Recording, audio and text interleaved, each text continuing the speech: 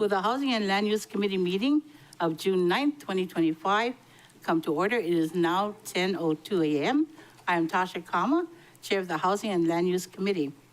I see all your signs that are out there, and I think it's great that you bring your signs, but try not to impede the people behind you when you hold them up. So, but I thank you for bringing them and putting us passionately on notice. This online meeting is being conducted in accordance with the Sunshine Law. Members, when your name is called, if you are not with me in the council chamber, please identify by name who, if anyone, is in your workspace with you today. Minors did not need to be identified. Members, any questions before we begin? So I want to say aloha kakahiaka to our committee council chair, Alice Lee.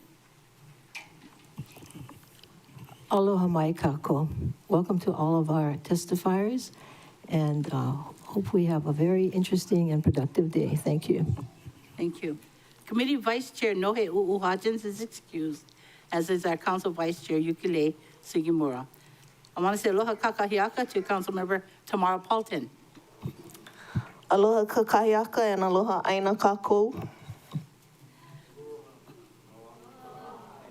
Maikai. I want to say good morning and aloha kakahiaka to Councilmember Gabe Johnson. Aloha Chair, council members, community members. There's no testifiers at the Lanai District Office, and I'm here and ready to work. Mahalo. Thank you. And aloha kakahiaka to our Councilmember Kiani Rollins Fernandez. Aloha kakahiaka, Chair, and aloha kakahiaka to the administration and everyone in the gallery. Aloha kakahiaka. I love having our gallery so full. Mahalo, Chair. Oh, there are currently no testifiers at the Molokai District Office. Mahalo, Thank Chair. you. And I assume the same for you, Gabe, right? Testifiers. Right, that's correct. There's no testifiers at the Lanai Thank District you. Office. And now we're going to go on to our Councilmember Tom Cook. Aloha, Chair. Good morning. There's currently no testifiers in the Key Regional Office, but people are on standby. Looking forward to today's meeting and hoping that everybody can be civil and enable everybody to state their opinion. Thank you. You're welcome. And aloha kakahiaka to Councilmember Shane Sinensi. Yeah, aloha kakayaka, Chair, and to everyone here. Nice to see everyone. Thanks for joining us. And Chair, there are no testifiers in Hana. Thank you. So we have today with us from the Department of Corp Counsel. Who do we have with us from Corp Counsel?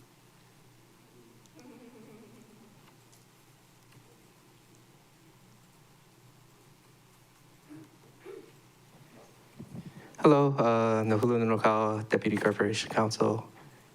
Thank you. Good morning to you too. We also have from the County Administration, our Mayor Richard T. Bisson Jr. Aloha kakahiaka, Mayor.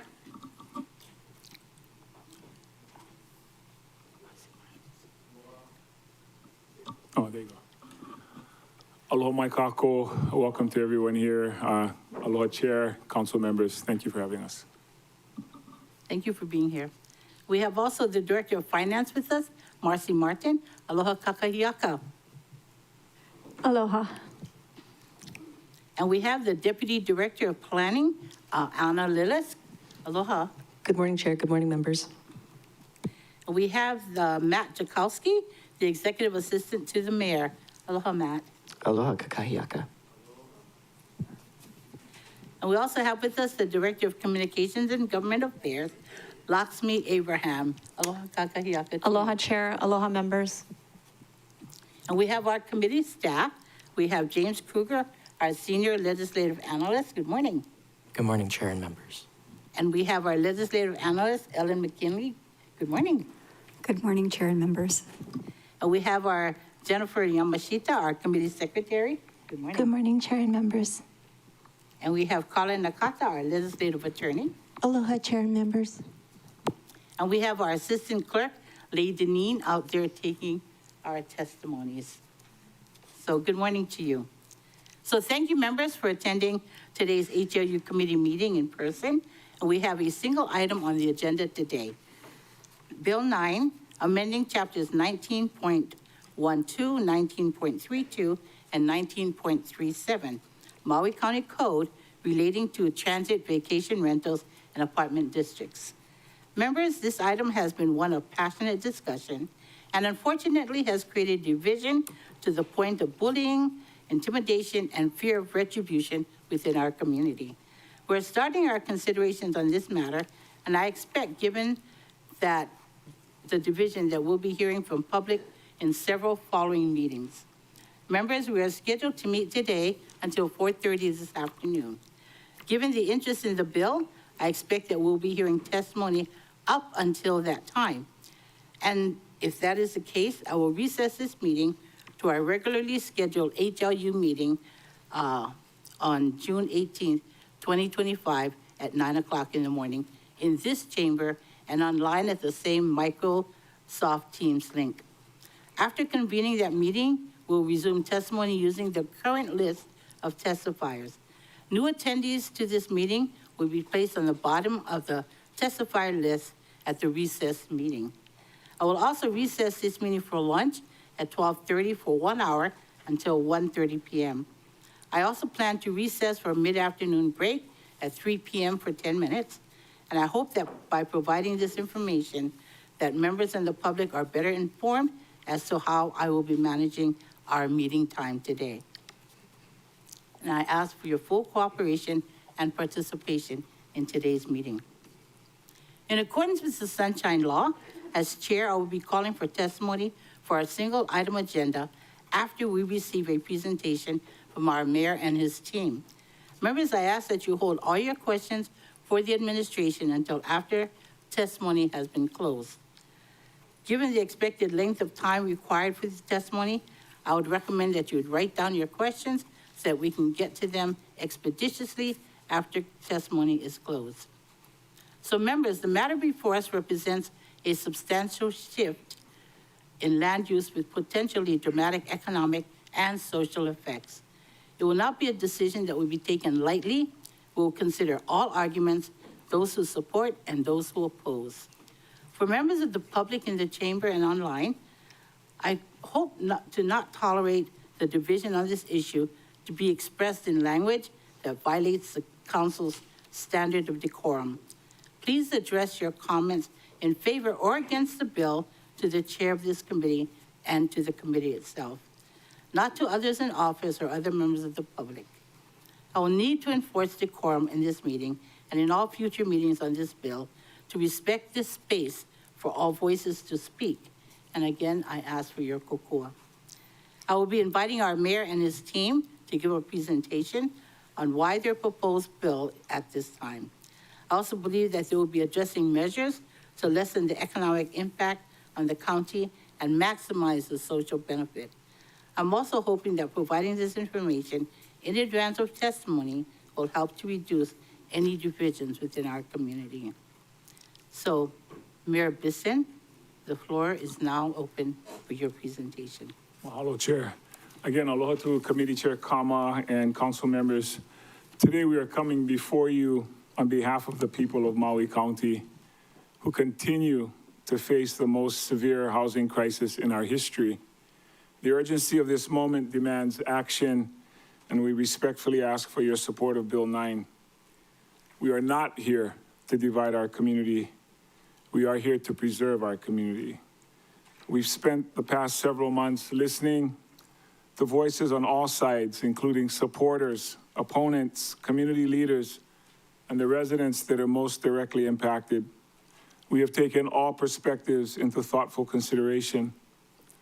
Likewise, our proposed amendments reflected in Bill 9 CD1 provide a reasonable amortization period of 3 years.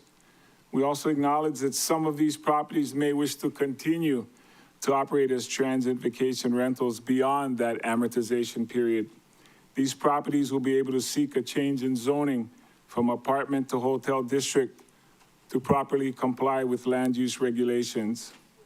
I would also like to clarify that this bill does not apply to timeshare units and will not disrupt their ability to operate.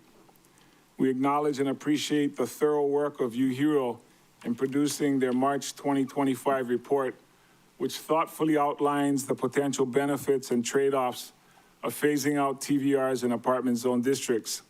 But economic models, as valuable as they are, do not tell the full story.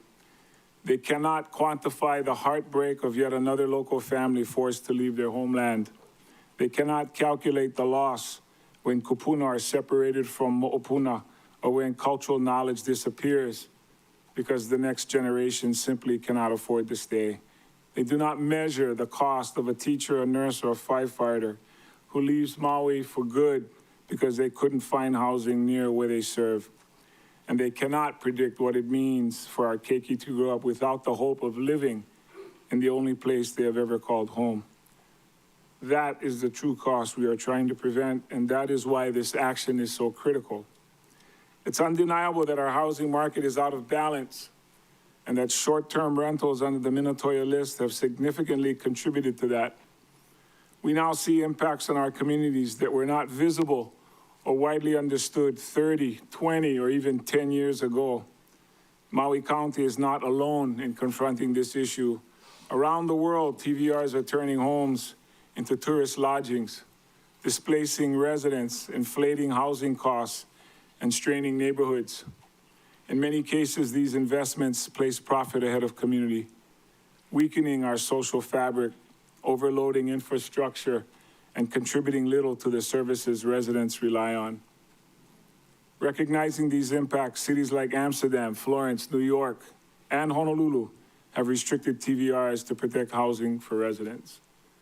Maui County's Bill 9 aligns with this global shift to reclaim homes and restore balance between tourism and community viability. Specifically, Bill 9 proposes to transition transit vacation rentals and apartment districts to long-term residential use. This provides a clear and lawful path to restore neighborhood integrity, address our housing shortage, and realign land use policies with the values and intent of our community. Through careful review, we've identified 4 areas of concern associated with the proposed implementation of Bill 9. As we move forward, I want to acknowledge and respond to the concerns that have been raised around phasing out TVRs in apartment zones. Of course, the potential economic impact. The most significant concern raised is the potential economic impact. But the projected losses in UHERO's report are based on an assumption of inaction. Our administration is prepared to propose tax policy adjustments to offset revenue shortfalls, which Finance Director Martin will explain further today. Secondly, job displacement does not mean job destruction. As TVRs are phased out in apartment zones, many jobs will shift to the more than 8,000 legal TVRs that will continue to operate. Hotels also offer comparable employment opportunities, often with competitive wages and benefits. In alignment with our administration's goal to diversify Maui County's workforce and reduce our over-reliance on tourism, we are focusing on sustainable job growth across sectors such as education, agriculture, healthcare, and technology. One thing we have witnessed about tourism, it is resilient. Visitors continue to come, and accommodations will simply shift to legal TVRs in properly zoned areas or hotels. Our limited housing impact. Some argue that TVR units are unsuitable for long-term housing due to size, cost, or management expenses. But the fact remains that many TVR owners and other Maui families continue living in these complexes today, proving their viability. High carrying costs are a symptom of TVR inflated market values. Returning these units to residential use can help rebalance prices over time.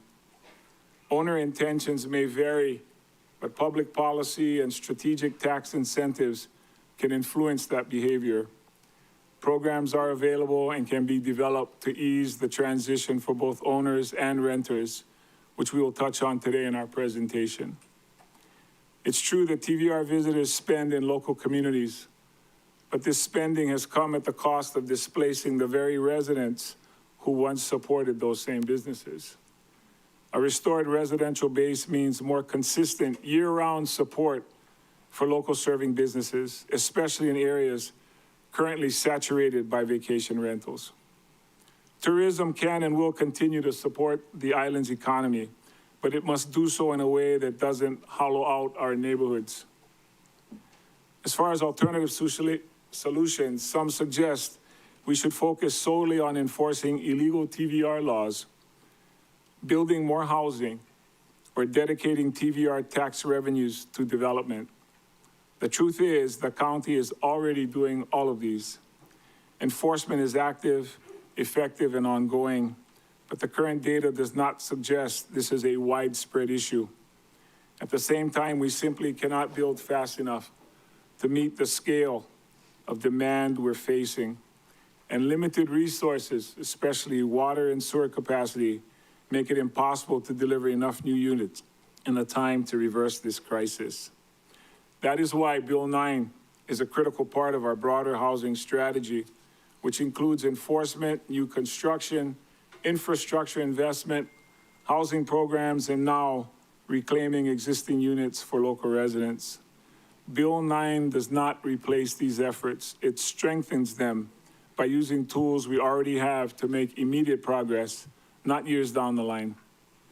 At this time, I'd like to introduce Finance Director Martin to provide insight on our approach to offset potential tax revenue loss.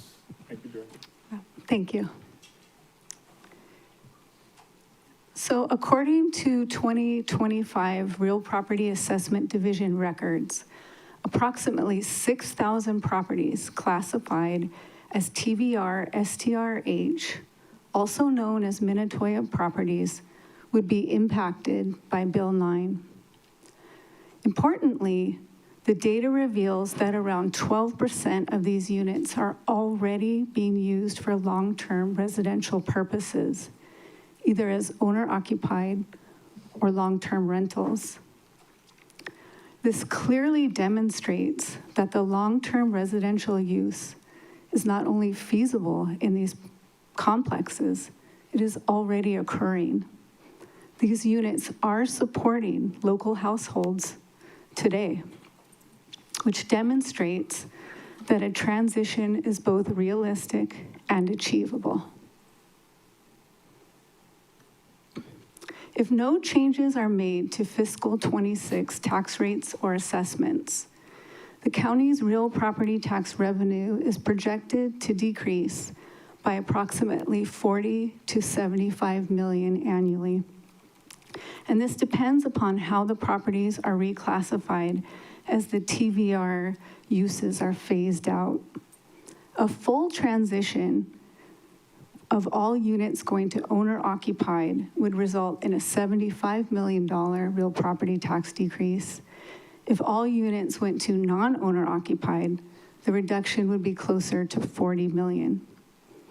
The department currently estimates an overall reduction of about 61 million, which is closely aligned with UHERO's independent projection of the same amount. And this is if the fiscal 26 tax rates remain unchanged. UHERO estimates that general excise and transient accommodation tax revenues together would decrease by approximately 15 million annually as a result of the phase out. So we estimate combined real property, general excise, and transient accommodation tax revenues would decrease by about 75 million. This impact would bring overall tax collections roughly in line with fiscal 24-25 levels. If no action were taken, the reduction could be reasonably absorbed within the existing budget, assuming stable assessments and no changes to real property tax rates. Alternatively, as previously noted, the shortfall could be offset through targeted tax adjustments. Either approach remains fiscally sound and viable. Real property tax rates and tiers are reviewed annually and can be adjusted to align with the county's fiscal priorities. For example, targeted increases in the non-owner occupied classification can serve as a policy tool to encourage all vacant or second homes to convert to long-term residential use. So even with a potential drop in revenue, which we are financially positioned to absorb, the gain in housing inventory offers a far more meaningful return, stability for local households, and a stronger foundation for our community. It is also important to note that over the past 5 years, the county has allocated $207 million to the Affordable Housing Fund. Although the charter requires a minimum of 3% of real property tax revenues to be dedicated to the fund, the county has consistently averaged closer to 8%, reflecting a strong and sustained commitment to addressing the housing crisis. A more balanced housing market could eventually reduce the need for such high allocations. Expanding housing inventory will strengthen the county's fiscal outlook over time. More occupied homes means more stable property tax revenue and fewer social and financial pressures tied to housing instability. Mahalo, and at this time, I would like to introduce Deputy Director of Planning, Lee List, to share her remarks. Thank you. I'm going to be touching upon today enforcement as an alternative. As we took this bill through the planning commissions, a commonly referred to alternative to Bill 9 was to increase vacation rental enforcement. The department understands that the public oftentimes sees many thousands of vacation rental advertisements online, which can of course be a concerning amount. However, under Mayor Bisson's leadership, on July 1st, 2023, the Department of Planning entered into a new contract for specialized vacation rental enforcement services through the vendor GovOS. This vendor software searches the internet, removes duplicative advertisements, and with the help of our dedicated zoning inspectors, verifies if individual advertisements are lawfully operating. And so from that contract, we saw that only about 30 enforcement cases for an illegal transient vacation rental was found. As of January 2025 of this year, we have only found one new transient vacation rental case. So continuous monitoring of transient vacation rental advertisements remains a high priority for the department, and it is working, but it has not led to a great deal of enforcement cases in actuality. Thank you. I'd now like to turn it over to Matt Jahowski, Executive Assistant to Mayor Bisson. All right. So I'm going to talk about a bunch of the data around housing affordability, home construction, and these rentals. So, you know, Bill 9 primarily is going to talk about bringing condos online for our residents, but the reason why we're even looking at condos is because the situation with our single-family homes is so out of control for our residents. In 2024, single-family home sale prices were at all-time highs. This isn't just all-time highs, but inflation-adjusted all-time highs.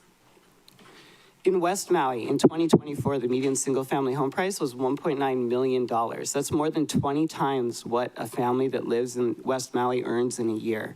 That's completely unaffordable to them. In South Maui, it's not much better, $1.6 million for the median sale price. But this is not new. This is not a phenomenon of the past few years. This has actually been going on for at least 25 years, and it's made housing unaffordable for an entire generation that lives here on Maui. We can see this by looking at real property tax data and look at how many sales every year going back to the 80s are affordable to our typical families here.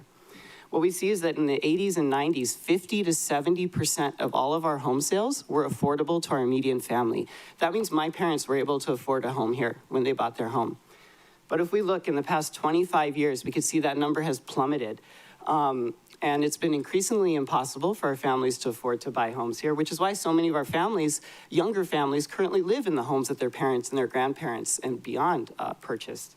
We can see that even as recently as the past 5 years, less than 10% of all home sales in Maui County are affordable to our median families. We talked about how affordability is worst in West Maui and South Maui. So let's look at that same graph, but also put the West Maui data up there. We can see that West Maui has always been less affordable than Maui County as a whole, but even in the 80s and 90s, it was still the case that 40 to almost 50% of all home sales were affordable to our local families. However, in the past 25 years, that the number of affordable home sales has become vanishingly small, to the point where in the past 5 years, just 5% of all home sales every year, that's 10 homes or less every year that are affordable to our local families. The data for South Maui is pretty similar, so I'm going to fly through it here. But we can see that in the past 5 years, just 4% of home sales are affordable to our typical families. So let's talk about the possible solutions. And the most popular solution that people like to propose as an alternative to Bill 9 is construction. And construction is indeed an important solution to pursue. But the reality is it's going to take so long that this is really just a solution for my grandchildren and maybe even my great-grandchildren. So again, we can go to real property tax data and look at home construction rates across the county going back to the 70s. We can see that in the 70s, 80s, 90s, and early 2000s, we were building 900 to 1,500 new homes per year on average. That was really growing our housing supply and really contributed to housing being affordable to our families. But we can see that's really plummeted in the past 15 years, and we're building at historically low rates here in Maui County. Now we need to zoom in on West Maui and South Maui again, where our housing crisis is worst. And we can see that really housing was high in the 70s and it's just dropped ever since then. To the point where in the past 15 years, we're building fewer than 90 new homes per year in West Maui and South Maui. On top of that, in addition to building extremely few homes in West Maui and South Maui, most of those homes do not end up housing our residents. So we can look at all those new homes that have been built in the past 15 years, and we can say, are you owner-occupied now, long-term rental, non-owner-occupied, so that's like a second home or a vacation home, or a short-term rental. And we find that just 40% of these new homes we've built in both West Maui and South Maui are currently housing our residents. That's so important, I'm going to say it again. In West Maui and South Maui, just 4 out of 10 of the new homes we're building house our residents. So Bill 9 proposes to phase out 6,000 transient vacation rentals and have them become resident housing. 2,275 of those units are in West Maui. It would take 30 years at current construction rates to build that many new homes in West Maui. That's not even accounting for the fact that we need to rebuild Lahaina first. If we take into account that only 40% of those homes are going to go to our residents at current owner occupancy rates, it's going to take 73 years to build enough homes for our residents. South Maui is even worse. Bill 9 proposes to convert almost 3,700 homes in West Maui, which would take 79 years to build at current construction rates, and an almost absurd 208 years to build if you account for the fact that only 40% of those homes are going to go to our residents. So where that leaves us is the only other solution that's really on the table, which is the TVR phase out, and that's the only solution been proposed that can actually make progress on our housing crisis. The reason why we're talking about this, Maui has about 13,000 transient vacation rentals. Let's put that into a global context.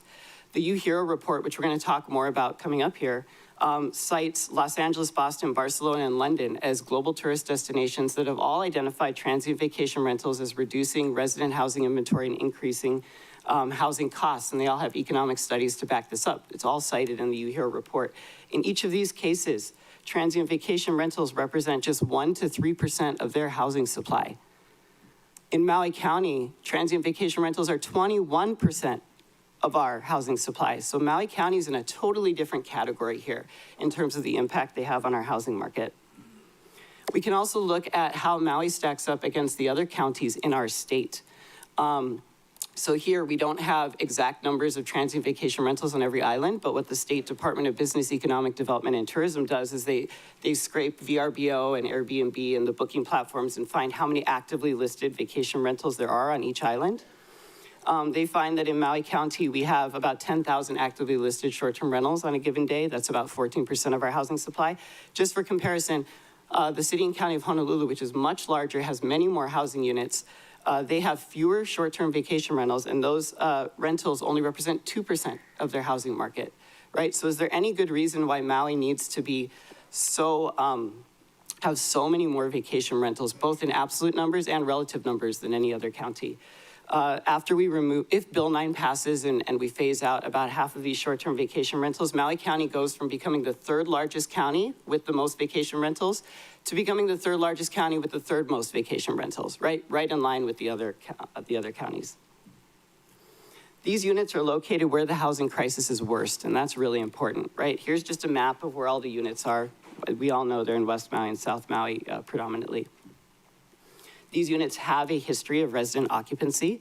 So real property data in 1993 started actually tracking owner occupancy. So that's how far back we can go. But we can see that historically we've had over 80% of these complexes with owner occupants. And that's dropped in recent years, but it's still very high. These units are appropriately sized. This is misinformation that is often cited by opposition to this bill, that no one wants to live in 1 and 2 bedroom units. That's not true. 91% of these units are 1 and 2 bedroom units. Well, we just had a big natural disaster in Lahaina, and in fact, there was a huge housing effort to house all the families that needed housing. Data independently collected from FEMA's housing programs, from the Council for Native Hawaiian Advancement's housing programs, and Maui Holly Match, which is the housing program I built as a website, all found that 1 to 2 bedroom housing was the highest demand housing for our displaced families in West Maui. Furthermore, we can look at US Census Bureau data, the most recent American Community Survey. They find that 72% of all Maui households are 1 to 3 person households. These are perfect size households for 1 to 2 bedroom condo units. Okay, this is the big one. Bill 9 improves condo affordability. And we're gonna reference a lot of the UHERO report here, but before I go there, let's just set the baseline. Before Bill 9, condos are already the most affordable market rate housing on Maui. So we started off by talking about how unaffordable single family homes on Maui are. So I'm gonna show for West Maui specifically here, the blue bars are how many single family home sales were affordable every year. And the orange bar is the percentage of affordable condo sales every year. The important thing here is that the orange bars are all higher. Every single year, we have significantly more condo sales that are affordable to our families because condos are cheaper. And in particular, we need to look especially at the most recent years where we can see that as early as 2000 and 2010, 40 to 50% of all condo sales were affordable to our families. Okay, here's the biggest takeaway from the UHERO report. This is a direct quote. We project that condo prices on Maui will decrease by 25% by 2027. Therefore, affordability would improve because prices decrease more than incomes. So they're saying that not only will these Bill 9 condos become significantly more affordable, but all condos on Maui will become significantly more affordable. Let's see how they break that out. They looked at the carrying cost of one of these Bill 9 condos, including mortgage, insurance, maintenance, HOA fees, and taxes. And they said pre-phase out, the carrying cost of one of these units is $5,800 per month.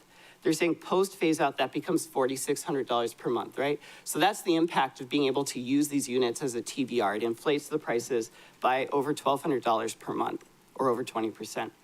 Now, there's every reason to believe that if these units become resident units, that these prices would go down even more, right? Because owners or actual residents here don't necessarily want things like resort-level landscaping that cost a lot of money. So if we look at the UHERO numbers, though, and the numbers they cite in their report, they say that 21% of our families, or over 11,600 households, will be able to comfortably afford these units.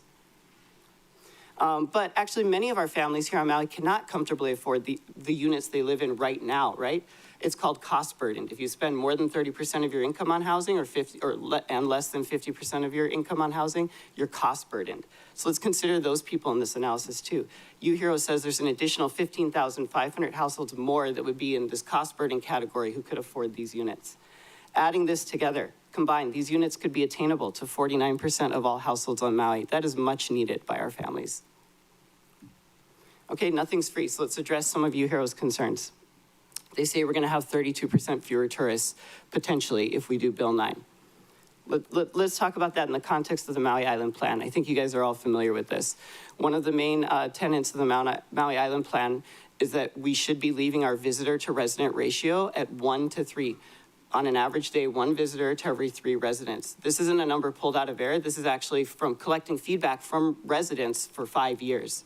5 years of research, and this was adopted by the county in 2012. Well, let's see, where were we? 2023, pre-fire, we were at a 44% visitor to resident ratio. That's 1 visitor to every 2.3 residents.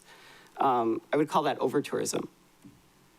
Post-phase out, if UHERO's prediction becomes correct, that ratio drops to 30% visitor to resident ratio, or 1 visitor, 3.3 residents, which is exactly where we're supposed to be according to the Maui Island Plan. They also talk about how total visitor spending will decrease by 15%. And the way they broke that out, they said the typical visitor spends $310 per day. That's split between lodging and non-lodging expenses. 174 of those dollars is on lodging. That's more than half. So 56% of this lost visitor spending will be on lodging revenue. Well, what we can do is we can look at the owners of all of these Minatoya transient vacation rentals and say, do you actually live on Maui County, right? Are you a long-term renter or an owner here in Maui County? 94% of the owners of these units are not, okay? So what does that mean? 94% of the lost lodging revenue will be lost by our non-resident owners, not our residents. Why is that important? That's important because, yes, they're going to pay some amount to their cleaners, but there's going to be a hefty booking fee taken by Airbnb or VRBO or whoever they're using. That's not going to stay here on Maui, and they're going to take a significant chunk of this money away from Maui with them. So this means much of this lost lodging money was never going to stay on Maui anyway. So you here is probably correct that we're going to lose, a significant amount of revenue, but we have to remember that not all that revenue was going to stay and circulate in our community in the first place. The very last point I want to talk about here is water. So there's two properties in apartment zone districts. They're like sister properties. One was built right before the Minatoya cutoff, so it's allowed to have TVRs. The other one was built right after the Minatoya cutoff, so it's not allowed to have TVRs. But otherwise, they look very similar, and they were developed by the same people, and they have the same mix of units. Property one, which allows TVRs, 97% TVRs. Their average unit uses 570 gallons of water per day. Property two, which is 74% non-owners and 26% residents, uses an average of 128 gallons per day. Now, we can't do a naive comparison of these two numbers because non-owners aren't here all the time. But if we take that into account, what we find is that TVRs in these two complexes use 60 to 120% more water than our resident condos use across the course of a year. Why is that important? That's important because literally the lack of water is blocking new housing from being developed. I think we all know, for example, about the Pulelehua project in West Maui, which cannot move forward because there's not enough water. So what does this mean? If we were to convert 6,000 of these TVRs into resident housing, we wouldn't just get 6,000 new resident homes, but we would free up excess water for 3,600 to 7,200 additional resident homes. So in summary, right, Maui desperately needs more resident housing, and the TVR phase out is the only solution on the table that accelerates this housing by decades. Mahalo.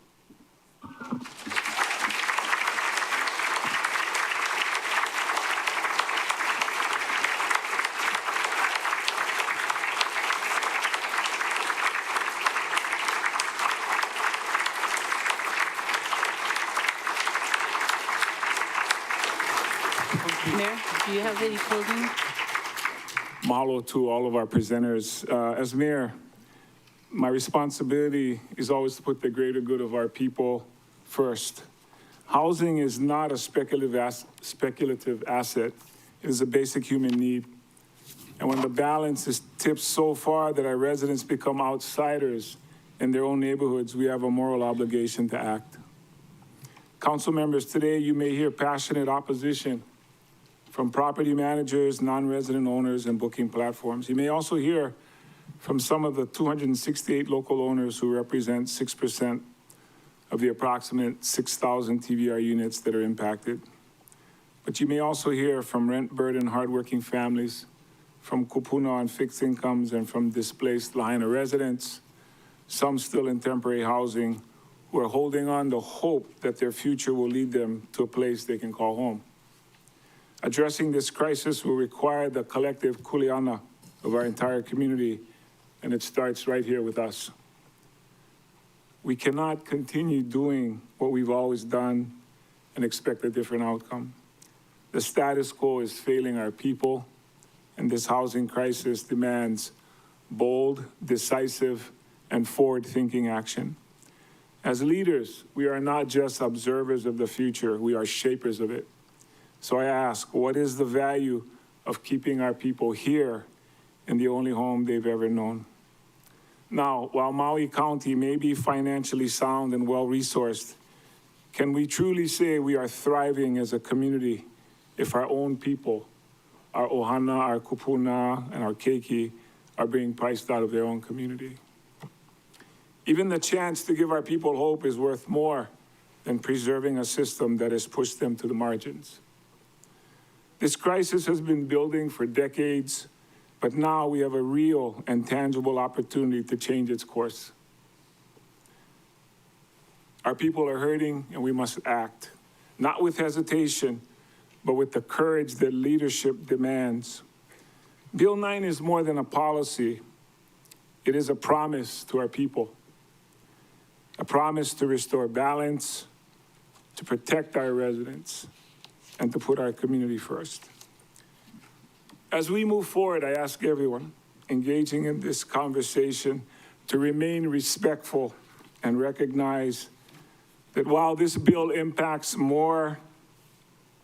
more than others, it offers hope and healing to many who have gone far too long, who have gone without far too long. Let us continue to lead with aloha in our words, our actions, and our commitment to one another. We humbly ask that this council advance Bill 9 out of committee and support its passage. Mahalo to everyone.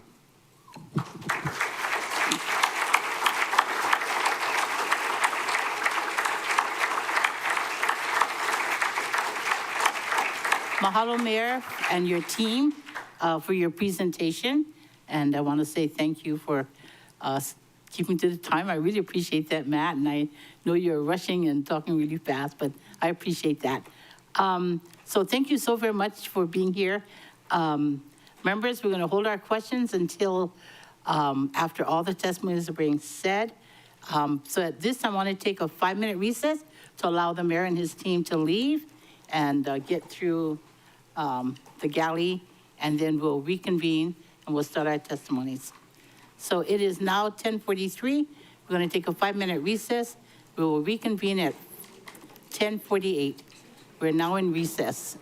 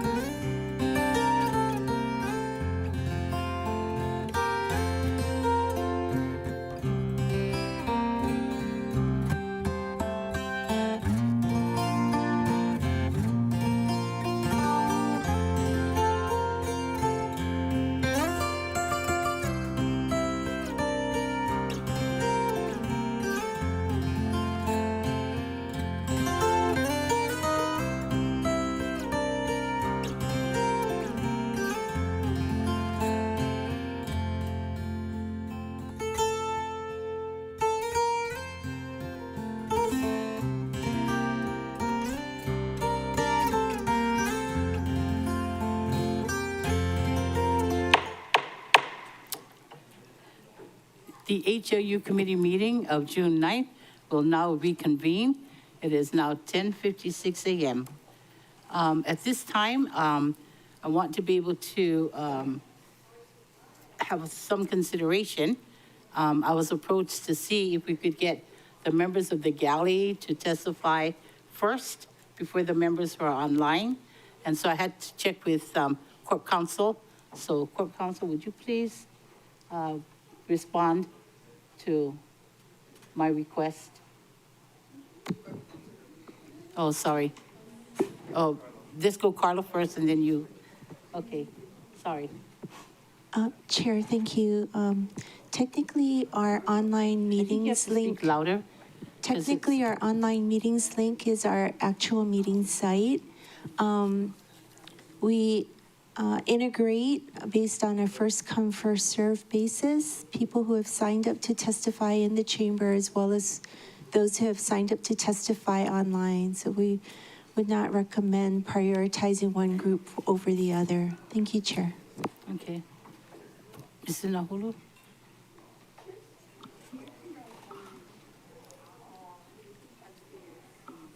I would defer to Okay, Attorney Nakata Okay. in this matter. thank you, thank you. Okay, so I just want to let you know, we tried, but we have some sunshine laws that we have to adhere to. Okay. So we're going to take public testimony. So for Microsoft Teams participants logged in via web or the Teams app, please indicate that you would like to testify by clicking the raise your hand icon in the top right of your window, and staff will add your name to the testifier list. If you are joined by telephone, *5 will raise your virtual hand and staff will put your name on the testifier list. Please keep your audio and video muted until you're called to testify. Written testimony is encouraged and can be submitted via the e-comment link at mauicounty.us/agendas. Oral testimony is limited to 3 minutes per item. When you reach the 2-minute mark, you will hear an audible noise. If you are still testifying when the notice sounds, please complete your testimony within the remaining minute. Given the volume of expected testimony, I will have to hold all of you firmly to those limits. When testifying, we ask that you state your full name for the record. Anonymous testimony is also accepted. Decorum will be maintained throughout the meeting. Violation of decorum may result in being removed from the chamber or the online meeting. And again, this is a public space and must be a safe space for all voices to be spoken and heard.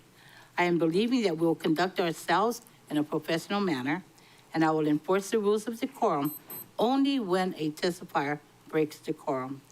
A testifier will be reminded the first time I see that the rules of decorum have been violated. Any additional reminders, I will then direct staff to silence the microphone, and your testimony time will be considered complete. You can also view the meeting on Akaku Channel 53, Facebook Live, or mauicounty.us/agendas. Members, the purpose of clarifying questions is just that, clarifying what the testifier stated, not an opportunity to effectively extend the time allotted to them by asking them to elaborate on their testimony. And it is definitely not time to engage in a debate with the testifier. Our meetings will be long, and I would like us to be efficient with our time. Thank you all for your cooperation. So at this time, I'd like to call on the testifiers wishing to testify. Chair, can we Yes. get a sample of the sound and make sure that the guys online can hear it? Okay, the sound? Are you operating sound, James? And is it the same sound for 2 minutes and 3 minutes? It should be.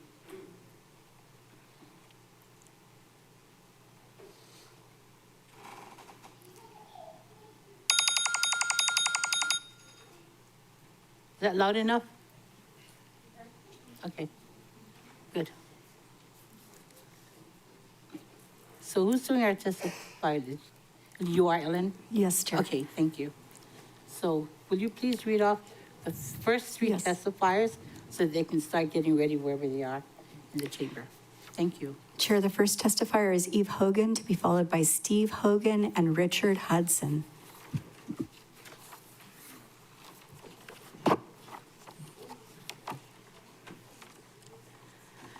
Good morning, Council, and aloha, thank you. I'm Eve Hogan, and I don't even really want to talk about vacation rentals because you've heard it all before, and you're about to hear a whole lot more about it. But you already know the math doesn't make sense on this bill, and it's not a good solution to the housing problem. Instead, I'm going to talk about trust in our government. Trust that when a mayor or a council person says they support vacation rentals as an important part of the economy when they're running for office, that they are telling the truth. Trust that when, before buying a condo, the director of planning assures us that it's a legal use to operate it as a vacation rental, and that it is also the truth, and that that right won't be taken away. Trust that the government is fair and to the best of its ability makes laws to support all of its citizens, not just some of them. With this administration, we are repeatedly seeing the government trying to take away previously legally permitted businesses, like food trucks on ag land.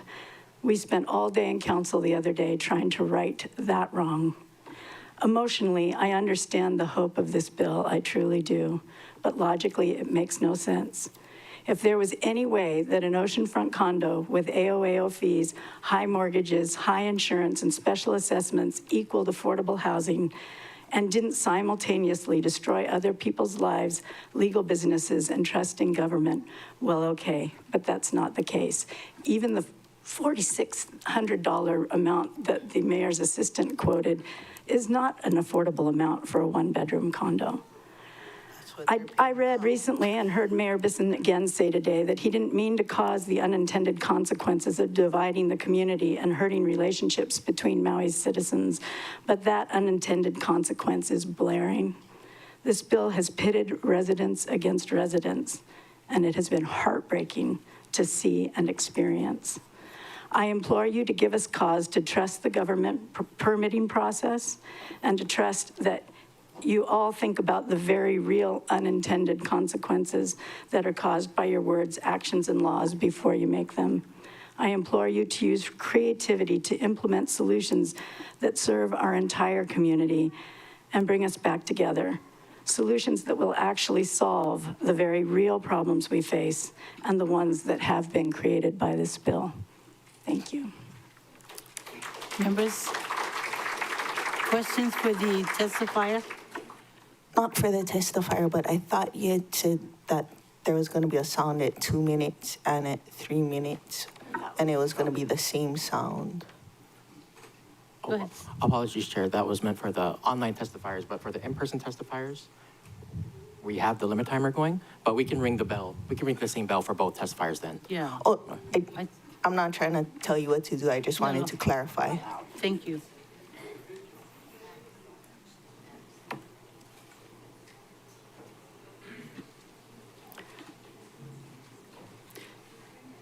Rich Hudson, resident.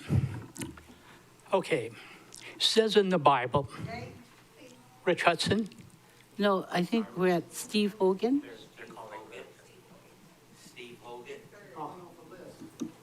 Chair, the next testifier is Steve Hogan, to be followed by Richard Hudson. Steve? Okay. Sorry. Just stay there.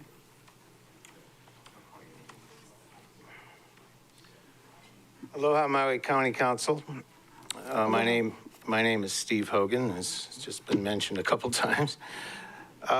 My wife and I are both in our 60s. I'm in my later 60s. I came here 45 years ago with $600. I built a business, I employed people, I've worked hard, and I've saved and invested. We've been able to help others. We house people for free. And that's because we've been able to have a vacation rental and that type of business. After dealing with health issues, including my wife's cancer and the pandemic, as I said, we've invested in the rental business to support our family, those employees, their families that depend on us. I'm opposed to this bill. It's pretty self-explanatory. Since the fires, the messaging has been at levels of government, social media, and other media and individuals have basically shouted, tourists are not welcome here. And now the federal government is adding to that with tariffs that are destroying an already fragile government here and worldwide. I urge you to not add to this devastation at the local level, especially when the proposed solution will not translate into affordable housing. Even with the current reduced values of condos, locals are not rushing out to buy them because they're not affordable. HOA fees, utilities, as it's been said before, mortgages, insurance, special assessments, which is a big one. These condos are far more expensive than what the average resident can afford. Currently, a one-bedroom condo at $650,000 costs $7,000 in expenses. And I'm not making these numbers up. The support of this bill has stated that we prioritize, or the supporters have stated that we're prioritizing profit over people, which is not true. We are prioritizing wisdom over wishful thinking and math over emotions. We are considering all the people, decimating some parts of the community in unrealistic hopes of helping another part of the community who makes no sense. The bill is not affordable and will not achieve the desired result. The bill hurts families who are property owners. Thank you, Mr. Hogan. Thank you. Members, questions? Mr. Hogan, we have a question for you from Member Paulton. Thank you, Chair. Thank you, Mr. Hogan, for your testimony. I was wondering if you could clarify how many short-term rental units you own? In the Manitoba list, I own 3. 3. And and each, can I add to that? Each has a mortgage, which I pay a lot of money for. I think it'll go faster if you don't add to that. Okay. And then I was wondering, when you purchased those units, was the realtor, did they explain to you that this is not a legal use anymore? No, they never did because it's never been an illegal use. This bill would create that. Who was your realtor that sold you these units? I don't see the relevancy in that, and I'm not going to disclose their names. I'm disclosing my name. I don't need to disclose theirs. Okay, because it's a grandfathered use. It's not legal going forward. I don't agree with that assessment. That should have been grandfathered disclosed. and illegal are not Member the same Paulton. thing. Thank you, Mr. Hogan. Mr. Hudson? Am I on? Yes. Well, okay, let's go to the Bible. There's a scripture in the Old Testament that says, hey, if you're going to build your house, don't build it on sand. Now, you may ask yourself, what does this have to do with our current plight? Well, let's face it. What's the nature of an investor? They invest either in real estate or the stock market. Why? To make a profit. And some of those real estate investments can be very risky. This one is. Why? Because there's a question right from the get-go of its legality and that standing. And secondly, if these investors had looked at the data even 10 years ago, they would have noted that there was beginning to be a question about these communities that depend on tourist industry for its sustenance to have these short-term rentals which tend to be parasitic on the local economy and, quite frankly, destructive. They're not good investments, right? So you're going to hear the opposition, those people that own these condos, coming in and giving you sob stories and bringing tears to your eyes because they made bad investments. And I'm telling you this, as a board, is it your responsibility to be their mommy and daddy and bail them out of a situation that they put themselves into? And I'm serious about that. The truth of it is, in investments, if you invest in anything and it goes south, you take your lumps and move on. You don't go and say, oh, I made a bad investment. Help me out. Help me out. I'm going to lose my dog spot. We'll have to move off the island. You mean like our native Hawaiians who en masse had to move out when their houses burned down? Oh, well, they're Hawaiians, huh? Yeah. And it's great, sad tragedy when one of those cats has to move out. Give me a break. What I'm saying to you is this. It's very simple. They're investors. They made a bad investment. They overextended themselves, some of them. You've got $1.5 million property, you make $60,000 a year, and if it goes south, are you going to be able to keep that property? No. Thank you. Thank you, Mr. Hudson. Questions for the testifier?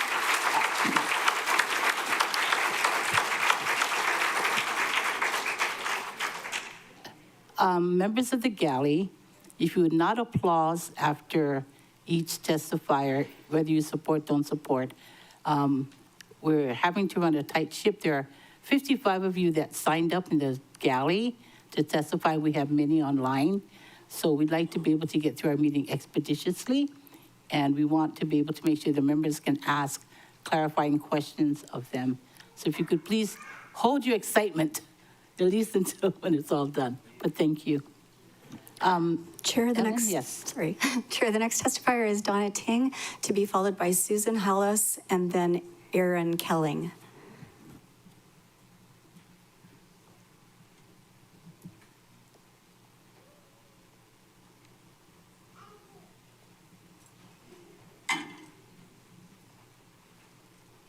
Good morning. My name is Donna Ting. I am many generations in Hawaii. My grandchildren go to Kamehameha schools.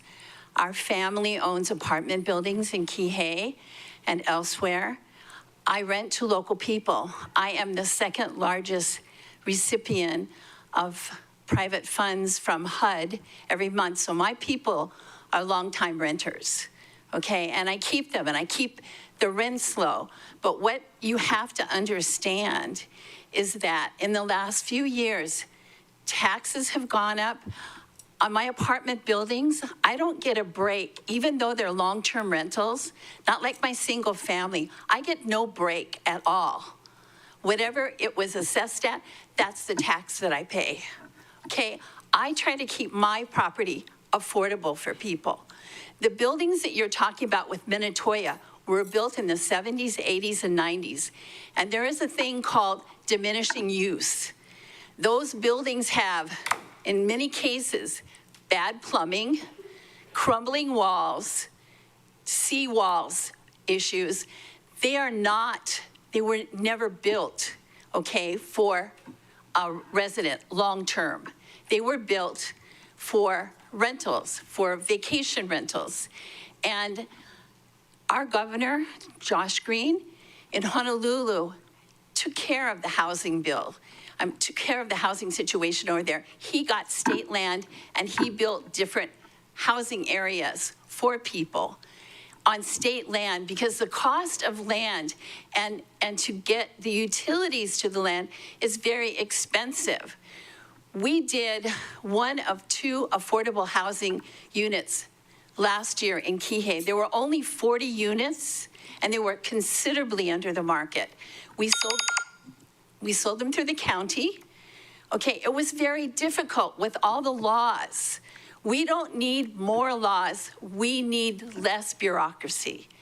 And I'm against this bill because it doesn't answer the question.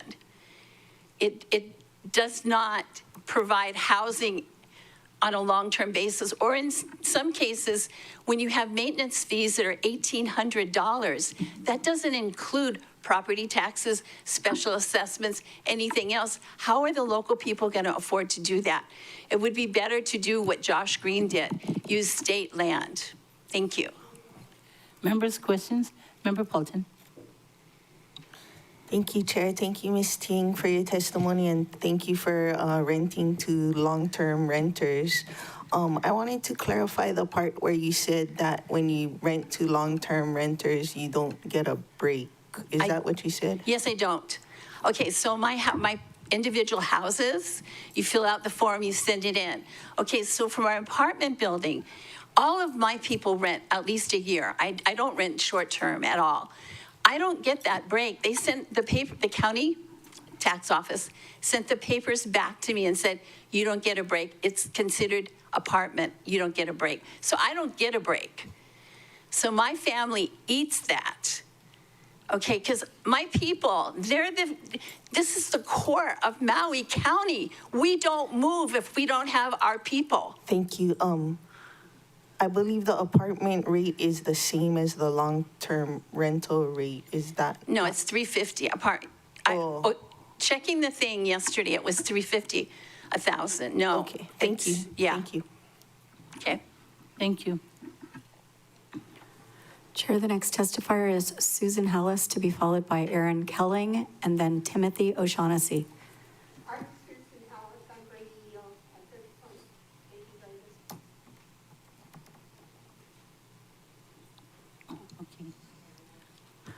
Chair, the next testifier is Aaron Kelling, to be followed by Timothy O'Shaughnessy, and then Mike Kessler.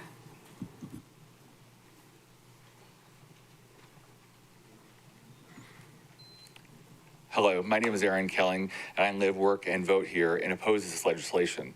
We own a local property management with almost 50 condos, 17 employees plus contractors. I also personally own many of the condos that we manage, and this bill has hit us very hard. The mayor, just by proposing this legislation, has already had a major impact on our local economy and our business. After the fires, we've lost 45% of our business, and this continued negative rhetoric has further fueled uncertainty and caused a further 55% loss in revenue on top of the 45% after the fires. Turns out when you tell visitors not to come to Maui, they listen. Whether you like it or not, our island is a tourism economy. Other business owners that I've talked to experience the same thing, saying that it's a 20-year low. Many owners won't testify in fear of retaliation. After I testified last time at the committee meeting, someone came up to me afterwards and said, I'm going to come and burn your house down, and they were part of Maui Strong. I completely... Members, please. Please. The galley. I completely sympathize with the housing shortage and agree that condos and apartments that were built as long-term housing should go back to the community. When I purchased my condos, personally, I bought them in communities that were clearly short-term rentals. The documentation in the original intent when they were built show that they were built as vacation rentals, and it says from the Real Estate Commission clearly says these are built as apartments for use for hotel and transient purposes. This is clear as it gets, but we still don't have hotel zoning. One of the really important fact that I'd like to bring is the mayor says that by implementing this legislation, that it would bring the housing down by 40% for these condos. We've already seen more than a 40% reduction in the cost. I have had a condo myself on the market for over a year since this was proposed, and it's gone more than 40% down. And for a year, we've had 0 showings, and no one is interested in purchasing the condo, even though it's come down to 40% that everyone's requested, right? So I can't sell the condo. There's over 1,000 condos on the market currently, and valuations have gone down 40% or more. Even at a 75% reduction, a one-bedroom condo would still cost, using your figures, $4,600 a month, which, per your data, right, is still totally unaffordable. So this legislation doesn't have the impact or outcome that the mayor is looking for. Please, please oppose this legislation and bring back tourism so we can all afford to stay employed. Thank you. Members, questions for the testifier? Yeah, please. Thank you, Chair. Thank you, Mr. Kelling, for your testimony. Just wanted to clarify some points on the testimony that you gave. How many short-term rentals did you say you owned? I own 6, we manage 47. And then the one Quiet that in the gallery, you have please. listed on the market, what unit is, I mean, what complex is it a part of? Kahali Makai. And you're saying that the 6 that you own are all apartment zoned? They're all in a Kahali Makai. Oh, and in the documentation, when I purchased it, it said these were advertised and sold as vacation rentals. And did your realtor disclose that they were in the A1, A2 zoning and that they had been carried over legacy use of short-term rental? Yes. They did disclose that? They disclosed that this was on the Minatoya list and that it was approved for short-term rental and supplied the documentation from the original sale that shows that this is hotel zone. Do you remember what years you bought these on, the 6? I bought them over the several years. I bought some 8, 9 years ago. I bought 1, 2 years ago. Thank you. Any other questions?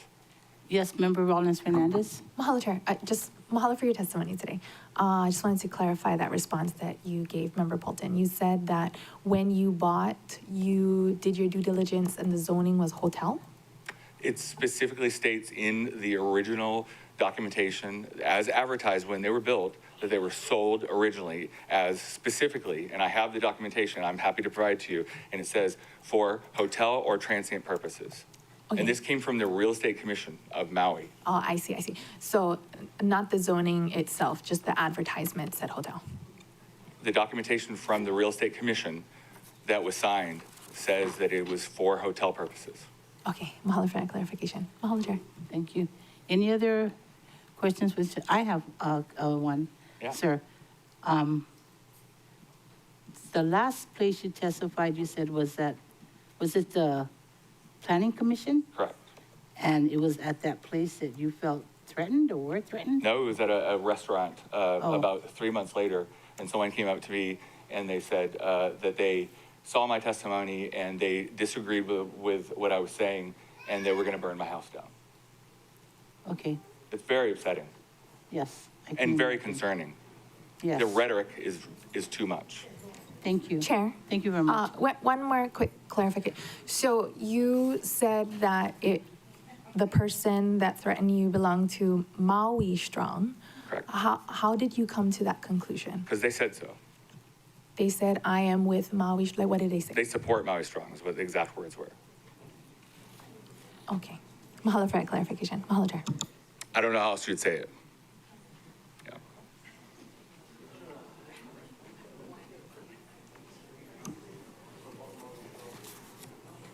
Chair.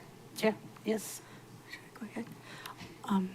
Chair, the next testifier is Timothy O'Shaughnessy, to be followed by Mike Kessler, and then Paul Zarubin.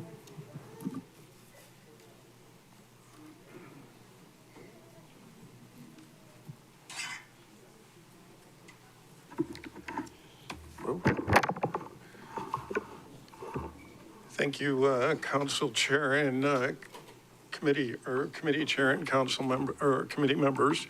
My name is Tim O'Shaughnessy. I'm a 10-year resident on Maui, and I do oppose Bill 9.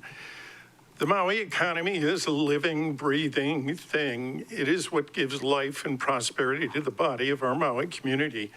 Without a healthy, strong, robust economy, a community body can be crippled and very soon wither and die.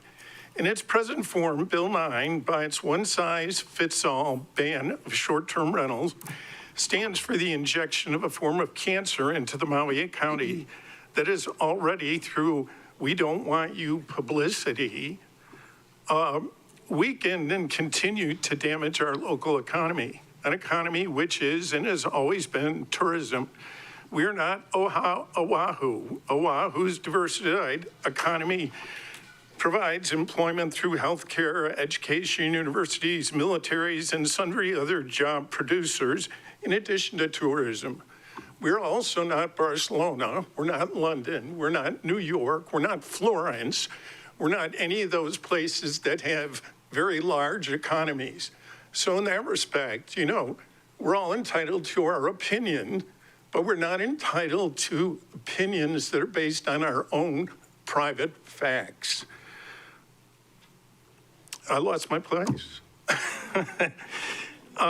Anyway, the other thing I want to say is the recent UHERO study, which I've read and gone through, and, together with the implementation of Bill 9 in its present form, has and will bring, as it states, the possibility of economic recession to Maui. And I might say also, in addition, that the UHERO study was done before President Trump's big, beautiful bill was announced. That's the bill that will cut approximately $1.1 trillion from Medicaid and food assistance that possibly many of our Maui community and families may depend on. So I just want to say that if recession comes, it'll come with the erosion of families that are deprived of economic opportunity resulting from the threat of, Bill 9's ban. The bottom line is we need to recognize that without a healthy, sustainable economy, jobs disappear and available housing, affordable or otherwise, becomes irrelevant, because without employment, do you really need a housing? I want to thank you. Thank you very much, sir. Questions, anyone? Questions, applause, No. anything? Member Rollins Fernandez has a question. Members of the gallery, please settle down. Yeah. Mahalo for your testimony. I have a question. My clarifying question is. I just apologize. In the morning, I'm not good because I'm diabetic. So, but anyway, go ahead. So that's why I'm kind of wavering. Okay. Hit me.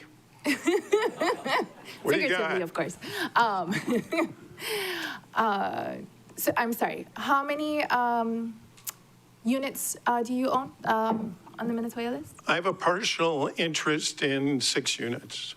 And where 6 units? And your units are located where?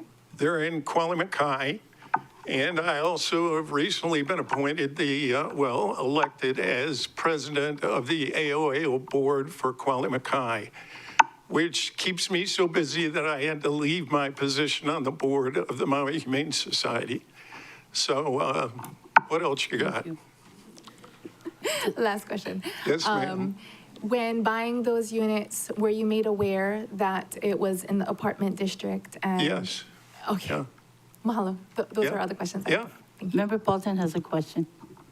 Thank you, Chair. Thank you, Mr. O'Shaughnessy. I just wanted to verify, you said you own in Kauhale, Kauhale? Yes. Thank you. Kuala also, we call it Village by the Sea in translation. Thank you. Yeah. Thank you so much for your testimony. Thank you all. Appreciate it. Staff? Chair, the next testifier is Mike Kessler, to be followed by Paul Zarubin and then Leslie Brown.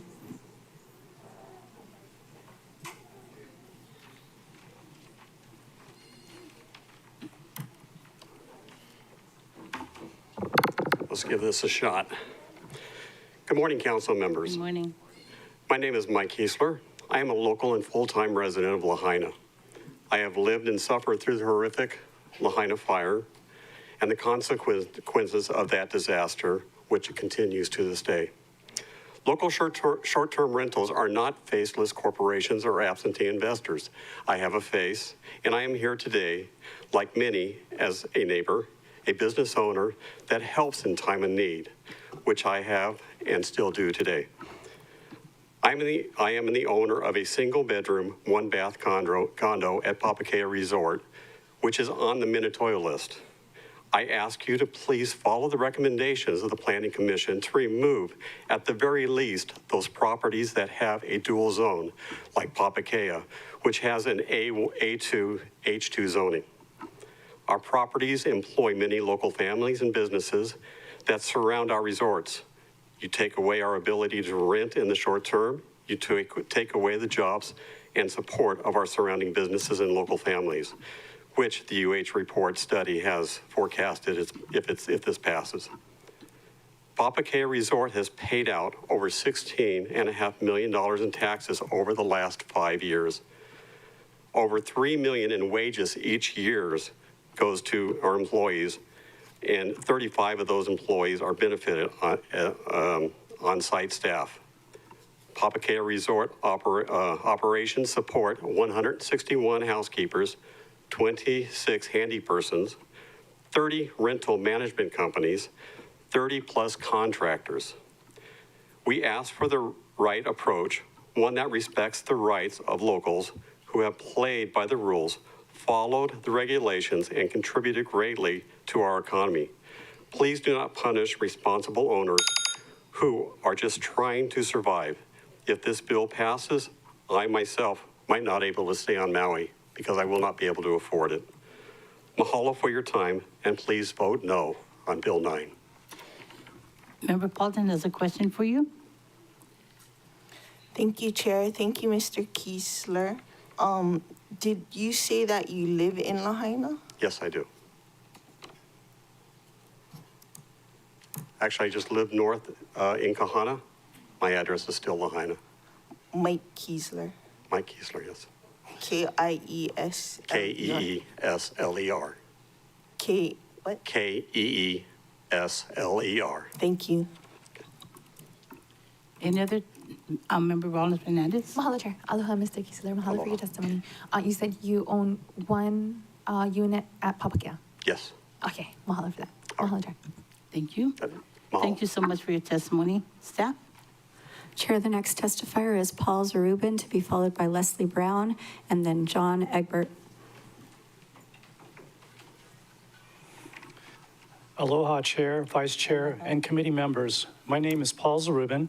My wife and I own a condominium at Kamaoli Sands, and we both oppose this bill in its current form because of the people that this will harm. My message today is about the people. Shortly after we were married, a week before Christmas, we lost everything in a house fire. I remember just being in total shock, numb, not knowing what to do, where to turn. This is where I first experienced the kindness of people.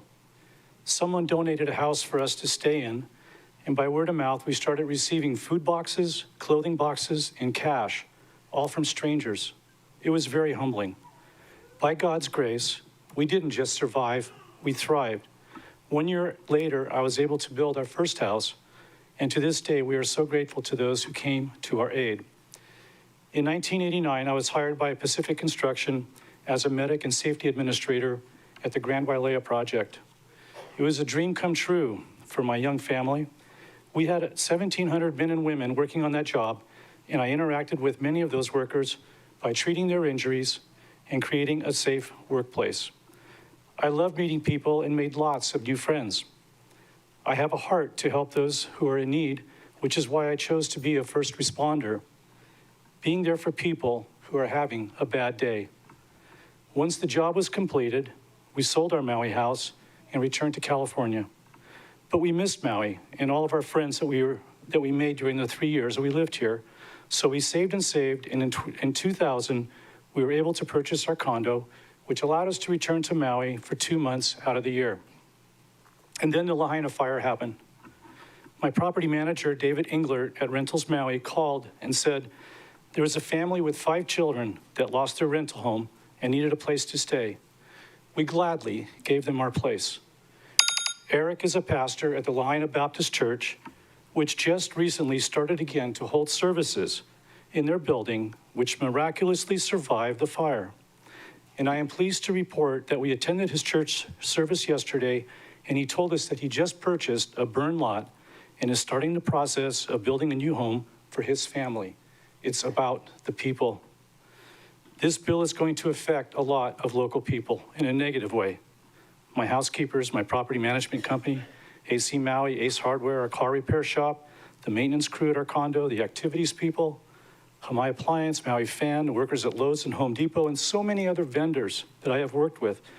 And then all the retailers, shops, and restaurants that rely on our guests coming here. It's about the people, And as I talk to local businesses, I'm hearing that this bill is not a good idea or that it will solve any of the problems.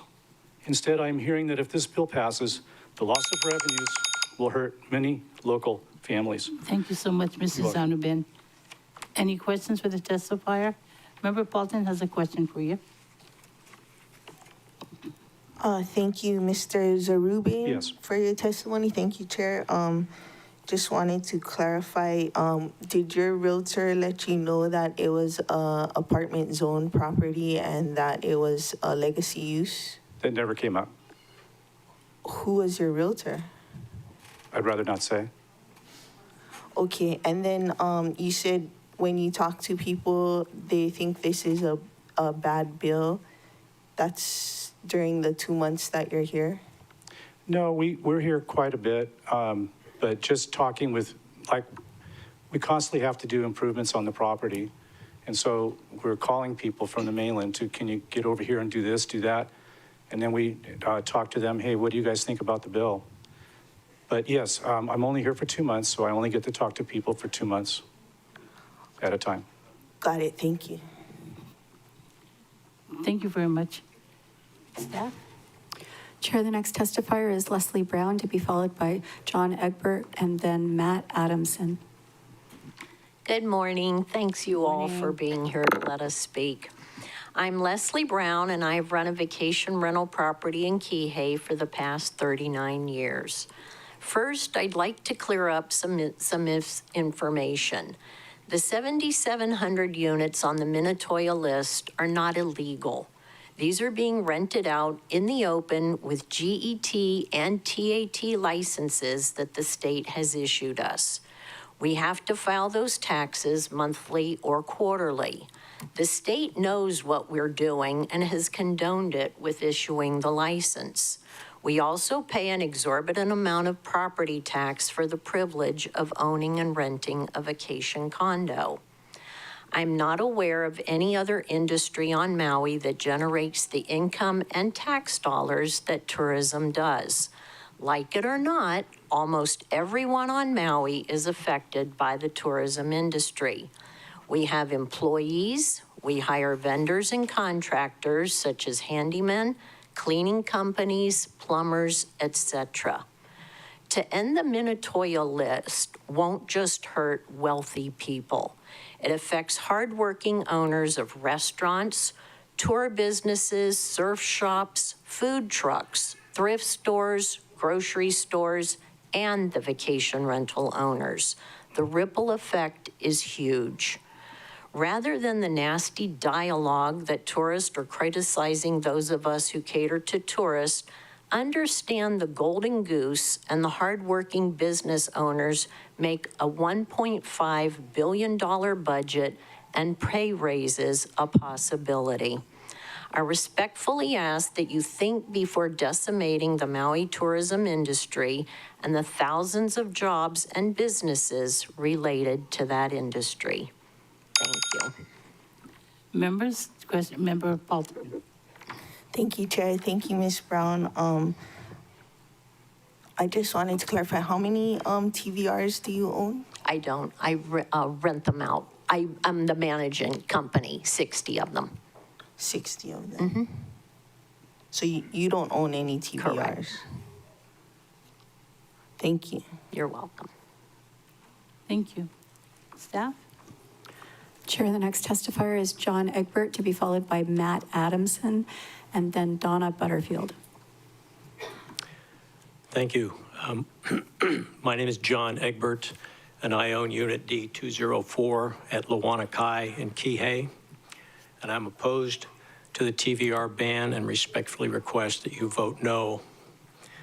And I'm concerned primarily because of the adverse effects that it will have on the Maui economy. This has been confirmed by 2 different economic studies, and I emailed both of those studies to each of the council members. And according to the testimony that I heard when this was before the Planning Commission, if this ban is enacted, there will be dozens of businesses that will be forced to close down, and there will be hundreds of jobs lost. And the previous Leslie Brown just named some of the businesses, types of businesses that will be impacted. I went down into the Kihei area and made a list of 32 businesses in the Azeka Shopping Center that I thought would be impacted by this. And I don't know how many people that translates into being employed, but it's probably in the hundreds. This proposed ban has the intent of converting TVRs to long-term rentals. But I don't think that is going to address the immediate housing shortage because of the two proposed amendments that are out there. One of those shifts the implementation date to 2028, the other to 2030. Now that's 5 years from now, and if there's an immediate housing crisis, postponing the implementation for 5 years is not going to help that situation. But the county is already proceeding down the right path with the real solution with building more units. There's currently there's a 223 affordable housing unit project underway, being constructed right now in Kihei. And Maui Now just reported that there's another development of 1,600 units in Kahului that's up before the Planning Commission. The 223 units in Kihei, those are supposed to come online later this year. And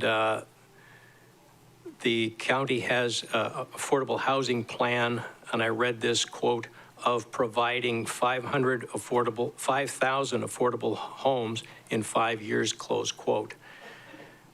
Under this plan, the housing crisis will nearly be eliminated by 2030, and you won't have to crash the Maui economy by eliminating TVRs. Thank you. Thank you, Ms. Egbert. Member Paulton has a question for you, sir. Thank you, Chair. Thank you, Mr. Egbert. Were you informed when you purchased this that it was an apartment zone property with a legacy use of TVR?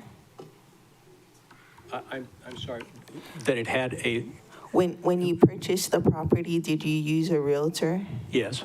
And did they inform you that the zoning was apartment zoned?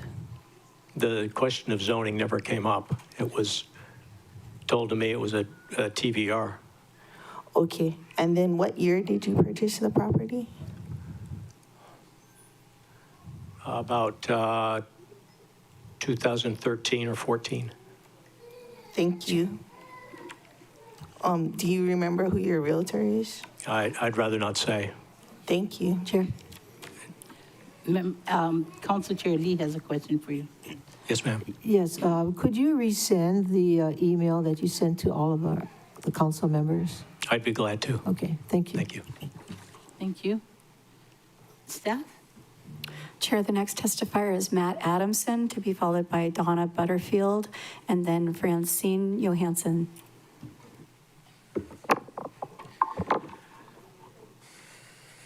Aloha, council members. Thank you for your service to our community. I really appreciate your time and being here and hearing our voices.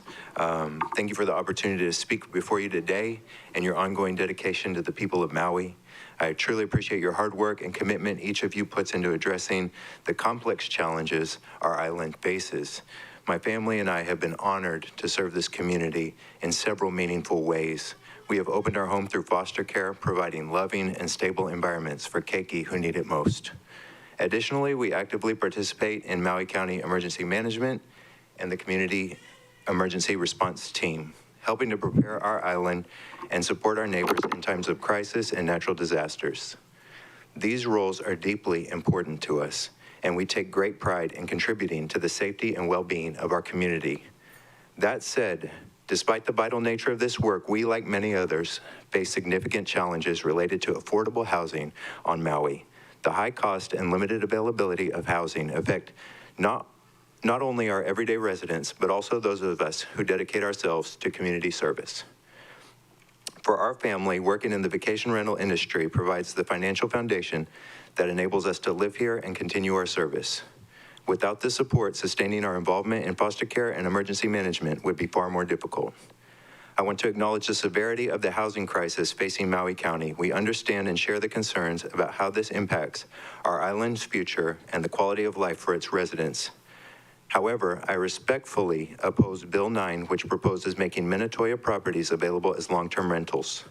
While I recognize the intention of alleviating housing shortages, I worry the associated costs and conditions could unintentionally attract more transplants to the island, potentially increasing the demand for housing and exacerbating the very issues we are trying to solve. I ask the council to consider alternative solutions that effectively address housing needs while preserving the delicate balance of our community. It is essential that policies support not only those seeking housing, but also the local families and service providers who help keep Maui resilient and thriving. Thank you again for your time, your service, and your commitment to finding thoughtful, balanced approaches that will benefit all residents of Maui County. We stand ready to support efforts that honor both our community's needs and our island's unique spirit. I'm Matthew Adamson. I oppose Bill 9, and if it goes through and if it impacts my job, my family may need to leave this island, which would lose a member of the Maui Emergency Response Team, CERT coordinator, a foster family, and a native Hawaiian. And that's hard to think about. Thank you. Questions for the testifier? Seeing none. Oh, Member Paulton? Thank you, Chair. Thank you, Mr. Adamson. I just wanted to clarify, I think I know, but when you said might bring more transplants to the island, can you clarify what you meant by that? You're not talking about foliage. Thank you. Thank you for the question, and I really appreciate your questioning because it shows interest in what people are saying. For me, when I see the statistic that was on the screen and it said it might be, $4,600 for an oceanfront condo, for me, and if I try to bring my 3 kids, it's not really feasible at $4,600 for a 1-bedroom, 2-bedroom condo, maybe. But I imagine myself as a retiree or someone that can work remotely that lives in a place like San Francisco or New York where rents are already sky high, and they may say, hey, it's way cheaper. I can do a long-term. It opens up long-term rentals. I feel like that's not being considered, and I feel like it's a valuable viewpoint. Thank you. Thank you. Mr. Adamson, we have a question for you from Member Rollins Fernandez. Mahalo for your testimony, Mr. Adamson. Oh, I'm sorry. Just to clarify, you don't own a short-term rental on the Minatoya list? I don't own a short-term rental. I don't own a home. My family is in the rental market. Shortly after the fire, we were in between leases, right when the FEMA money came out, and we ended up being homeless. My wife was forced to move to Hilo with our children. I know the struggle. I pay exorbitant rental prices, and the only way that we can afford the prices that the mayor acknowledged and the housing is my work, either doing repairs and helping with management of vacation rentals. So we're at work every day. We're right in the struggle with everyone else. I totally see both sides. Mahalo for that clarification. And Chair, I'm sure you counted, but I think Yes, we're we at have bare quorum. Yeah. So Okay. you all need to do a bio thing. Let us know, because then we'll probably have to do a recess, yeah. Or we can take turns. But we're still only gonna get 4, not 5. But yes, I think we have to all do it together. Or are they not coming back? Not until after lunch, because Gabe has a 1-hour meeting and Chair, her meeting gets over at 12:30. I pledge to not drink any water. Thank you for that. Okay. Thank you all. Thank you. Staff? Chair, the next testifier is Donna Butterfield, to be followed by Francine Johansson, and then Cara Bergholz. Aloha, Chair and council members. Put the mic down. Yeah. Okay. Aloha, Chair and council members. Thank you so much for hearing my testimony today. I had a question too. Why are we not voting for this as a community? Because we were able to vote to ban plastic bags, and anyway, I just think it might be good. Like it or not, tourism is our main industry. This bill sent a message to the world that Maui hates tourists. We have been given a crystal ball and can see how it is already hurting our economy lack of tourists. They were proposing to spend $6 million advertising to bring tourists here. That money could be better spent. We're going to lose jobs, businesses closing. And right now, more than ever, we need to heal.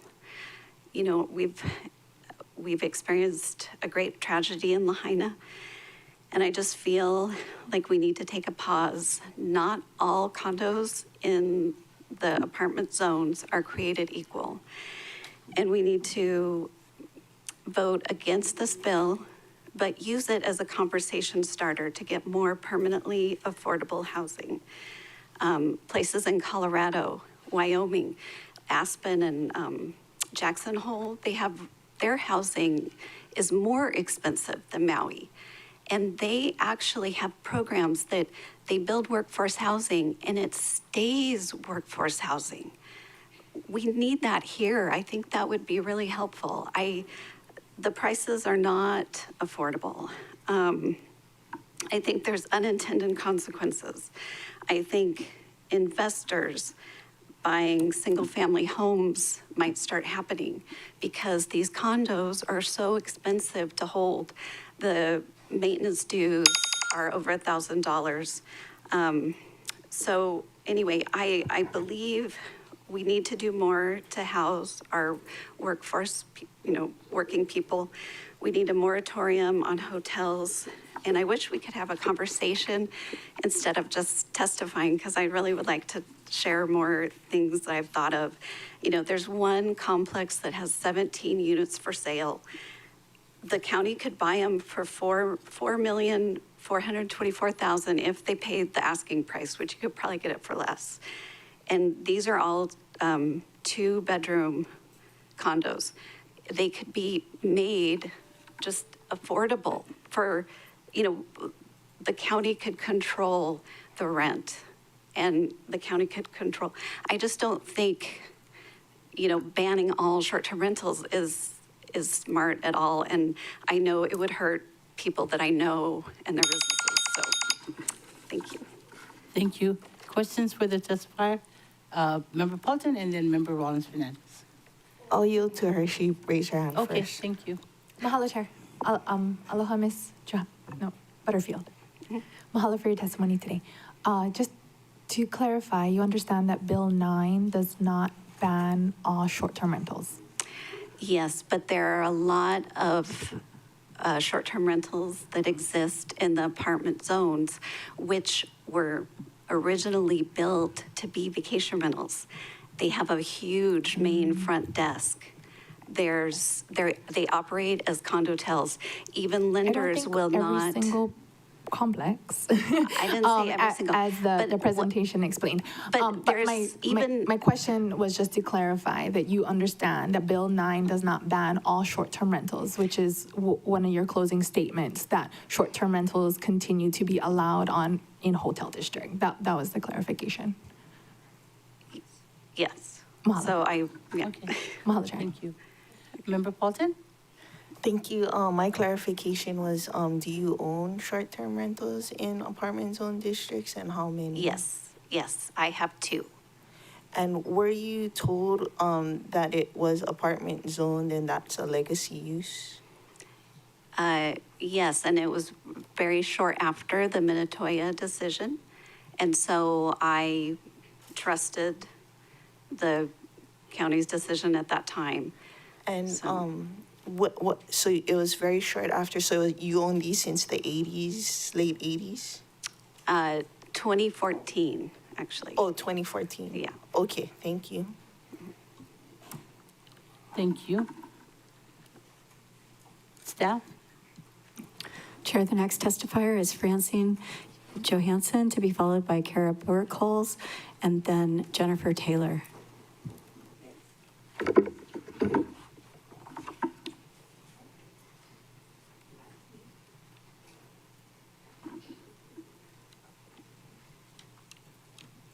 Do I go? Aloha, my name is Francine Johansson, and I am opposing this bill. I had written this all out in an organized manner, but then I listened to Mayor Biston and his crew and their statistics, and I kind of wrote some side notes because I wanted to address that, okay? First of all, I'm a nurse and I've worked over 30 years in Maui County. I work for a nonprofit residential treatment center, and I was also a first responder in Lahaina.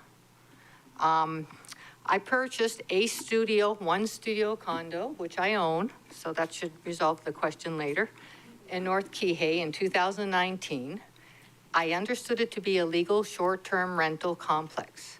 I've been managing it on Airbnb. It's been up and down through COVID, through a Kihei flood, and through the Lahaina fire. My expenses, meaning mortgage plus HOA dues, equal about $2,600 a month. Where's my number 3? So I heard a lot of statistics that may be accurate mathematically at the beginning of this hearing, but not based on realistic comparisons. For example, I don't think comparing major cities like London and Barcelona as tourist destinations is a fair comparison to Maui TVRs. We're in a whole different category. We're a tropical island. I'm sure we've been said #1 destination, blah, blah, blah, many, many times. Those are large cities with dense populations. So that's a little different thing. Okay, number. Okay, I guess I will go here. Okay, the mayor also mentioned nurses, firefighters, et cetera, may have to leave Maui due to housing costs. I served my time working in this community, and I could have to leave also because I might not be able to afford my condo, which I bought as a semi-retirement plan to help. This proposal has caused so much controversy without even being voted on yet. It has affected the visitor rate at my STR, at others. People who can't afford the Four Seasons are confused on whether to visit Maui and rent from sites like Airbnb, or are they being not respectful, not Pono. I can't afford to have my mortgage not paid, and I put it on the market because of the stress, and I put it on a price well lower than before all this started, and I'm not having any offers. So most condos for sale are in the same boat. It's flooded with these extremely reduced condos, yet no one is buying. I've only owned it for 5 years. I paid quite a bit for mine. And the amendments coming up are just prolonging the decision. They're putting the STR business in limbo. And it's affecting a lot of people with jobs, foreclosures, people like me also. Thank you. Questions, members? Yes, Member Paulton. Thank you, Chair. Thank you, Ms. Johansson. I just wanted to clarify, you did say you purchased in 2019 and it's an apartment zone, and they let you know that this is an apartment zone and it's a legacy use? What Your realtor? Or did you have a realtor? was it's legal. It's a legal short-term rental use. I got my licenses and I've been paying my taxes on it. The original documentation on Kihei Bay Surf shows it was approved for owner or vacation rental use. It's in the original documentation of the complex when it was built. You went through a realtor? When I purchased my place, yes, Yeah. I did. And so they did tell you that it was apartment zoned and it's a legacy use? I don't recall the words apartment zone. I recall the legal short-term rental vacation, that it was legal to use as vacation rental. And who was your realtor? I'd rather not say. Thank you. Thank you. Thank you. Staff? Chair, the next testifier is Cara Burkholz, to be followed by Jennifer Taylor, and then David Switzenberg. Mahalo, Chair Kama and committee, for the opportunity to testify. My name is Cara Burkholz, and I'm one of the 1,000 families of Maui resident short-term rental owners. I have 3 sons, all raised here on Maui. One is an apprentice, one is in college, and one is a high school student. I oppose this bill. This bill will not provide affordable housing. There's no guarantee that these condos will be long-term rented.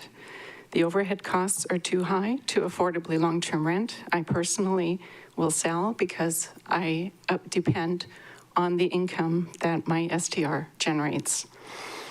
Rather than generating long-term rentals, this bill will open the county to lawsuits. Did you know the original condo documents approved by and filed with the county and the state prior to the building of properties such as Kamaole Sands, Maui Kamaole, and Palms at Wailea, and others explicitly state, as we've heard, that these properties are allowed to be used as short-term rentals. It is a lie to say that they were all built as workforce housing. In fact, half of the Palms at Wailea condos were originally sold through a sales office in Japan. Of course, owners will sue, and the county will waste our tax dollars on lawsuits instead of building affordable housing. Did you know if a condo association doesn't stay on top of the recommended maintenance, owners can sue their board to do that maintenance? I'm the board president at Palms at Wailea, and I was just looking at the new reserve study for our property. Millions of dollars in upcoming maintenance costs. It costs a lot to maintain old properties. With age and inflation and the insurance fiasco, HOA fees are just going to go up. Instead of this bill and lawsuits, use our tax dollars to build affordable housing that remains affordable in perpetuity, not just for 10 years. And since off-island investors insist on buying second homes, encourage them through property tax policies to buy those expensive to maintain Minatoya condos and let them continue short-term renting them. That way, they will stay out of the houses and neighborhoods for local families and keep our tourist-oriented small businesses and restaurants afloat. Shut down illegal rentals, and I do know from a friend of several in Pukalani, and make sure that you are actually collecting the county TAT. We need affordable housing, and this bill will not provide it. Thank you. Thank you. Questions? Member Paulton? Thank you, Chair. Thank you, Ms. Burkholz. Several questions. Those illegal short-term rentals in Pukalani, have you reported them to the planning department? My friend has, yes. Okay. And it has done nothing. Okay. They just keep renting. Please CC me on the next I will advise her to do that, yes. Thank you. And then the next question I had was, shoot, I should have wrote them down. How many short-term rentals do you own? I'm the board president at Palms at Wailea. I own at Palms at Wailea. One. I own one at Palms at Wailea. I bought it in 2011 with my husband. And yes, I was informed that it was legal to rent it because it was on the Minatoya list, and the Minatoya list was codified into law in 2014 after the fact, but until at that point, it was also legal to short-term rent. Sorry, nerves. Yeah, no, I understand. Oh, I remember my other question. It's come up several times about increasing the deed restriction from 5, 8, and 10 years to 20, perpetuity, whatever. Have you sent testimony about what you just said? Because I love the language you're speaking there, but I hadn't read testimony. Sorry, on what? You said in your testimony that deed restrictions should go on in perpetuity for affordable housing?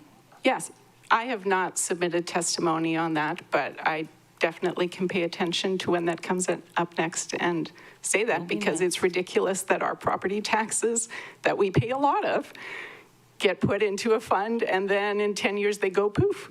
Thank you. I'll look forward to your testimony when it comes up again. All right. Any from you? No? Thank you. Okay. All right. Thank you very much. Staff? Chair, the next testifier is Jennifer Taylor, to be followed by David Switzenberger, and then Lisa Persinder. Hello, council members. My name is Jennifer Taylor, and I am the secretary at the Palms at Wailea. Carr is the president there, so same complex. I oppose Bill 9. Per the South Maui Community Plan, Wailea was planned as a community resort with shops, golf courses, and resorts within it. There are currently 6 condominium resorts in Wailea that offer short-term rentals with a total of 1,033 units, along with 5 high-rise hotels. Because Wailea was developed in the 1970s and 1980s, 4 of its condominium resorts on the Minatoya list. the Palms at Wailea, Wailea Akahi, Wailea Ekolu, and Wailea Grand Champions. These 4 condominium resorts have 782 units. Consistent with the plan to develop Wailea as a resort community, these 4 condominium resorts were developed to be used for short-term rentals. For example, the declaration filed with the state and the county for the Palms at Wailea expressly states that its units may be used for transient vacation rentals. It's in the declaration filed with the state and the county. Similarly, the declaration for Wailea Akahi states that its units may be used as hotel rooms. Should the county council pass Bill 9 as it is currently drafted, all 4 of these Wailea condominium resorts will have their short-term rentals phased out, leaving only 2 condominium resorts in Wailea with 251 rooms. So 20% of what we currently have available for short-term rentals in Wailea. If that happens, many visitors who currently come to Wailea to enjoy the local shops, services, restaurants will go elsewhere. Why? Because there will not be a sufficient number of short-term rentals available in Wailea for visitors who prefer not to stay in those high-rise hotels or who cannot afford those hotels, particularly families. This decrease in visitors will hurt the local economy in Wailea as the shops, services, and restaurants will have fewer customers, and it will also harm the economy in Maui as a whole should those visitors decide to skip Maui altogether. Of course, some of them may come to Maui anyway and stay at an STR outside of Wailea. Perhaps a legal one that pays taxes to Maui County, or perhaps one that does not. Who knows? Regardless, if visitors make that choice, they will add to the pressure that residents are already feeling in neighborhoods that are not designated as resort areas. To avoid these possibilities, I urge the Housing and Land Use Committee and the entire Maui County Council to reject Bill 9, or at the very least to amend Bill 9 to exclude Wailea from the STR phase-out and to continue to permit short-term rentals at the 6 Wailea condominium resorts that currently offer them, including the 4 on the mandatory list. I thank you for your consideration and for your hard work on this very important issue. Thank you. Questions? Member Paulton has a question, and so does Member Sinens. Thank you, Chair. Thank you, Ms. Taylor. I just was wondering, you mentioned the community plan. Did you participate in that process and ask that these properties get community plan designation hotel? Yes, in fact, I did. We submitted testimony to that effect. We understood that it was underway and under consideration, and then ultimately it was decided not to do so. We don't know why that change was made, but it was a concerted effort amongst the 4 condominium resorts in Wailea to Do you go know to what the county council. if it was the planning changed commission. at the community plan level or the planning commission level, or like was it ever, because it gets submitted from the planning department to the planning advisory committee to the planning commission, was it ever? Are you asking me if they ever changed it along the way? No. So it was in discussions at the planning commission. We submitted testimony. There was a recess. There was discussion that we should submit more information, that they were interested in it. And then ultimately there was a decision not to change the land use designation for the 4 Wailea condominium resorts, to which I'm referencing, by the planning commission. Reference, sorry, that last part, can you repeat? The 4 Wailea condominium resorts that I'm referencing, the Palms at Wailea, I see. Akahi, Wailea Thank you. Ekolu, and Wailea Grand Champions. Thank you. Thank you. Member Sinensi? Thank you, Chair. And mahalo, Ms. Taylor, for your testimony this morning. You mentioned one of the buildings that also had a hotel zoning designation. I didn't mention that, but Wailea Akahi has, part of it is zoned hotel. It was built in 3 phases, and one of the phases was zoned hotel, and 2 of the phases were zoned apartment. Do you know how many units in the hotel zoning section? I think I'm not as familiar with Akahi as with the Palms. I think it's 1/3, 1/3, 1/3. So one of the phases was hotel zoned, and 2 of the phases were apartment zoned. But the declarations for all 3 phases expressly said hotel rooms. Oh, okay. Thank you for that. Yes. Thank you, Chair. Anything Thank else? you. Member Rollins Fernandez? Mahalo, Chair. Aloha, Ms. Taylor. Mahalo for your testimony. Oh, yes. I'm sorry if I missed it. You said you own one unit at The Palms at Wailea. Palms at Wailea. Yes, I'm the you were secretary. Yes, my notified- husband and I own it. Your realtor notified you about... I'm sorry, I couldn't hear you. Did your realtor notify you that it was on the Minatoya list when you bought? My realtor notified us that it was a legal STR when we bought it because when we bought it, we expressly wanted a legal STR. And he made a distinction and he said, the Palms at Wailea are legal STRs. Wailea Palms, which is next door, is not a legal STR and you can't have STRs there. So we looked at the one where we knew it was a legal STR. Mahalo for that clarification. Mahalo, Chair. Thank you. Members, Cook has a question for you. Sorry. I'm back. Yeah. Thank you. Since you're the treasurer, maybe this is a good answer, a good question. I'm the secretary. Secretary, do you pay, do the four complexes that you're discussing, do they pay both HOA fees and Wailea Community Association fees? Yes, we pay Wailea Community Association fees, and we pay the AOAO fees. I think between the two, it's about $2,000 a month. And the Wailea Community Association actually controls the four complexes. It requires swimming pools. It requires that resort-style landscaping that one of the mayor's assistants suggested could be taken away. Unfortunately, we have to keep it per the Wailea Community Association because we're a member of it. Thank you. Thank you. Thank you. Thank you. Chair, the next testifier is David Switzenberg, to be followed by Lisa Persinger and then John Angel.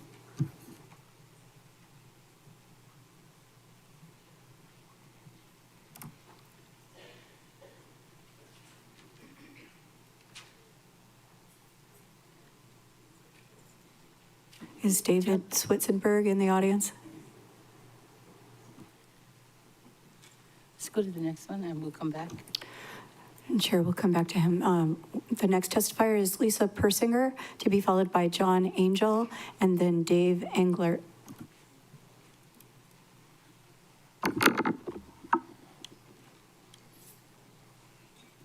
Good afternoon. I'm a 40-year resident of Maui. Since I have lived on Maui, I have worked at the hotels, resorts, promoting and selling all of Maui's islands, tours, and activities. I oppose this bill. This bill will not solve the affordable housing crisis nor the current economic downturn on Maui. This is not the time to pass this bill without a viable contingency plan. I see many small, locally owned tourist businesses struggling more now than ever. The message to the tourists is you are not welcome. We cannot deny that tourism is the #1 economy for Maui, that is the livelihood for all our business sectors on the island. What people might not understand or realize is the cost of owning and renting these condos. Monthly maintenance fees for Minatoya lists start from $800 to $1,000 and go up from there. The recent increase in insurances this past year and from year before is 400 to 500%. Last year, my association, I was assessed $6,000 that I had to pay within 2 months. This year, my maintenance fees was around $750 last year and went up to $1,400 a month. Granted, I'm a single working woman on Maui, working in the tourism industry. Years ago, I rented an apartment which was subsidized by the county. The rent was affordable and it was based on my income, which allowed me to save money while I worked 2 to 3 jobs to get a down payment for my condo. I believe there needs to be more solutions like this rather than eliminating short-term rentals that provide millions and millions of dollars for our county in taxes and revenue. The short-term rental clientele supports more small businesses than the resort traveler, such as local retail, grocery, and restaurants. The county should have provided a solution to the unaffordable housing decades ago. The County and Planning Commission should be passing building permits for viable, affordable housing that is conducive to long-term family housing and the working class. I have a question for the county council. Does the county want to spend our tax dollars for litigation costs if this passes? If these condos go into lawsuits, how will these units sell if these units are in litigation and buyers cannot get a loan? These condos will only be able to be sold as cash buyers because they cannot get a loan. This will be a big decision for the county council to make, and I hope they make the best decision based on logical solutions. Thank you for your time. Thank you. Could you please state your name for the record? Oh, Lisa Persinger. Thank you. Questions for the testifier? Member Paulton. Thank you, Chair. Thank you, Ms. Persinger, for your testimony. I just wanted to clarify, you said you own one vacation rental? Yes, I do. And what year did you purchase it? I purchased it in 1993. I'm getting up there in age. You look great for your age. And at that time, did they, that was a long time ago. Did they know? Thank you. Did they inform you that it was A1, A2 zoning and? We were allowed to do below 6-month rentals, and I knew it was apartment zoned, I think at that time, but it was so long ago that I don't think it was specifically said. Okay. Yeah. Thank you. You're welcome. You do look great for your age. Thank you. Thank you. Thank you. Staff, do you want to try calling David again? Okay, Chair, the next testifier is David Switzenberg. If he's here, please come up to the podium. Okay, thank you. Okay, the next testifier is John Angel, to be followed by Dave Englert, and then Heidi Dollinger.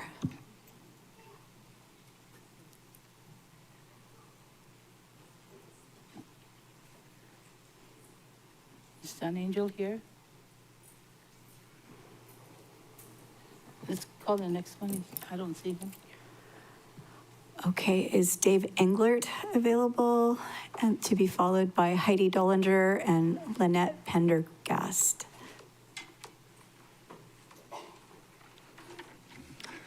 Aloha Council members. Aloha.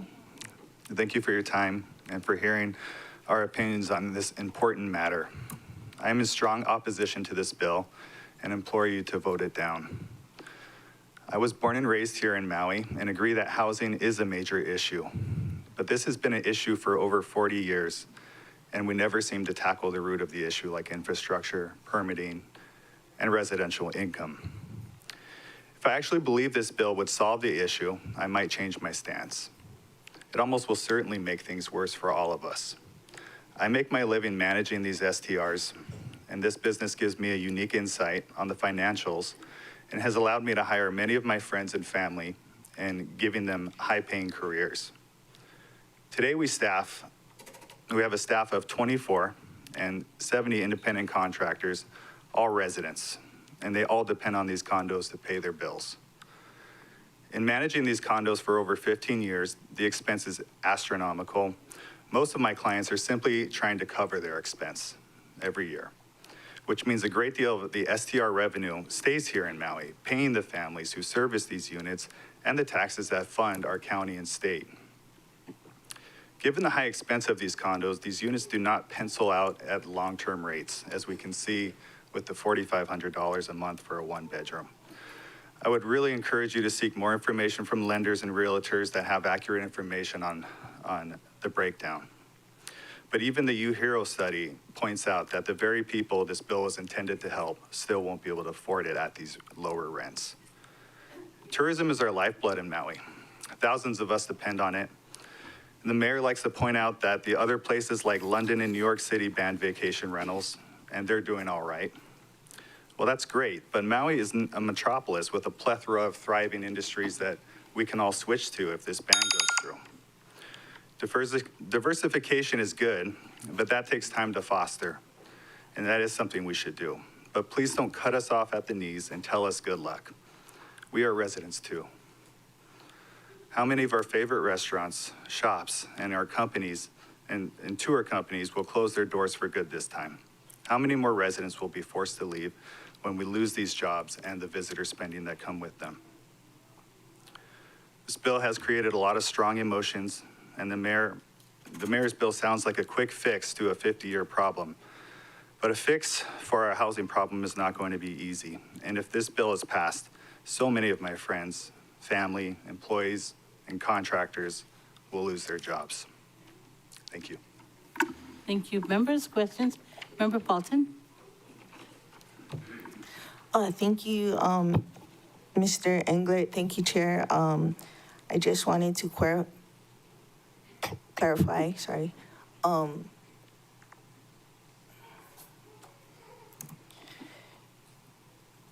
You said that our favorite shops and restaurants, so you do believe that residents go to the shops and the restaurants, right? Oh, of course.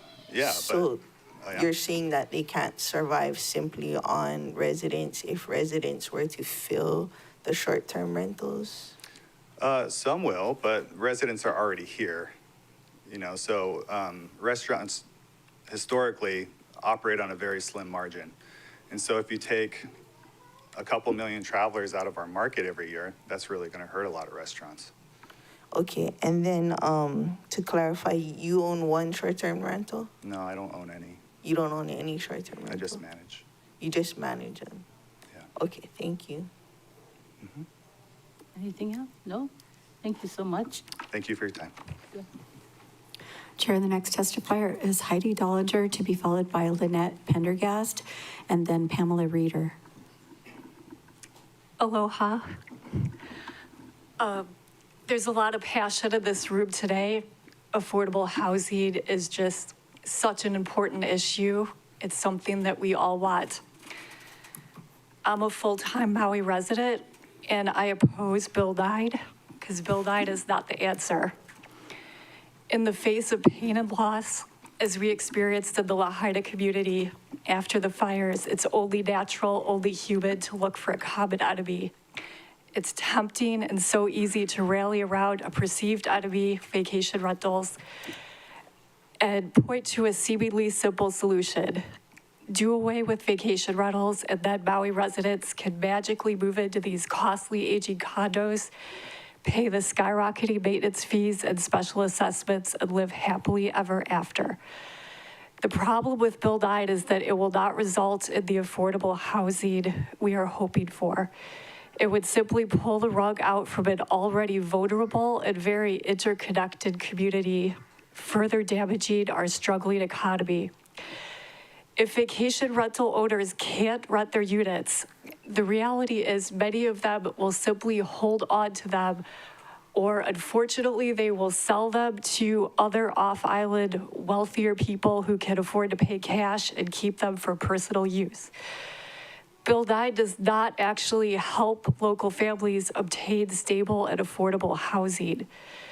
The UHERO report estimates that a phase out of these short-term rentals would result in a loss of $900 million of visitor spending, the loss of 1,900 local jobs, and $60 million reduction in property tax revenue. Small businesses will immediately suffer due to a contracting economy and reduced visitor spending. Reduced household income means that housing is even less affordable.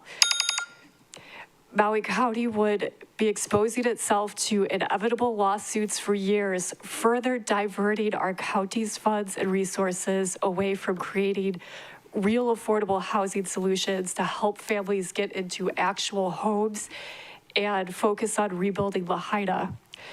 The biggest losers should this pass will be Maui residents.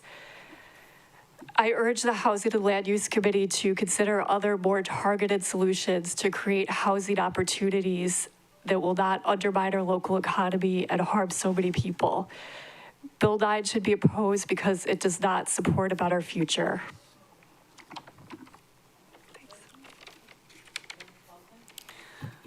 Thank you, Chair. Thank you, Ms. Dollinger. I just wanted to clarify, and you're not the only one, a number of people said that this won't allow for affordable homes. Is it your understanding that only affordable homes are needed? Is there no people on Maui that can afford regular homes?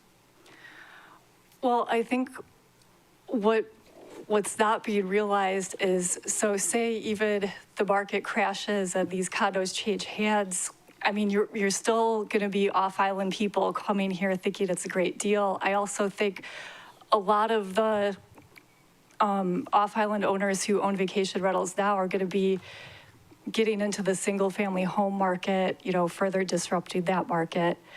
Can you clarify why you think that off-island owners are going to get into the single-family home market? It's just an opinion based on, you know, wanting to get away from the high HOA fees and being like less benefit to own that type of property because the use is changing. Yeah.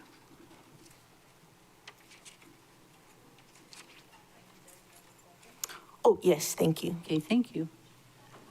Thank you.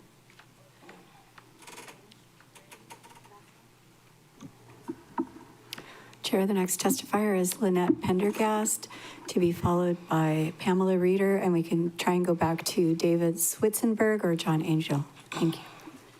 Okay, so I just want to announce it is 12:27, and I'm hoping that, that Pamela Reeder will be our last testifier, and then we'll go to lunch and come back at 1:30. Thank you so much for being here, Lynette. Continue. Aloha, Chair Kama, Vice Chair Cook, and members of the committee. My name is Lynette Pendergast, and I am speaking on behalf of the Realtors Association of Maui, RAM, representing about 2,000 real estate professionals across our island. I appreciate the opportunity to speak with you today in strong opposition to Bill 9. First, to be clear, RAM supports the creation of housing for Maui residents. We share the goal of ensuring that local families have safe, livable, and affordable places to call home. However, we respectfully oppose Bill 9, which would do far more harm than good. According to UHERO, which we've heard a lot of statistics from, the one that I'd like to focus on first, though, is the $75 million lost in property tax and GET and TAT.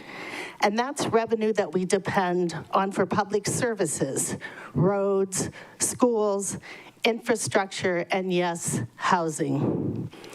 These economic impacts are especially concerning as Bill 9 will likely not accomplish the intended goal of opening up more housing units for local residents. RAM surveyed over 600 property owners with only 8% stating that they would convert to long-term rental. The majority of the respondents said they'd either use the property for their own families or sell because the costs would be too high. Maintenance fees for these units average between $1,200 and $2,000 a month. Mortgage payments, insurance, and assessments can drive total carrying costs up to between $3,400 and $11,000 per month. At those prices, these properties are not viable long-term rentals, and they're certainly not affordable for local families, even if the prices fell. RAM is concerned that the reality of Bill 9 is that we would be directing Maui residents to housing that is unaffordable for our growing ohanas. Bill 9 threatens legally obtained rights. Many of these properties were built with transit use in mind. Their governing documents, the CC&Rs, explicitly permit short-term rentals. Stripping those rights not only undermines decades of property planning, but it also creates legal liability for the county, exposing taxpayers to costly lawsuits. We urge this committee to consider balanced alternatives, fast-track housing permits, expand rental incentives, rezone properties to align with actual uses, enforce illegal Mahalo for your time and service to Maui's future. Question, Member Paulson. Thank you, Chair. Thank you, Ms. Pendergast. I wanted to clarify, you said you speak on behalf of the Realtors Association of Maui? Yes, I'm the president of the Realtors Association of Maui. Picked a good year for it. Huh? I picked a good year for it. So do they have a government affairs director anymore? Like, they went through a few. We do not have a government affairs director. Okay, and then you cited some statistics. 8% of the survey said they would convert to long-term rental. Yes. Can you tell me like how many people were in the survey? There were 614 people who were surveyed, and they were both on island and off island owners. Do you know that they were currently doing short-term rental use? Yes. Well, most of them. There was a couple that weren't. Oh. The couple were owner occupied. Oh, okay. And you included that in your data, or Yes. you just? No, they're included. I can get you, that data was in the testimony that I sent. Okay, there's been a lot. Yeah, I bet. Okay, yeah, if you can resend it again so it'll get to the top of our emails or something. Like, you bet. Send it to our emails. Yeah, I guess, and so the data, the survey this testimony has all the parameters of the data? Yes, yes, it does. It has all the data from the survey itself. And then to clarify, as your realtors, who are a group of this Realtors Association of Maui, and people purchase A1, A2 zone properties, does the Realtors Association of Maui tell their members that they should disclose that these are apartment zoned and it's a legacy use? We do tell everyone, and it is part of the seller's disclosure that you say what the zoning is. Also, as realtors, we do say what that means. We also say that the Minatoya list was codified in, I think it was 2016, and that we should trust that the county keeps their word when they say that it was legal to do those short-term rentals on this Minatoya list. Okay, I just wonder why nobody wants to name their realtors then. Thank you. You can name me. Thank you for your testimony. Member Rollins Fernandez? Mahalo, Chair. Aloha, Ms. Pendergast. Yes. Mahalo for your testimony this morning. Real quick, are you a registered lobbyist? No. Did you register with the? No. Okay. And then Member Bolton asked my other question. Okay. Mahalo. Mahalo, Chair. Member Sinensi? Real quick, just to clarify, you said 8% of the 614 that you surveyed? Yes, correct. Okay, thank you. Member Rollins Fernandez? Mahalo, Chair. Sorry, the follow-up to that is, are you going to register as a lobbyist for RAM? As president, I don't know that I need to, but I'll find out. Okay. Mahalo. Mahalo, Okay. Chair. Thank you. Okay, so we're going to take Pamela Reeder as our last testifier, and then we'll go to lunch. Pamela?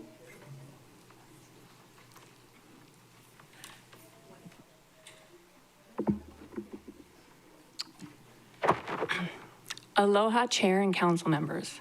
Aloha. My name is Pam Reeder. I'm a longtime Lahaina resident, former educator on the island, a wife, a mom, and a fire victim, and I'm also a Maui realtor. My family lost our home in the August 8th wildfire, and we've been navigating the painful, slow road of recovery ever since. I'm here today to respectfully and strongly oppose Bill 9. As a realtor, I've seen the inside of many of these vacation rental units. I know the layouts, I know the carrying costs, and I know they are not a viable solution for displaced fire victims.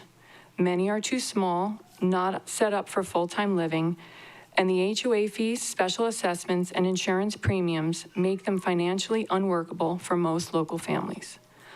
I'm intimately aware of what it takes to maintain these units, and converting them to long-term housing is simply not realistic. After the fire, every single one of my clients who owns a vacation rental reached out to offer their home to those of us who had lost everything. That generosity and aloha should not be ignored or vilified. This bill will not create housing for fire victims. What it will do is create confusion, more division, and more red tape, while families like mine are still trying to rebuild. I have friends who are paying a mortgage, rent, and HOA fees all at once while their rebuild permits sit in limbo. They are doing everything right and yet are being pushed toward financial ruin. As a mom, I also think about the future. My daughters will be going to college in the next few years, and my hope is that they can return to a Lahaina that they recognize. One that still has a heart and history, where they can find housing they can actually afford and a community they can contribute to. This bill does not move us towards that vision. Lahaina needs real solutions, expedited permitting, support for rebuilding, infrastructure investment, and actual housing programs that work. This bill is not one of those solutions. It is a distraction from the urgent needs of our community. Please don't pass legislation that makes life harder for the people trying to come home. We've lost enough. Mahalo for your time.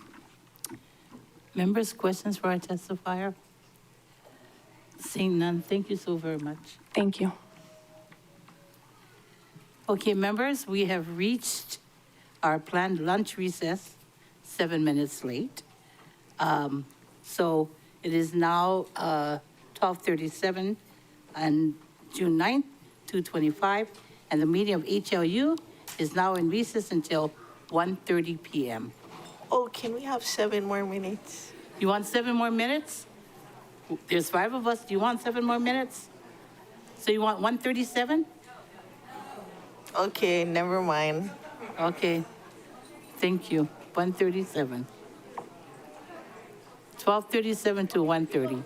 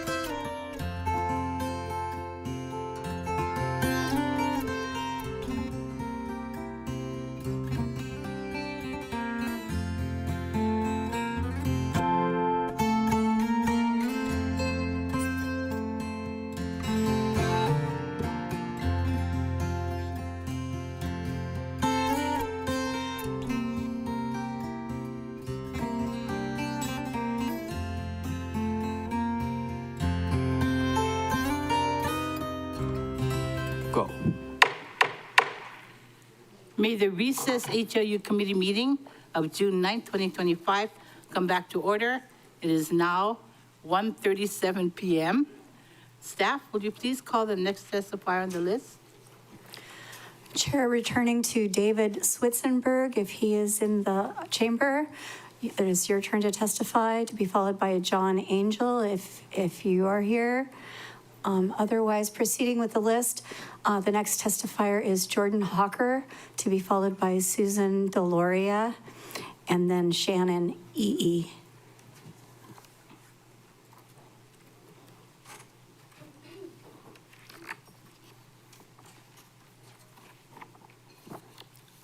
Jordan Hawker, you may go ahead. Thank you.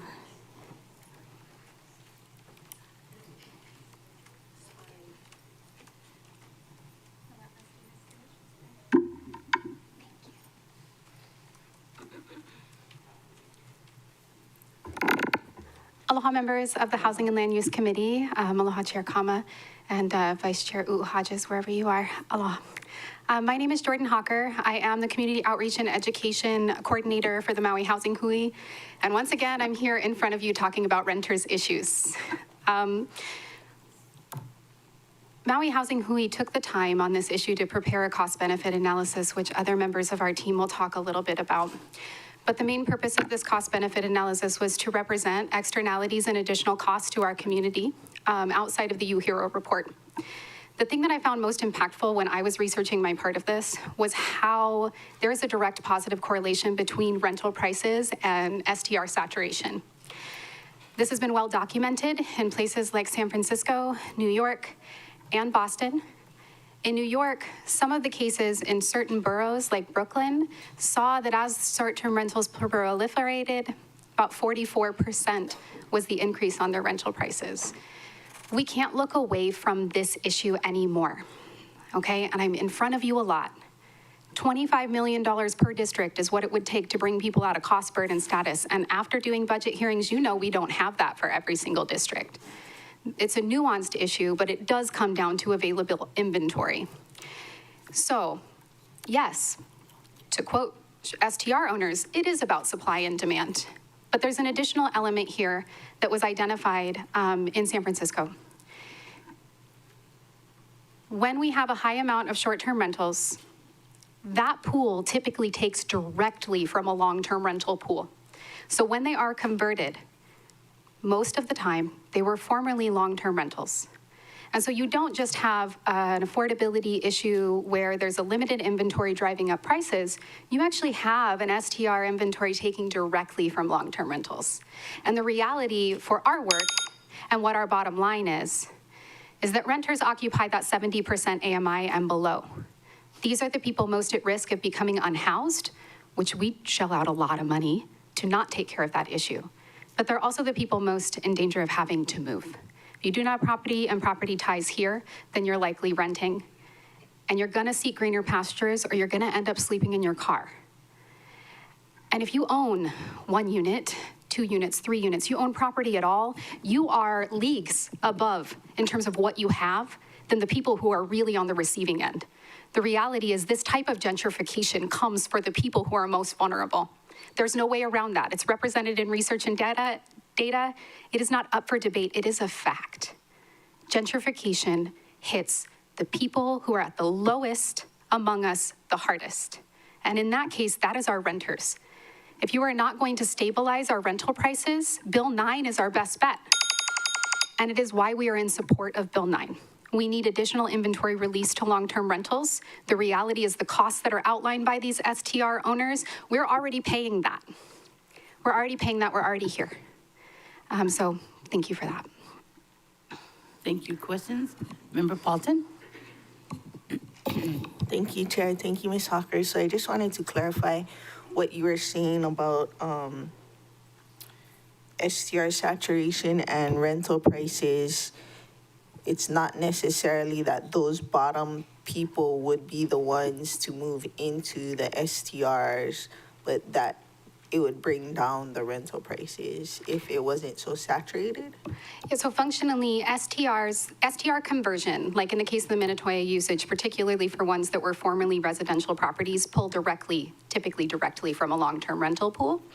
And so that is, it's both a demand issue, it's both a housing affordability issue, but it is additionally an inventory issue. Did that answer your question? I believe so, yes, thank you. Thank you. Any others? None? Thank you so very much. Thank you so much. Chair, the next testifier is Susan Deloria, to be followed by Shannon EE, and then Karen Smart.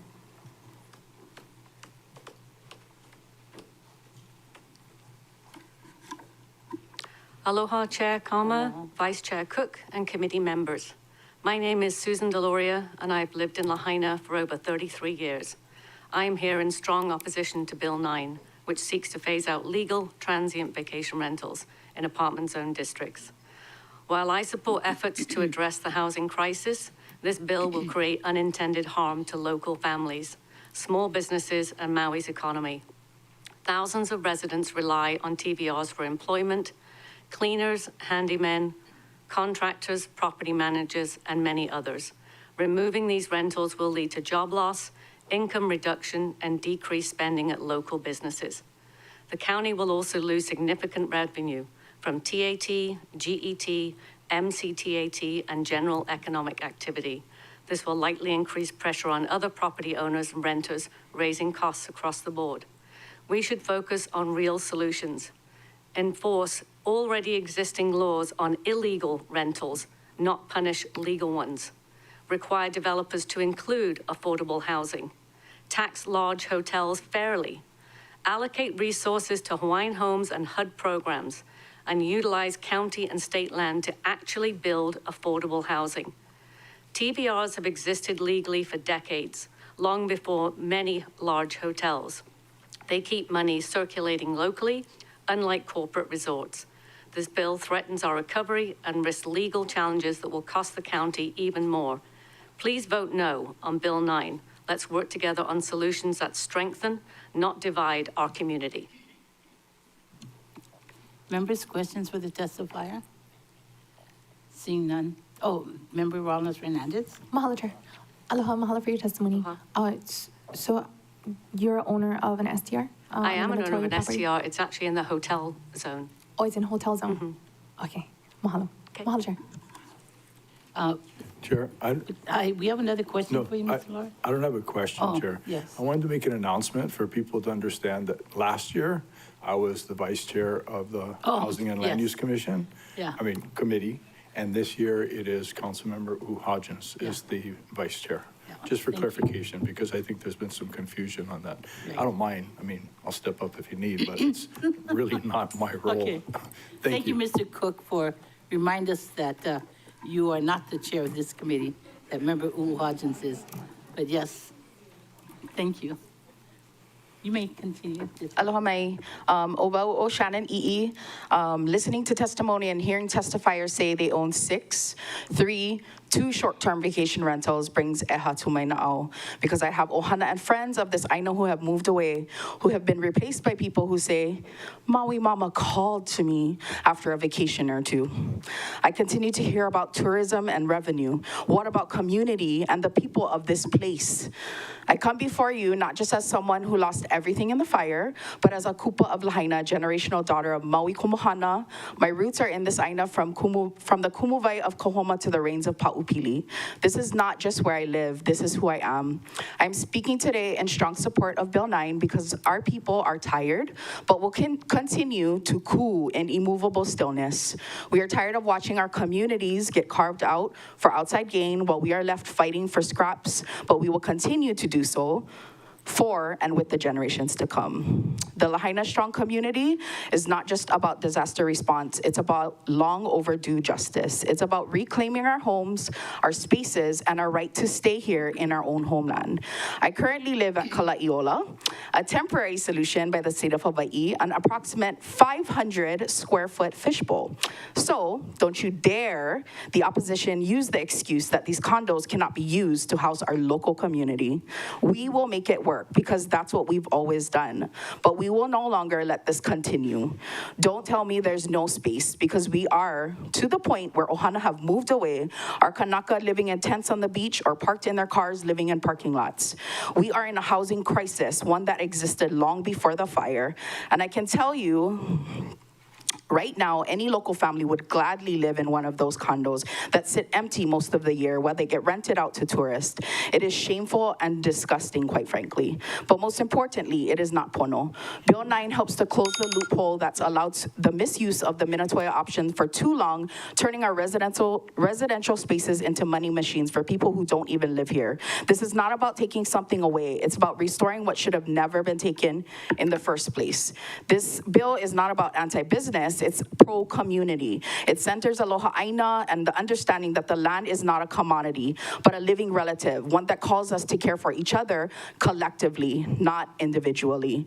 We've had to fight tooth and nail for every single inch of justice since August 8th, but this fight started long before then, and it will continue long after until we see real change for Lahaina and Maui Nui Akama, for all the families who simply want to come home, including my own.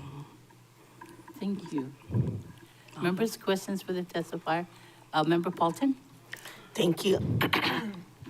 So just clarifying a couple of things, that the ones that should have never been taken away in the first place, you're referring to the 2016 codification of the Minatoya list? Yes. And the fishbowl you live in, it's a nano nest? It is, sorry. No, I mean, it does look like a fishbowl, but I just wanted to clarify. Thank you. Yes. Thank you. Chair, the next testifier is Karen Smart, to be followed by Jade Moreno, and then Mauno sorry, I didn't practice. Kahai Aiali'i. Thank you. Aloha, everyone. My name is Karen Smart. I oppose Bill 9. I would like to start with a plea to consider an amendment for the local residents who own an STR to be able to keep it. Taking an STR from a local family is not the right thing to do, and it will hurt a local resident. Do we care about all local residents or just some local residents? So if Bill 9 is passed, I hope you consider to amend Bill 9 to say that if you're a full-time resident of Maui, you're allowed to keep your current STR. However, I think Bill 9 needs to be scratched entirely. It may sound like a good idea, but this last year it has proved that eliminating STRs will not help the local housing crisis at all. This past year's tons of these Minatoya-less condos have been sitting on the market at almost half the price that they were a year ago, more than the UHERO study said it would do. And they are not selling, they are sitting there. Locals are not buying them due to the high monthly costs. Mainland investors will buy them eventually, but they are waiting to see how Bill 9 plays out first. Then investors will not long-term rent them out because the costs are double what they could get for long-term rent. It doesn't make sense for them. Also, as these Minatoya-list condos have gone down in price, all other condos and houses went up in price, which resulted in less affordable housing than before the bill was introduced. So we need to scratch the Bill 9. The UHERO report and what we know now from the past year are hard proven facts. The decision needs to be based on facts.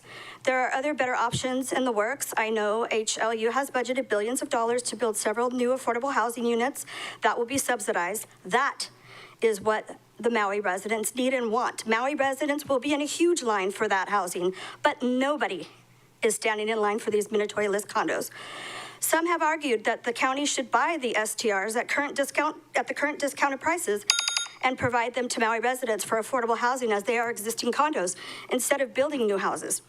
That might be a great option right now, as many are on the market and ready to buy. Let's buy them up and subsidize, like you would do for the new houses. Do that. I'll sell you mine right now. Then the STRs that don't sell can generate revenue to help subsidize and pay for the ones that they purchased. It would save the county some money to just buy these condos for sale rather than passing Bill 9 and fighting a ton of legal battles. The county could buy some STRs and build some new affordable housing if still needed, which would be a good blended solution. as we will not lose all the STR and tourist dollars, and we will still have affordable housing.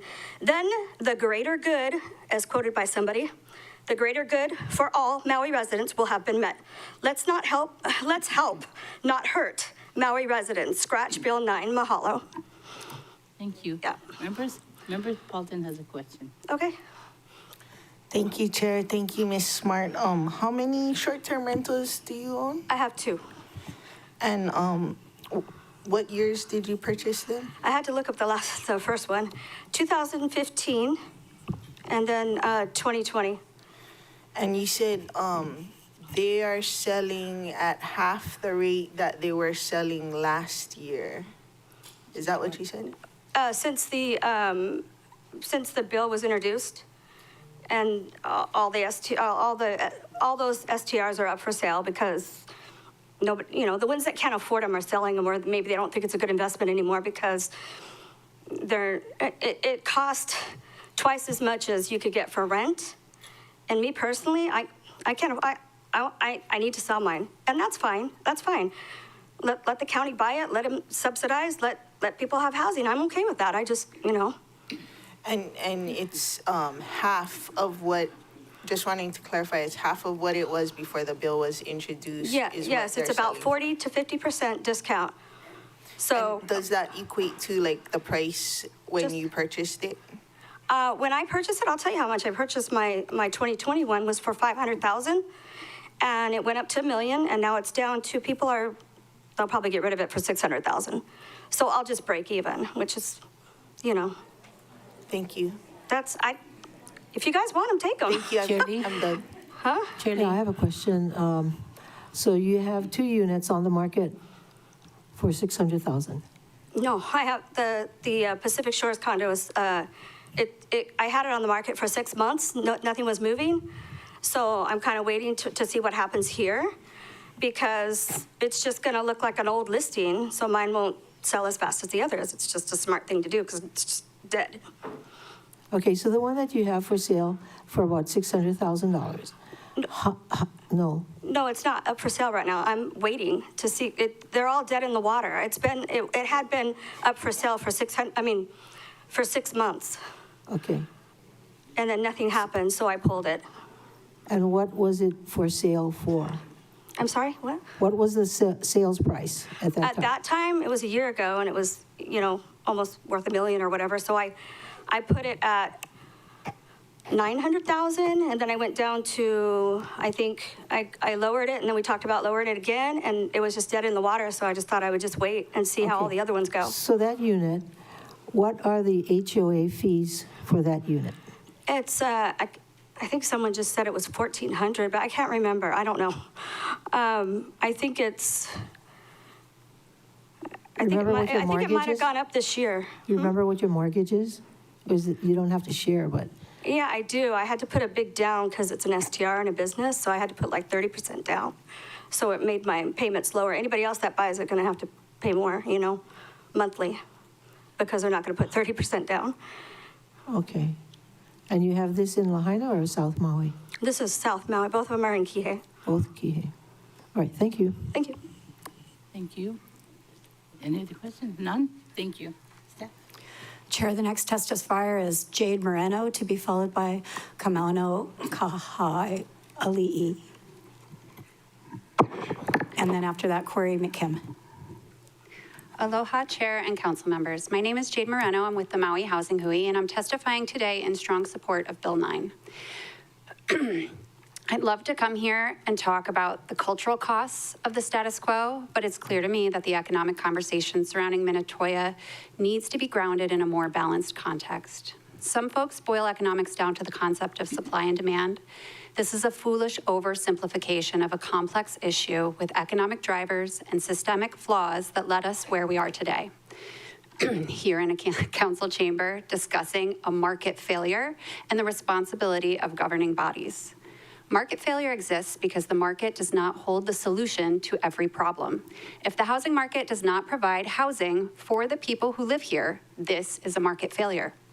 When market failures occur, it is the government's job to step in with thoughtful policy to correct the failure. Bill 9 is one such policy. Our housing crisis is the result of many things, including the outsized influence of developers, the rise of STRs, a policy preference for protecting speculative investments, long construction timelines, limited water availability, the devastation of the wildfires, an inequitable landlord-tenant code, and a weak political appetite for challenging the notion that capitalism holds the answer to our problems if we just let the market do its thing. The status quo got us here, and it certainly won't get us out of this crisis. If we keep treating speculative, off-island investors' potential profits as more valuable than providing opportunity for basic needs like housing, our crisis will go from bad to worse as a matter of inevitability. What happens when we prioritize local families? When homes are occupied by local families, the money they spend stays in the community. It moves through local shops, services, school activities. Economists call this the velocity of money. Each dollar spent locally typically generates up to $10 in additional economic value, and that's spent again and again and creates a more stable economic activity. In contrast, money leakage is what happens when short-term rental owners who live off-island take their money with them. I encourage you to review the cost-benefit analysis that we've emailed to all the council members, and I have a paper copy if anyone would like one.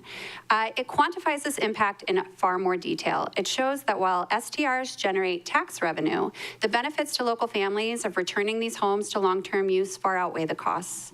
We gain not only housing, but also a higher economic circulation, reduced homelessness, lower public health costs, stronger community cohesion, and we would slow the cultural costs that we have been paying as well.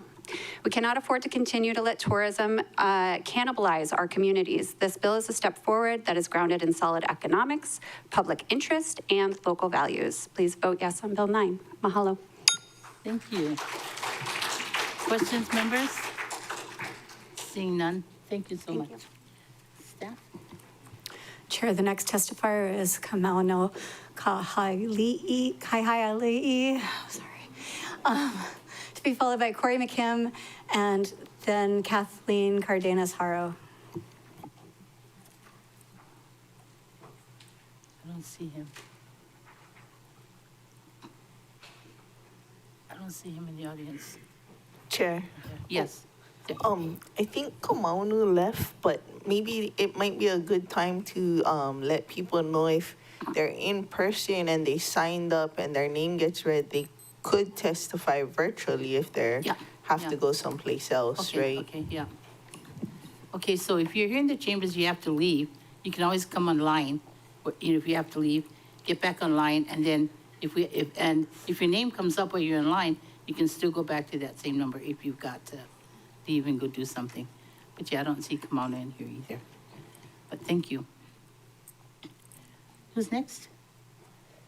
Chair, the next testifier is Corey McKim, to be followed by Kathleen Cardenas-Haro, and then Annie Alvelias. Aloha, Chair Kama and committee members. My name is Corey McKim, and I stand before you today as a full-time resident of Maui and a local business owner that's feeling the weight of changes happening across our island. I want to share what this proposed phase-out of short-term rentals truly means, not just for our economy, but for our families like mine and for every person we work with every single day. Directly or indirectly, everyone on Maui is connected to the visitor industry. Unfortunately, due to the geographical location of Maui, we are not able to export products that employ a large number of local workers.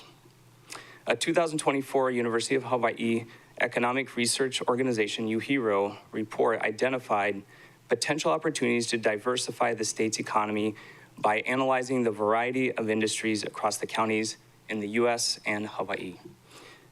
The conclusion of this UHERO report is that the industries we found, that's UHERO, for diversifying the economy will be incredibly difficult to establish. Industries like aquaculture. Still, it is not clear which industries in Hawaii could diversify into, and that was the conclusion of their report.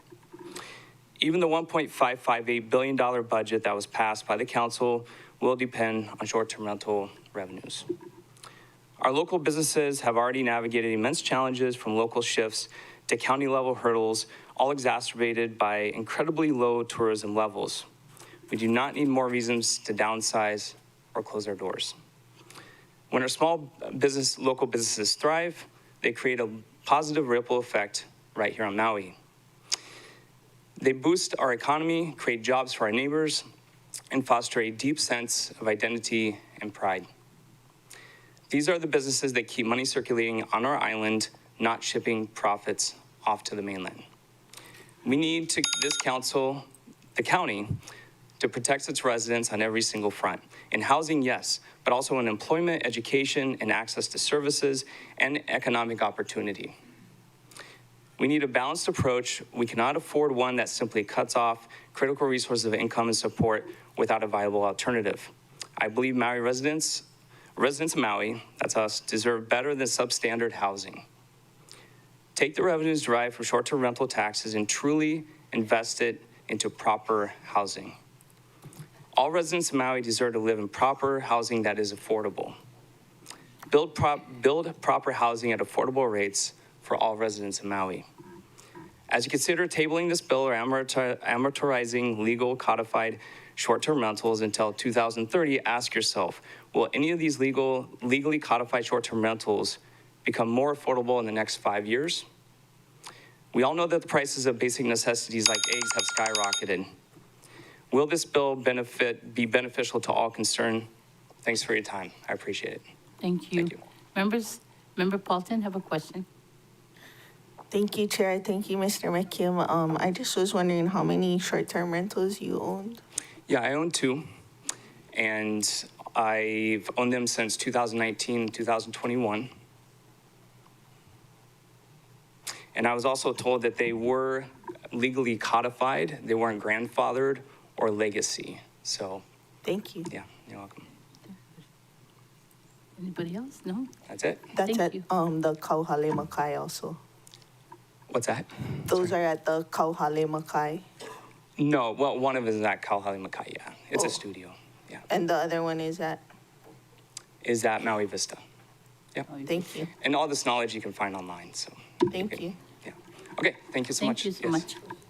Oh, Member Chair Lee. I was just wondering if there is a compromise out there that we have not considered yet. And since you own 2 units that you use for short-term rental purposes, what incentive could the county propose that would be acceptable to you? Similar in nature to, we all need housing. That's why we're all here, no matter what side of the fence you're on, we all want the same thing. And it's good to have this debate. This is really, really beneficial. But to get the housing, it's got to be affordable. So there's got to be some kick-ins, some subsidizing from the county, whatever it is, especially for those that want to sell, either those that live here or those that don't live here, give them the opportunity to buy in, subsidize it accordingly so it's affordable.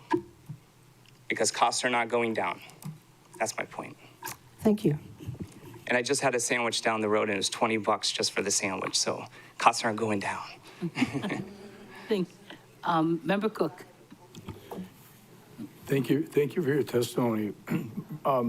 What's like the age of the 2 units that you own, and what is like the condition and the maintenance requirements for them? Briefly. Yeah, built in the 70s. We always have some assessments coming up. Luckily, at both places, they're pretty well managed, so those assessments get built into the monthly HOA costs. This is what people don't understand is, if they're not built into the HOA costs, they keep going up and they'll keep going up. There's no control over that, just building materials, insurance, et cetera. Or you'll get hit with a one-time assessment. And if you talk to people at, for example, Kamaole Sands, talk to anyone that owns there, really tough going. Assessments in the 20, 30, that's a one-time. Tough. Yeah, welcome. Good, Chair. Thank you. Thanks. Thank you. Staff? Chair, the next testifier is Kathleen Cardenas-Haro, to be followed by Annie Alvalias, and then Stephanie Villalobos.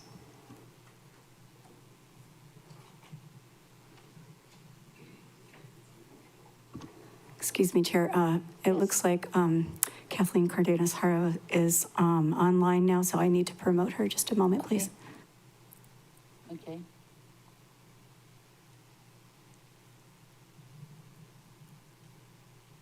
She's unmuted on our end now.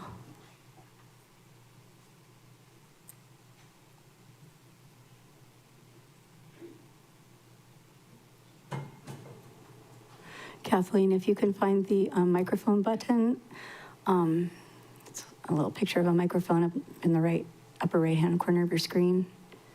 You can click that.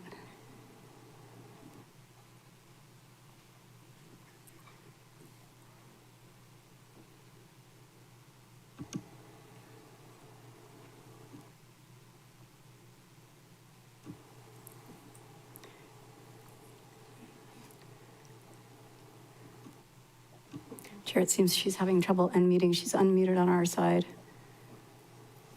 Chair, Yes. perhaps we'll post the phone testimony information in the meeting chat, Okay. and Kathleen might be able to use that to connect. We could proceed to the next testifier for now. Chair, the next testifier is, pardon? Go ahead. Thank you. The next testifier is Annie Alvalias, to be followed by Stephanie Villalobos, if we can't get Kathleen. Hi, I got it to work. Can you hear me? Yes. Sorry. I think it's Kathleen. Okay, can I go now or? Yes, please proceed. Thank you. Okay.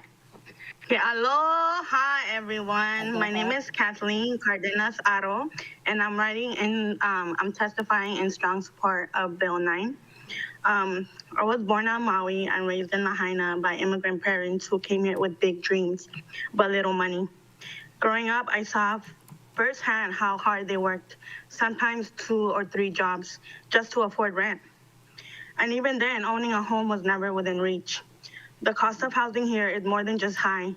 It's a barrier that holds families like mine back from stability, security, and the ability to plan for a future. Affordable housing isn't just about buildings, it's about people. It's about the auntie who's been working at the same local store for 20 years, but still can't afford to live nearby. It's about the kids who grew up moving from rental to rental, never feeling rooted. It's about dignity, opportunity, and keeping our communities intact. Lahaina is a place rich with culture and history, but we're losing the people who are that culture because they simply can't afford to stay. That's not just sad, it's a crisis. We need housing that matches the realities of local families, not just outside investors. I speak today not just for my parents, but for every working family who has given their all to this community and still can't find a place to call their own. We need affordable housing, not tomorrow, but now, because everyone deserves a chance to live where they belong. Mahalo. Thank you. Members' questions? Seeing none. Thank you so much. Chair, the next testifier is Annie Alvalias, to be followed by Stephanie Villalobos, and then Josh McKim.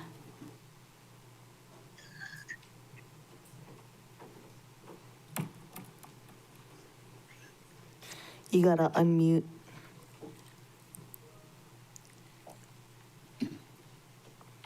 There's a microphone button in the upper right corner. Yeah. I think she's walking.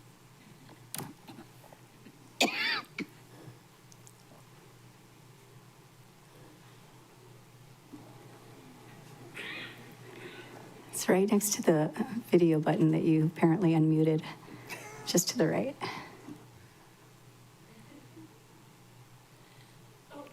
Okay. You muted your video now. It's the one next to that.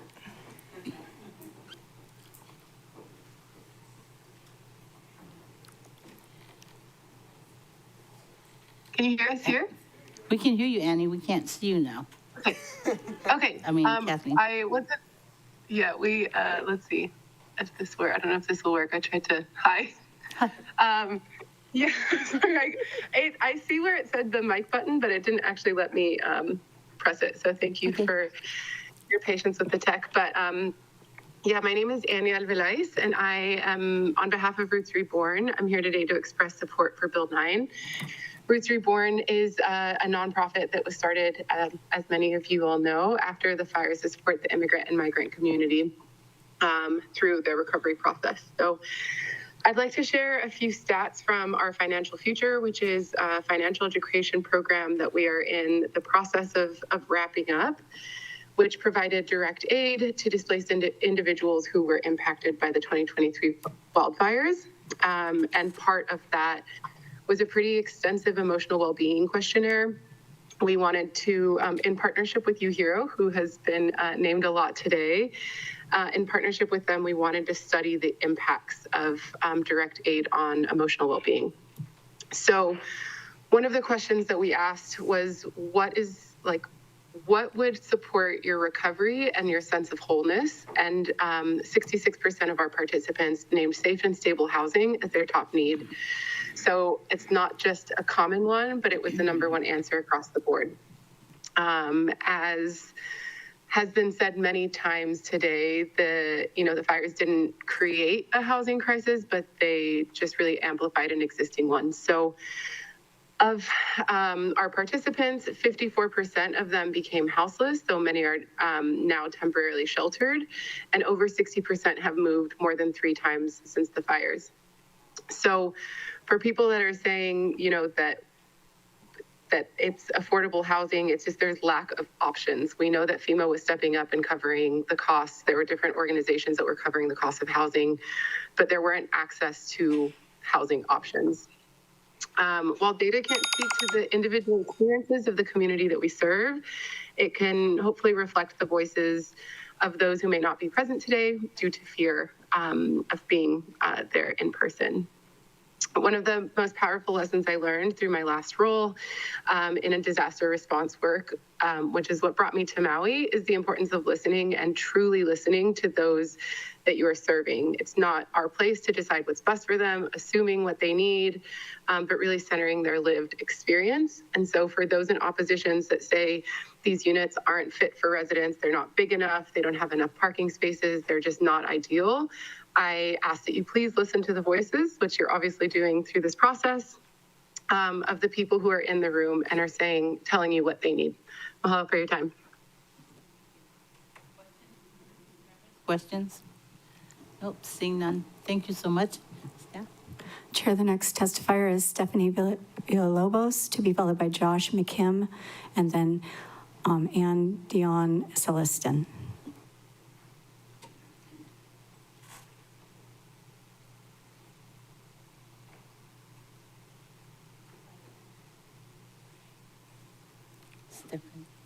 Chair, she's unmuted on our end. Hi, my name is Stephanie Villalobos. Can you guys hear me? Yes, we can. Okay. Hi. I wasn't born on Maui, but I've been deeply connected to this community. I've seen how Lahaina has shaped people and how its heart lies not only in buildings or beaches, but in the people, the aunties, the uncle, the keiki, the kapuna who give it life. That's why I stand in strong support of phasing out short-term rentals. This issue goes beyond policy. It's about protecting a way of life, one that's slipping away because housing is increasingly out of reach for people who call this place home. You can rebuild structures, but you cannot rebuild a community once it's been pushed out. Without housing, there's no community. And without people, there is no Lahaina. We are often told that STRs help the community, but who do they really help? Investors, not the residents. The money leaves, and the people who build this place are forced out. Local workers aren't benefiting, they're being displaced. Some say locals work in tourism, so they should support STRs, but many of those jobs like cleaning and managing properties go to people from outside the community, while local workers are pushed farther from where they work and live. It is time to prioritize people over profits. Let's protect what's left. Let's rebuild together, not around the community, but with it. Let's make sure Lahaina remains a place where future generations can live, grow, and thrive in homes and not hotels. And I'm from Lahaina, so that's why I'm like more about Lahaina, but it's more about Maui too, you know? Thank you for your time. Thank you. Members, questions for our testifier?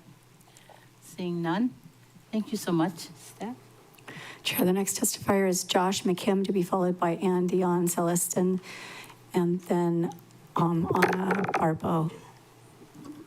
Hello, Council. I'm Josh McKim. Thank you for taking the time to listen to my testimony. I reside full-time on Maui with my wife and my 6 children. I know we're the Brady Bunch. We run a small vacation rental business managing properties. My son works with me full-time as well. Out of the 22 units that we manage, if this bill were to pass, we would lose 17 of those, and I really don't honestly know what we would do, and we'd be pretty much out of business. So I do oppose this bill. Whenever I've come across large, complex problems, I've typically seen that it's usually a more organic grassroots movement that is probably the better solution versus a grand from the top solution. And for example, what we did personally with, say, children that don't have homes is we've done foster care, and 3 of my 6 children are adopted.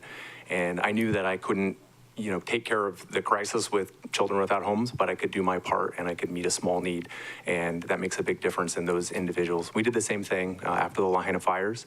We couldn't house everybody, but we did make the units available, and we housed everybody that asked for housing, no charge, as long as they needed. And that's how I think the community came together in that time. Since then, it has seemed that there is a lot of community division. And I kind of wanted to refocus us on what we can do as individuals. What I'm personally doing, I have 2 long-term rentals that are in development. I'm about 2 months out from being shovel ready, and I do plan to take out a large loan and build those and have those be long-term rentals, because this is a real crisis and we need real solutions. And I do just ask the council to look at all the little things that can be done to help development, to help us provide housing. Permitting process. And just on an encouraging note, I had started these before the wildfires, and I've seen a dramatic shift at the planning and zoning department, building department. They've been much easier to work with. They've streamlined things. They got through the process much quicker, and were very easy to work with and very helpful. Thank you so much. Thank you. Members, questions? Member Paulton? Thank you, Chair. Thank you, Mr. McKim. How many short-term rentals did you say you owned? I manage units. I don't personally own them. You don't own any short-term rentals? I don't personally own them. And then the 2 long-term rentals that you were going to build, you're building that on existing property? Correct. Okay.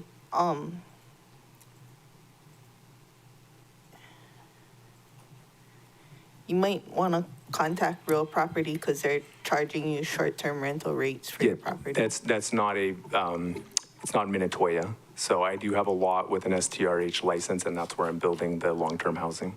Okay. Yeah. Thank you. Member, Chair Lee, yes.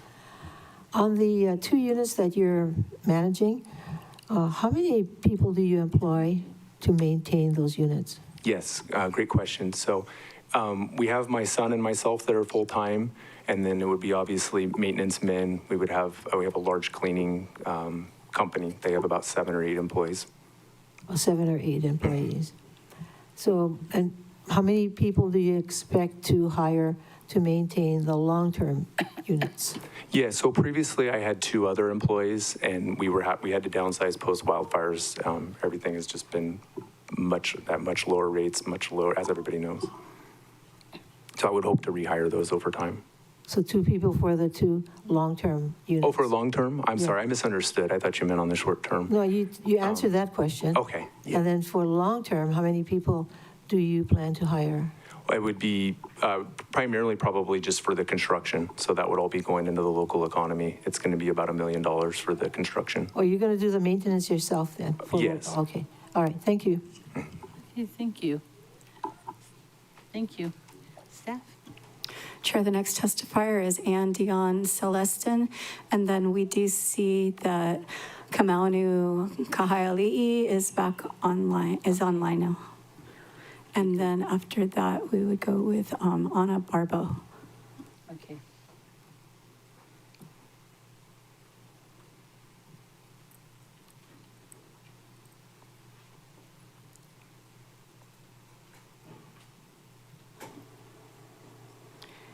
And Dion Celestin, it's your turn to testify if you'd like to unmute yourself.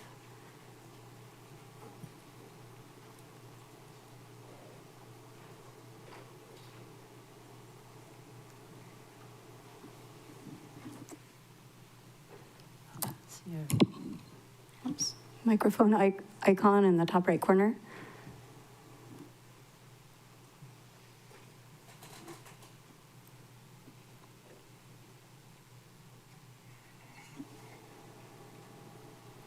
Chair, would you like us to move on to the next testifier? Please. Come back. Okay. Chair, the next testifier is Kaumanu Kahaiali'i, to be followed by Anna Barbo.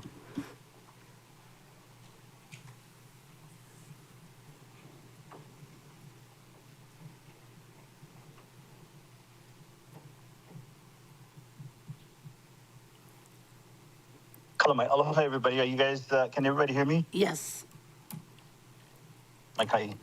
Hey, aloha, Chair. And aloha to all the ohana, the members of the County Council.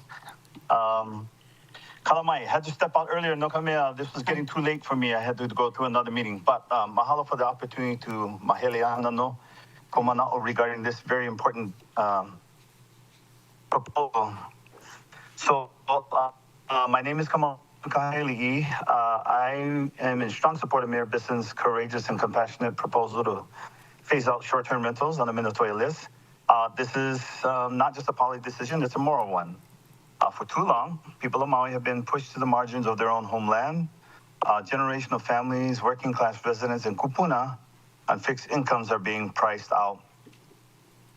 Not because we can't contribute, but because the system is no longer working for us. Instead, it is being manipulated by outside investors who profit from short-term vacation rentals that drain our housing inventory and inflate the cost of living. Let us be clear. These vacation rentals were never meant to become permanent commercial enterprises in our residential neighborhoods. What we're witnessing is not tourism, it's exploitation of our resources. The result is devastating: skyrocketing home prices, shortages of affordable rentals, and erosion of community spirit and a workforce struggling to find shelter, let alone build a future. I, for one, am one of the thousands who lost our home in Waikuli, and I see this as a big plus for us. Mayor Bisson's plan to phase out these units is a necessary first step to restore balance. It is rooted in the values of Pono, doing what is right for all the right reasons, not just what is profitable.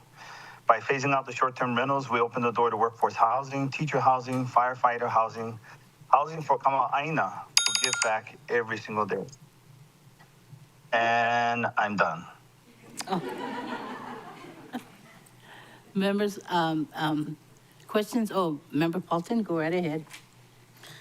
Thank you, Chair. Thank you, Mr. Kahaiali'i. I just wanted to clarify the statement that you made about kupuna and people being priced out. That was also mentioned today many times by nearly everyone, including folks that own 6 short-term rentals, maybe on this list. And so I just wanted to clarify, what is the difference that you're seeing about people getting priced out and someone who owns 6 short-term rentals getting priced out? Let's face it, the big difference between the person who owns 6 properties and the kupuna getting priced out is pretty cut and dry. You know, we live in a society where one house, one family, lava. Anybody who thinks they need 6 homes to live in Maui is really kidding themselves. They're part of the problem. They don't really see that the kupuna are the link to the past. They're the ones that hold the values that we have been holding for the last 2,000 years. I guarantee you, this person who owns 6 properties, they have no interest in the language, cultural preservation, nor do they care about the care of the malama or the kupuna. If they did, I'd love to see that proof. But you could already see in their presentation, the kupuna had nothing to do with their ownership of the 6 properties, nor did they ever plan to provide that. Anyway, Kalamai, I'm going to be ranting and raving on this. Kupuna care is a very important factor for me. Very, very important factor. Just wanted to clarify also. I will tell you that the short-term rental. lava is enough. I mean, the translation of lava. Yeah, I think enough is enough. We cannot have these people capitalizing on our space, our koho'apaina, and not giving equal share or care to our lahui, our kaia'ulu. Palamai. Mahalo. Look, we have a choice to make. We either continue down the path for profit over people, or we take a stand for our residents, our culture, and our keiki. I think Mayor Bisson, no, I shouldn't say I think. He's on the right track. He's chosen to put people first. And so I humbly ask that this council support this proposal. Mahalo. Maika'i. Thank you. Staff? Chair, we could try to return to Ann Dion Celestin. I saw that there was a phone call, someone called in just recently. If that's you, Ann, could you please raise your hand on Teams? I believe it's *5. She just raised her hand.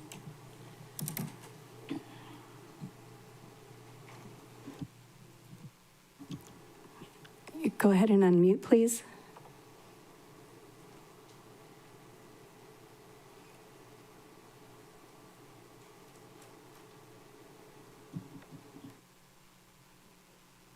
Please click on the microphone button in the upper hand, right upper hand portion of your screen.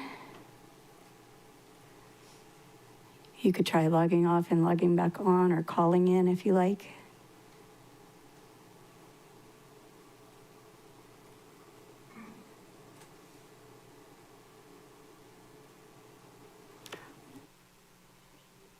Should we move on to the next testifier?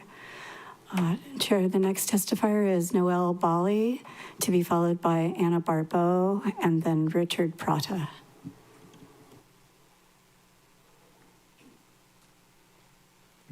Hi, can you all hear me?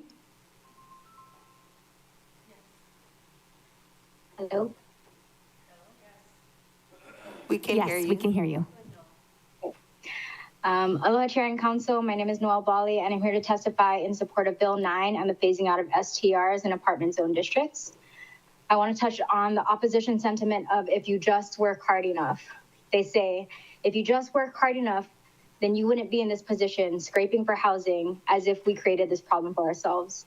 I was born and raised in Lahaina, and like many of my generation, we were taught to follow the path to societal success, attain higher education, and start your career. Thereafter graduating from the University of Oregon and doing further education at Cornell School of Engineering, I spent a 10-year career working for the top S&P 500 companies. This perspective of us true locals being lazy, not ambitious enough, not working hard enough is false. To be of this place, to be of this community is to recognize where the priorities are and to adjust your needs against the needs of the whole. There are a lot of us locals actively on the search for a home, but deprioritize our own need because keeping our fire-affected home is more important than us getting more space or getting more comfortable. In contrast, only 6% of STR owners in West Maui sign long-term leases for fire survivors. This is the difference between being of this community and taking from it. Being of this community means you want what's best for the collective and not just your own benefit. So if you're an STR owner, what has been your non-financial contribution to this place? What are you doing to be of this place? And to the council, there's a common thread we hear of so many young adults who have pursued higher education and a career, wanting to come home, but are combated with the two things, housing and opportunity. So what are you doing to rectify the societal expectation of encouraging our youth to get a higher education so they can eventually come back home to contribute? Will you bridge the gap for those ready to come home with fresh perspective, knowledge, skill, and experience? Will you invest in the belief that those born and raised here might have the solutions that we've needed to solve so many of our long systemic issues? Or will you stand idle and allow those who don't have true pilina to Maui to continue to take precedence? If you have children or grandchildren currently residing on the continent that are also this statistic, would you bridge the gap for them? I believe if you provide the housing, they will create the opportunity. When you make this decision, I hope it isn't just one that perpetuates a life of us struggling to remain here. I hope it's one that you know you're ready to inherit the effect of in your own personal life, in your kids' lives.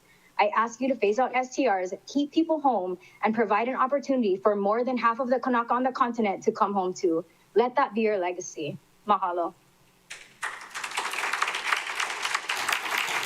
Members, please. Questions for our testifier, anyone? Seeing none, thank you. Thank you much, Noel.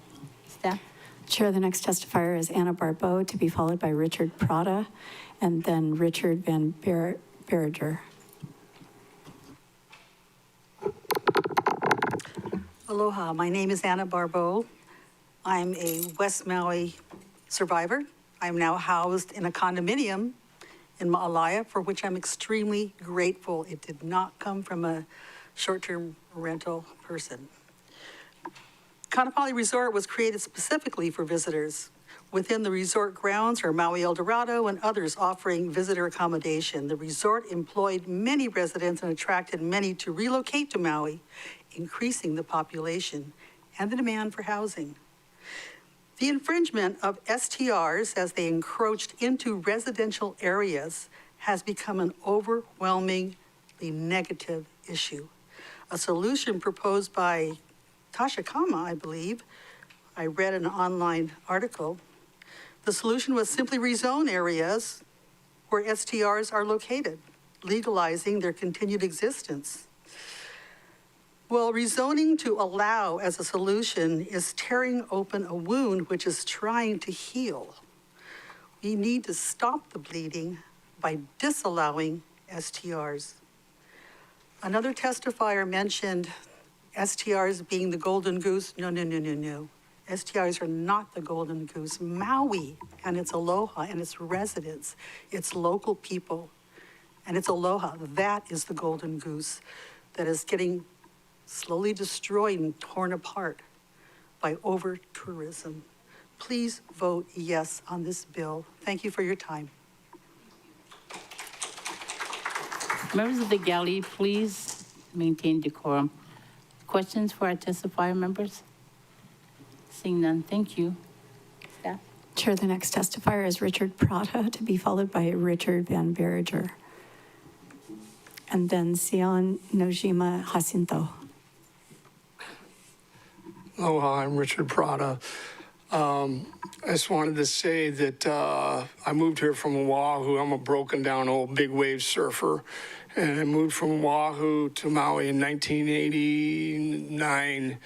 And we bought a condo at Paki, Maui.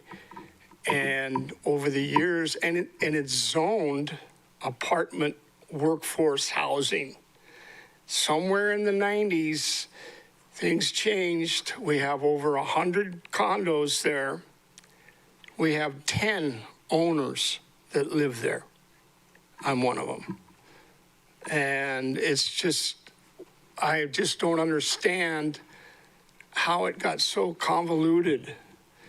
And I was talking to one of the gentlemen that owns a couple of them, and I was telling him about this meeting and stuff, and he said, oh, well, I'm not worried. We're just going to change the zoning to hotel.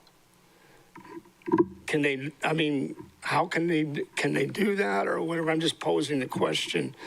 But I just wanted to mention that. And another thing that I think that is not being addressed today, and correct me if I'm wrong, that I've lived here for quite a few years, 36 years? And I know friends and stuff that go to rent a room, and the landlord asks them, do you itemize your income tax? And if they say yes, they don't rent them the room because they don't want people, they're renting the room illegally. We have a huge travesty of justice of illegal rentals on Maui. I have a friend, and I helped his mother move. She was in a senior care living, 10 bedrooms over by the hospital. They were charging them $5,000 to $6,000 a person, and they got busted. It was illegal, but we're not addressing all the illegal rentals. People on properties that were zoned for 3 bedrooms, and they have 8 and 10 bedrooms. how much tax revenue is lost on that? And I just went by in Lahaina where they're rebuilding. The same guys that were renting 10 bedrooms are building these huge mega houses.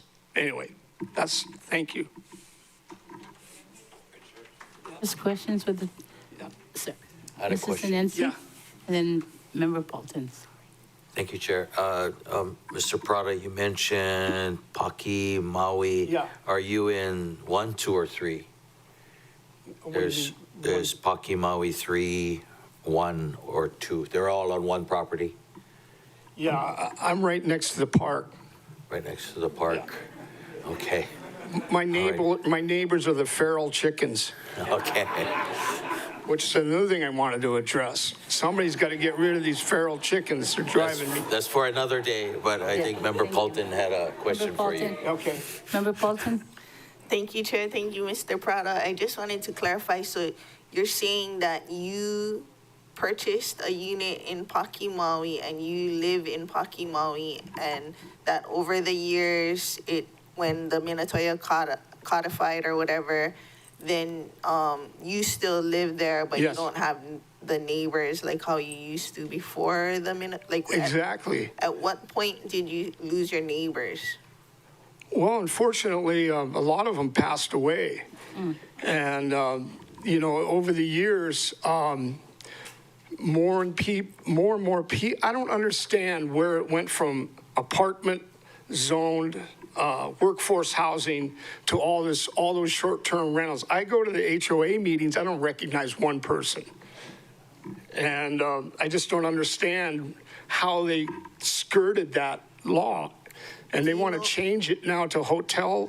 Do you know about what year? I mean, in the mid-90s, I would say things started to change. Okay. Yeah. And so how it is now is you live there, but you don't know any of your neighbors?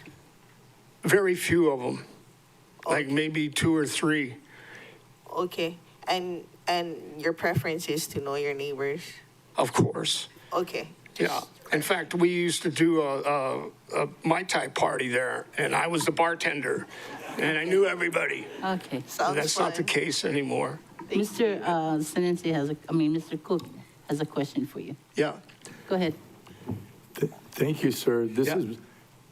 Your testimony is really important insofar as this is what we're looking for also. Right. Units that were previously apartments, Right. residential, like you and other brothers live in there, Right. and then have evolved. Okay, so if you could leave that, write it down somehow. Well, maybe staff has it, but I'm just saying, thank you for letting us know that. And that's something that the more people that let us know that this was apartment zoning and it changed, it helps to clarify, to slice and dice and get this into different. I think it's still apartment zone. People want to change it. All the investors. Yeah, well, that's being able to take that thread back to the orientation enables to prevent that from happening or to reverse it if it was done as a. Anyway, thank you for. Thank you. Thank you. Staff? Chair, we'd like to return to Andy on Celestin. I believe she's on the line through another login. Hi, can you hear me? Yes. So sorry, I'm finally on. Thank you so much. Kasilel, my name is Andian Celestin, and I'm here in strong support of Bill 9. I come from a small island called Pohnpei in Micronesia. I moved to Maui when I was just 6 years old. Since then, Maui has become my home, not just for me, but for the generation of Micronesians who have come before and after me. We have built lives, families, and communities here. My support for this bill goes beyond the well-known housing crisis. I'm here to raise awareness that housing should be for residents, for the people who live here, work here, and raise their families here, and especially for the families who were displaced and devastated by the Lahaina fires. Living on Maui, I've seen how locals, different communities are being priced out, families are being forced to pack up their entire lives and leave the only home they've ever known, just to survive. My own parents have worked multiple jobs to keep us afloat. We moved in and out of homes with uncles and aunties, not because we wanted to, but because it was the only way to stay on the island we call home. My mom works as a housekeeper, and she also cleans short-term rentals on the side. So yes, I understand why some people might oppose this bill, but coming from the Micronesian culture, we're raised to put family first. If you ask my mom whether she'd rather make money cleaning a short-term rental or give that unit to a family in need, she'd choose the family every time. Many families have already left the island because it's simply too hard to survive here, while others are staying because we are rooted here, even if it means living in their cars or sleeping on couches. I once asked my dad if we should move to the mainland, and he said, I'd rather live in my car than leave home. You see, to some, home is just a house, a structure. But for us, home is the sound of the ocean, the strength of our community, and the spirit of aloha. Home is where the sun rises and sets on the shores we've loved our entire lives. Home is here. Hawaii has become a place where we seem to value vacationers more than the working families who keep this island running. We've gone from caring for one another to prioritizing weekend getaways and luxury stays.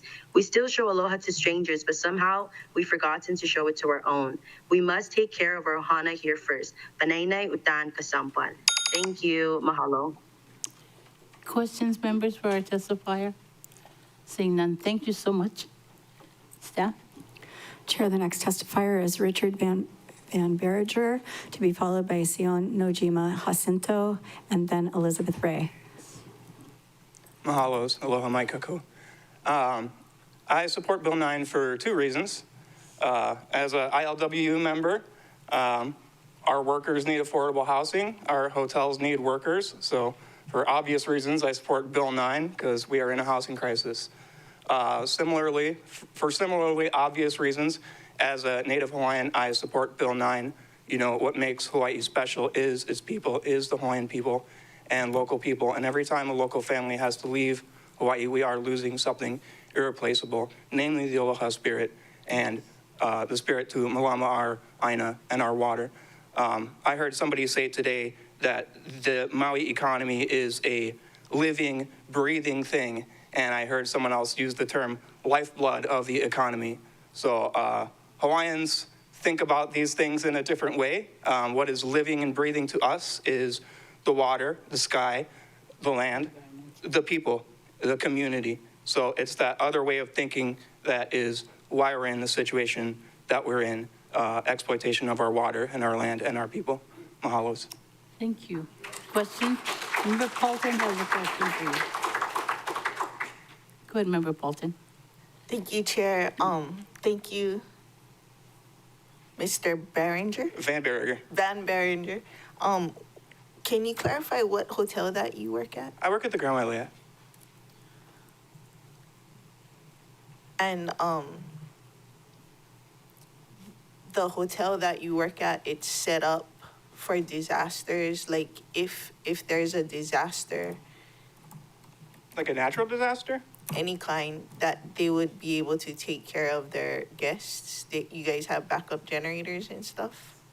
My understanding is that they have backup generators, but I am not sure. Thank you. Yeah. Thanks. Any others? Member Sinensi. Thank you, Mr. Van Berringer. Berringer. You mentioned hotel workers.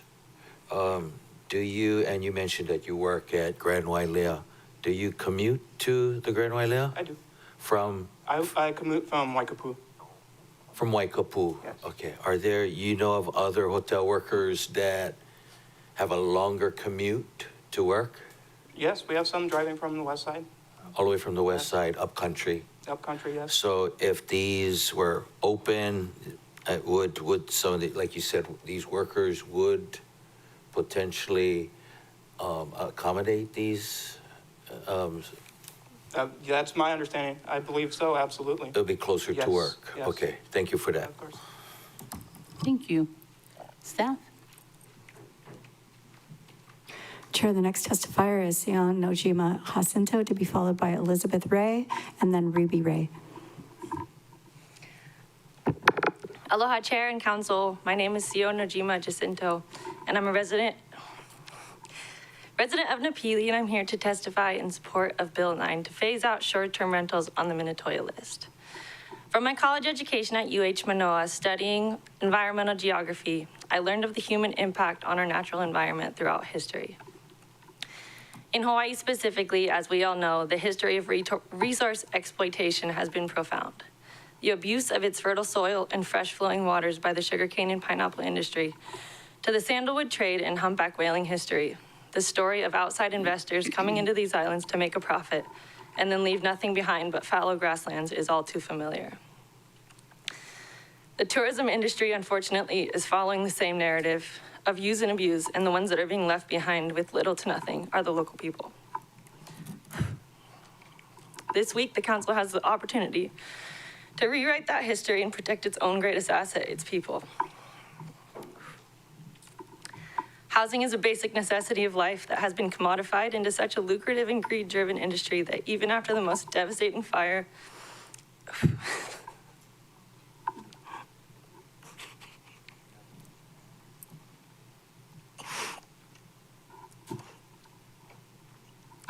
in modern history happened in our own backyard.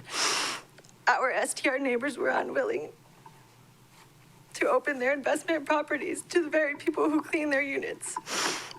My mother is a hospital worker and is a long-term renter in one of those very units that are up for debate. While we scrambled to house my in-laws who lost everything in the fire, and my husband's 101-year-old grandfather was sleeping on our couch, those units all around her remained empty. A cinder block property that's located in one of the only remaining local neighborhoods on the west side, where owners who bought these units for $100,000 in the 90s are able to generate upwards of $15,000 per month, paying off their investments tenfold, weren't willing to house our people when we needed it the most. Only 1 out of 10 STR owners on the west side offered up their units to a fire victim in the months following the fire. As a small business owner, I'm well aware of the inherent risk associated with running a business, especially in Maui. With 2 years of COVID and then the Lahaina fire, we are forced to shift, scale, and then rebuild completely. To hear the cries of the STR owners complaining that they've invested their entire retirement into a short-term rental business seems like an extremely risky and uneducated decision to make in the midst of a housing crisis on an island with finite resources. I ask that you stand with the people of this land and vote yes on Bill 9. Thank you. Thank you. Question? Member Paulton, you have a question for our testifier. Thank you, Chair. Thank you, Mr. Dima Jacinto. I just wanted to clarify because I frequented your business before that burnt down and your business that you started up again. And a lot of times when I waited in line, I was surrounded by tourists. You're still okay? Yeah, I actually wanted to mention that, like when I was hearing a lot of the STR owners mentioning that this is going to impact businesses and like food trucks specifically and restaurants, we are on track to be pretty similar to what we were pre-fire in the last 6 months that we've opened. And I think a large part of that is because we've kind of always prioritized our local clientele. But I also don't believe that tourists are going to stop coming. Like, we made it work through COVID when everything was shut down. But everyone keeps coming back. And I don't think that we're turning people away. I think we're trying to get the right tourists to come. So. Thank you. And I like your new location, and I can't wait till the sandbar turns on. Thank you. Staff? Chair, the next testifier is Elizabeth Ray, to be followed by Ruby Ray, and then Pa'ele Kiakona.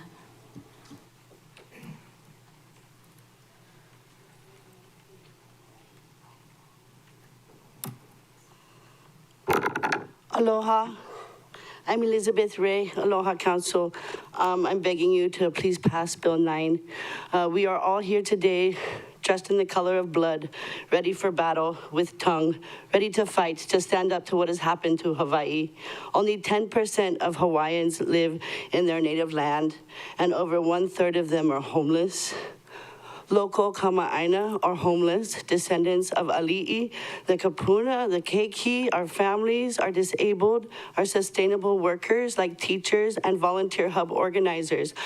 My family is now homeless. We are all priced out. And you know what? Don't tell us we didn't try every avenue towards housing stability until we were neglected and failed by the system. Okay, every time there's been a disaster or a pandemic, Landlords, raise the rent, okay? I mean, local Hawaiian angels who help this community organizations that help sustain one another because the government programs have failed them. Some families are working 2-3 jobs and still can't pay their rent and also are ineligible for government programs such as EBT. This is very sad. Some of the beautiful organizations that have personally helped me are Lahaina Strong, Kalawea Mauka, Maui Rapid Response, Ice Cream Aunties, Healthy Mothers, Healthy Babies, Maui Housing Huey, and Maui Tenant Society. These are the people who continue to help our people and our local families survive. These are the people who make Hawaii, Hawaii. So to the Minatoya list testifiers, those 7,000 unoccupied units, they can house us all, okay? And I see you guys testifying, impersonating county council members and organizations. You cheat, you lie, you're offensive, you're ignorant, you're selfish. How can you see through all that greed? How can you ignore that pure aloha that we breathe? I get it. Your nails, your mayonnaise, your petties, your martinis while you sit up in your pools overlooking the Aina and its people. But greed makes you a fool. Please house our people. Please rental locals. Mahalo, Council. Members of the galley, I'm going to ask you one last time to please.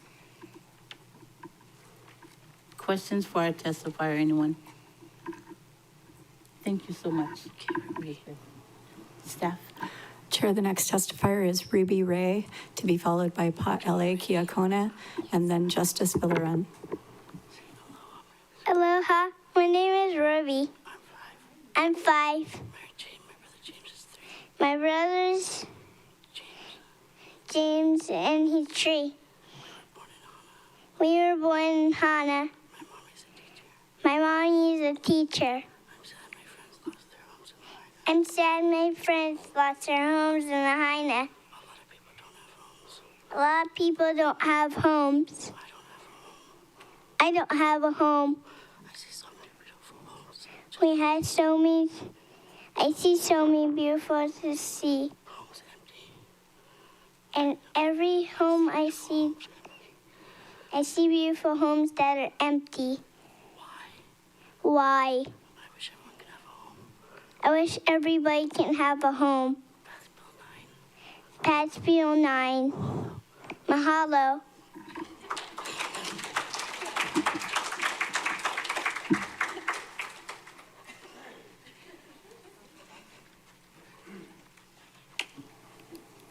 Chair, the next testifier is Pa'ele Kiakona, to be followed by Justice Villarin, and then Russell Wynn. Aloha kākou. My name is Pa'ele Kiakona, representative with Lahaina Strong, and I am in full support of Bill 9. And I just wanted to say, first and foremost, mahalo to the County of Maui, this council, and the current administration for taking such a bold step forward for our people. My testimony today will be echoing some of the data that Matt has shared. Through his data and some of my own research, I found that the average owner-occupied home or unit's water consumption in the continental U.S. is slightly less than 300 gallons per day. So in the continental U.S., short-term rentals by comparison typically use 20 to 50% more water due to higher occupancy, landscaping, and frequent cleaning. In Hawaii, we have a very similar pattern, but instead of just 20 to 50% of an increase, on Maui, short-term rentals have been shown to use anywhere from 200 to over 400% more water than nearby owner-occupied units. So the argument of we should just build more affordable housing and not phase out short-term rentals, I 100% agree. Yes, we should be building more affordable housing. But the biggest setback, as all of you here know, is water availability. So through this phase out, we not only add thousands of units to the housing market, bringing prices down all around, we also create an opportunity to free up hundreds of thousands, if not even millions of gallons per day. That means we now free up water to be able to build more affordable housing. So things to consider. And, you know, a previous testifier today mentioned that he was threatened while he was out and about. You know, even if that were true, you should see the things that they've been saying about me personally. If the county is interested, I do have proof through screenshots. And much of this slander was from some of the very people in this room today. And as much as I would like to share, I will not stoop to that level. So instead, I will say this to all of you specifically, the council of Maui County. If you may fear the outcomes of this phase out, and this fear of failure, of economic impact, and litigation is what's holding you back from making the decision we know we need to make, just know this, that we, the people that voted you in to make the right decisions for our home, the people that are out, they're living life right alongside you. We, the people who experience the effects of these decisions with you. We, the people who experience, we, the people who are of this land, just like all of you. We, the people who are so willing to fight a battle that will not benefit us directly because it's what's best for everyone, will have your back to the bitter end. And if we are so willing to step up and fight for those whose intentions,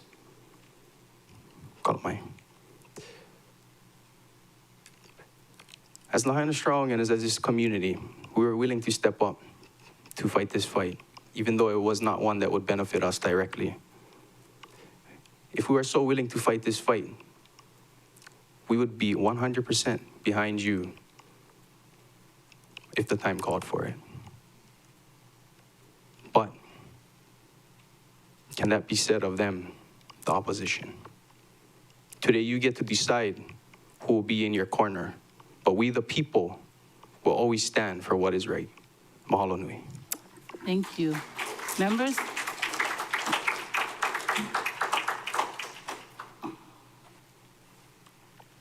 Members, any questions for Mr. Kiakona? Thank you so much for your testimony. It is now 2:59 p.m. and Chair is going to call for a recess till 3:10.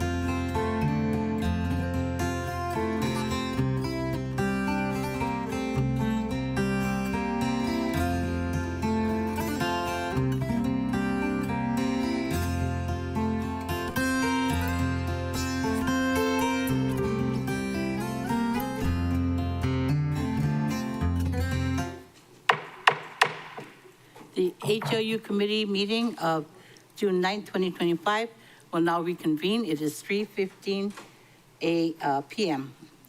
So for those of you in the galley, I don't want to discourage your enthusiasm, but the clapping and the noise making is actually a violation of decorum, so that's why I've been kind of like on you about that.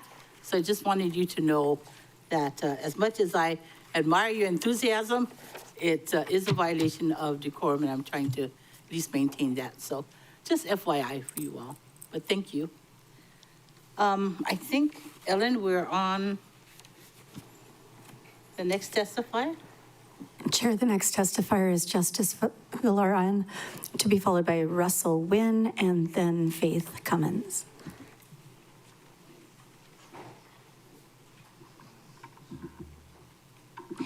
Alrighty, aloha. Mahalo for having us, Council. My name is Justice Villaran, and I am in strong support of Bill 9. I am a 29-year-old mother of 3. I am Native Hawaiian, but I do not have enough blood quantum to be qualified for Hawaiian homelands. My other half and I are not yet married on paperwork, and yet both of our incomes are evaluated when attempting to apply for affordable housing. In order for a family of 5 to qualify for affordable housing projects here, we need to make less than $87,000 combined a year. I'm having to quit my part-time job to even be considered to move into a 4-bedroom available through Kuku'ia Affordable Housing here in Lahaina. Because on paper, we apparently make too much. It is systematic oppression. I currently rent a 2-bedroom, 1-bathroom ohana portion of a home up Lahaina Luna since before the fire, going on almost 5 years now. So to say that these are not ideal for families is absolute entitlement.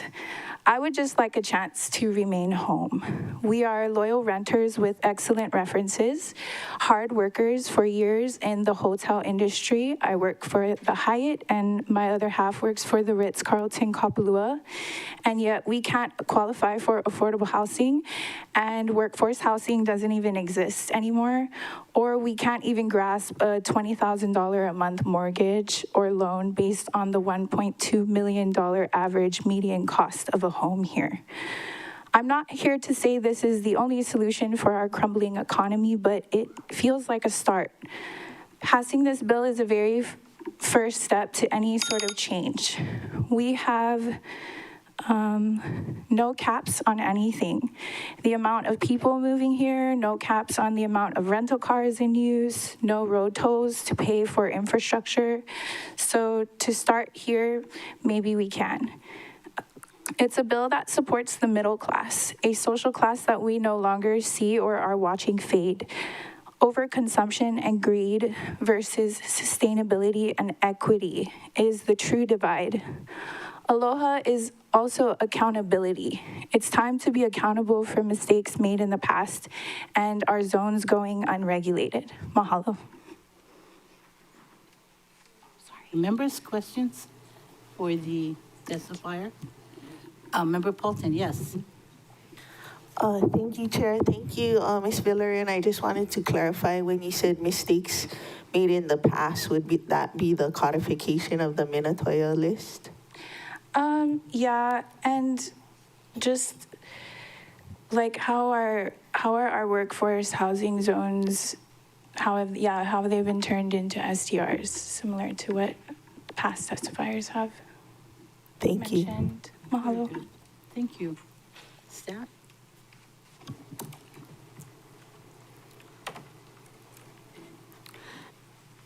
Chair, the next testifier is Russell Wynn, to be followed by Faith Cummins, and then Jerome Bosch. Good afternoon. My name is Russell Wynn. Thank you, Chair. Thank you, Council, for the opportunity to speak here today. I am a manager with a property management company. We manage TVRs, we manage long-term, and we manage a number of FEMA units that are helping displaced people, residents of Maui, from the fire. I was hoping somebody from the mayor's office would still be here because I'd like to commend the council and its workers and also commend the mayor and his staff for projects like what was just announced with the 40-unit project for teachers on Lahaina Luna Road, in between two schools. The right project for the right resident. We need more of that. I'd like to commend again the council, the mayor, the governor, and the state for the project in Kapalua, paired with a private individual who helped provide housing at Kapalua Village for those workers who work in that hospitality industry. Again, the right project for the right resident at the right time. I think we need much, much more of that. I was going to go into a bit about, while I don't feel that the TVRs are for the right fit, for the lack of parking, no pets, very little storage. But unfortunately, or fortunately, I think the point was made when somebody spoke about their 500-foot nano nest bubble that they lived in. This is housing, but should we strive for the minimum? We should work for better. This does provide housing for our residents, but that doesn't sound like it's the right fit. This person is glad to have housing, but is it the right housing?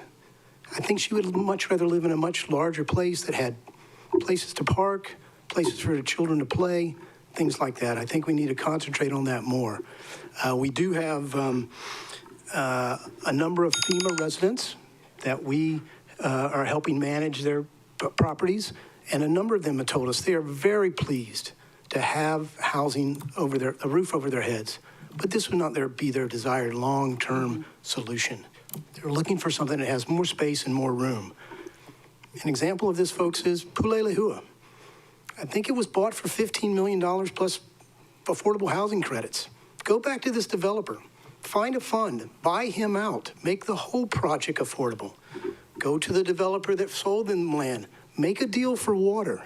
There's 1,000 units there. It would be more of the right fit. There's a school site. There's a park. It will tie into Lahaina sewage. It is a better project for long-term living for Maui residents. We have to get creative about this. That is a way to get creative. There's shovel-ready land available. Let's do something innovative and interesting to make that go forward. Thank you very much for your time. Thank you. Member Paulton has a question. Thank you, Chair. Thank you, Mr. Nguyen. I just wanted to clarify, you said your property management company manages long-term rental, short-term rental, and FEMA units. Correct. Can you speak to what is the difference in long-term rental and short-term rental as your revenue? Majority revenue is short-term. And then for the FEMA management, I was under the impression it was all off-island management. That is incorrect. Our principal broker went to Governor Green very early and impressed upon him that a company out of North Carolina that deals with hurricanes may not be the best fit for understanding the Maui resident and their needs. So a contract was made through a subsidiary of FEMA, Lima Charlie. So we manage that, and we go in once a month to inspect. So you go through Lima Charlie? Correct. Okay. And then my last question is, I haven't ever seen you testifying for Pulelehua, which this council didn't pass. Is there a reason? For a number of years, I used to work for the developer, the original developer of Pulelehua. So that's why you're not testifying in support of it? That's why I wasn't involved in those at the time. We were asked kind of to stay away, and certainly after it got sold to the other, I don't think they wanted to politicize too much, so that was. Okay, because, I mean, all the things you said to do, I'm trying to do, but this council won't come with me. Yes, Ms. Lee? Sorry, Chair. She has to call me. I apologize. Go ahead, Shirley. Okay, thank you, Mr. Nguyen. I was about to ask you the same question. You seem to know so much about Pulelehua. And by the way, when she said this council won't come with her, that's not true. I am a strong supporter of that project. The majority of this council won't come with me. Yeah. it seems to be even at the new proposal that has been, I think, somewhat approved by the council at 1,000 units, it's shovel-ready. There's been a little bit of grubbing. It's got a school site. It's got a park site. Thank you, but I wasn't going to belabor that one. I just thought I'd just mention, I was surprised because I haven't seen you before either. Getting back to the units that you manage, Yes, the ma'am. TVRs, how many of those do you manage? Over 200. And I don't own any myself. Okay, no, but how old are they? Various ages from, some are 60 years old, most of them are more west side and south side. We manage a large number of units of all Do shapes you and think sizes. some of them or a lot of them would be interested in selling their units? Most of our owners that we have spoken to, probably not, and the vast majority of them would not turn it to long-term. Biggest reason is they wouldn't be able to use it for themselves and for their family. So very few have been, now that may change, but in conversations we're having now, very few would want to put it in long-term. They just wouldn't be able to use it for themselves. They just don't think so I keep wondering, those units that are 50, 60 and plus old have reached or passed economic obsolescence, and people still want to hang on to those old units? It gives them an opportunity as a family to come to Maui and enjoy Maui. Their friends can come to Maui and enjoy Maui, and they can still make enough income to cover those carrying costs and the special assessments and the plumbing work that needs to be done. So it allows them to do that. I don't think it would generate that kind of income for long term to allow them to do that. So it allows them to have their Maui connection, and some are here for 6 months, some are here for 2 weeks, but it provides them an opportunity to be part of Maui and still provide income to keep up with the expenses of an aging property and the increased HOA fees and all the other fees that go with it. If you can think of a reasonable compromise, please let me know. Thank you. I will. Thank you. Thank you. Staff? Chair, the next testifier is Faith Cummins, to be followed by Jerome Bosch, and then Heather Quesade. Aloha, council members. My name is Faith Cummins. I am a full-time resident of Maui County. My family has been part of Lahaina community for 19 years. My family is also renters, and we firsthand understand the challenges of affordable rentals. I am here today to strongly oppose the proposed legislation. Also, I do not own an STR. However, I am a business owner who lost 2 offices, 2 warehouses, and a laundry facility in the Lahaina fire. I can personally attest to the devastation this community has endured. Our company employs 78 dedicated individuals. 23 of our employees, including myself, were displaced or lost everything in the fire. If this legislation passes, we will be forced to lay off half of our workforce and cease using half of our local vendors who are small business owners. These include our 13 contracted cleaning companies, 10 different outside vendors, among many other businesses that receive employment directly and indirectly through our company. These job losses will ripple through our community, affecting countless families and local businesses. In the past year, we've seen significant increases in insurance premiums, maintenance expenses, and labor costs across Maui. AOAO fees have risen to levels comparable to monthly rents typically considered affordable for working families. This makes it increasingly difficult to rent these units as long-term rentals at affordable rates. I reviewed the most current AOAO fees listed in the MLS for several properties. These fees reflect the rising costs tied directly to essential building maintenance, property insurance, and other operational necessities, costs that are passed directly to the individual owners. A few examples: Paki Maui 1 bedroom, $1,300. A 2-bedroom Paki Maui unit, $2,800. 1 bedroom Kulikani, $1,200. 1 bedroom Kalea Aloha, $1,200. 1 bedroom Kahana Reef, $2,000. I don't think I need to go on, but I have a list. The monthly fees, when combined with mortgage and individual insurance, creates a financial burden that is unsustainable for many owners and difficult to absorb under long-term rental market rates. This phase out feels like it's directly impacting the very people who are striving to make a life here. I understand the concerns around housing and agree that real lasting solutions are needed. But removing a vital source of income without a clear and actionable plan only makes things more difficult for those who are already struggling. We urge the county to protect the residents on all fronts, not just in terms of housing, but also in employment, education, access to essential services, and long-term economic opportunity. We need a balanced and thoughtful approach, one that supports working families instead of dismantling the income streams they rely on to remain here. Thank you. Thank you. Questions by Member Paulton?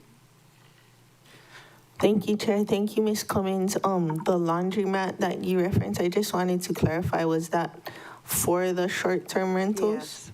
Oh, Yes, okay. we were in the process of finishing a laundry facility, which was over in the industrial area, kind of near where there was a Sly Mongoose was, that area. We had a warehouse there and had just started a laundry facility for our short-term rental. There was a laundry facility for the community there, and then you were starting one just for the short-term rental? Yes, we were renting it from, we were leasing the space from another property business So you owner. weren't the one that was established for the community and? No, that was not the one, no. Thank no. you. Okay. Is that all? Thank you. Thank you. Staff? Chair, the next testifier is Jerome Bosch, to be followed by Heather Casade, and then Jason Goby. Good afternoon, and thank you for hearing me today. My name is Jerome Bosch, and I strongly oppose this proposal. My wife and I are full-time residents. We have a small car rental business in Kihei, and we own a vacation rental at Maui Vista and have multiple side activities, many of them related to STR maintenance and management. So when we think of people having to have 2 or 3 jobs to live on this island, we are one of them. Since the fires, we have seen a sharp drop in tourism on Maui, which resulted in some major decline for us and many other businesses around the island. For the car rental business, less than 6% of our revenue is coming from local customers, and for our condo, it's about 3%, so we do rely on visitors. If I compare the period from January to June of 2023 to the period of January to June of 2025, so basically pre and post fire, our business is down 34%, and for the condo, we're about 29% down. To make things worse, we combine declining income with a constant increase of expenses. So in the past 2 years, the HOA fees at Maui Vista have gone up 20%. Our insurance premium have gone up 85%, and the property taxes have gone up 70%. And unlike the administration, which can increase taxes in order to balance the annual budget, and hasn't been shy about it in the past few years with increased property tax rates, increased TAT, additional MCTAT, increased GET, well, we don't have the same magic wand. So the scale is tipping in the wrong direction with no signs of things getting better anytime soon, and possibly worse if this bill passes. During COVID, we learned to pivot, trying to reinvent ourselves and our businesses to make things work in the new normal. But the past few years, there hasn't been any normal. It's been one hurdle after the other, and not really able to move forward. So I think I can speak for everyone in this room, whether you are for or against this bill, we all want to move forward. We all want to some normal again.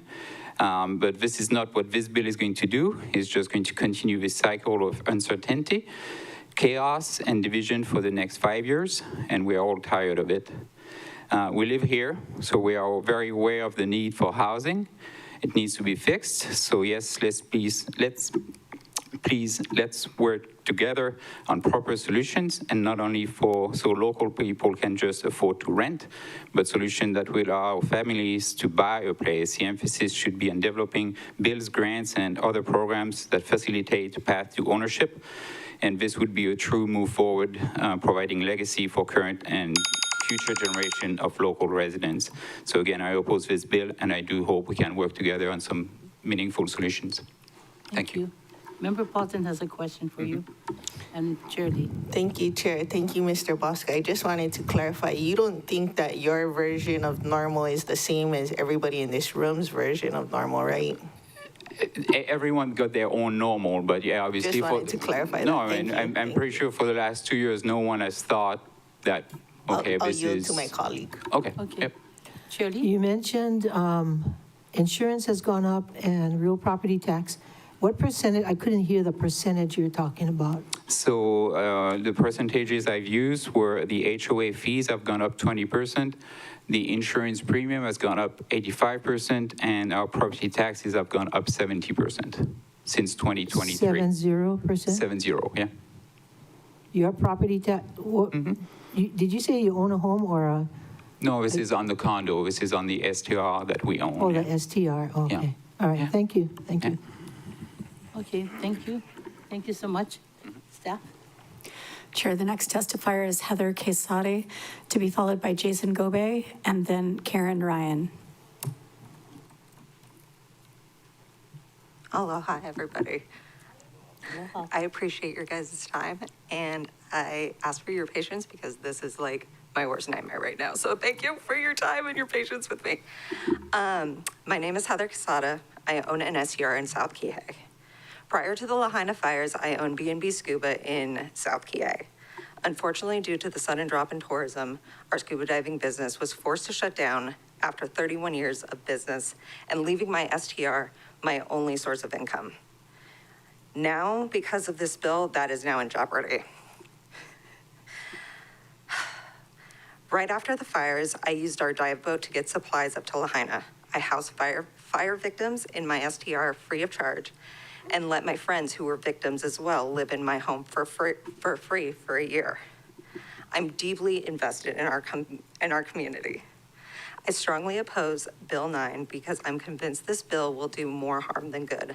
I worry that my already closed small business will be one of many forced to close if this bill passes.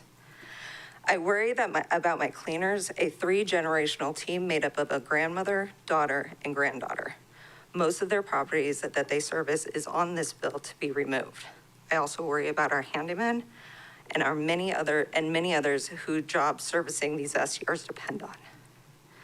One thing I can't seem to wrap my head around is that the county is trying to strip us of our STR rights, yet new luxury vacation rental developments are being approved and built in the same neighborhood as my condo.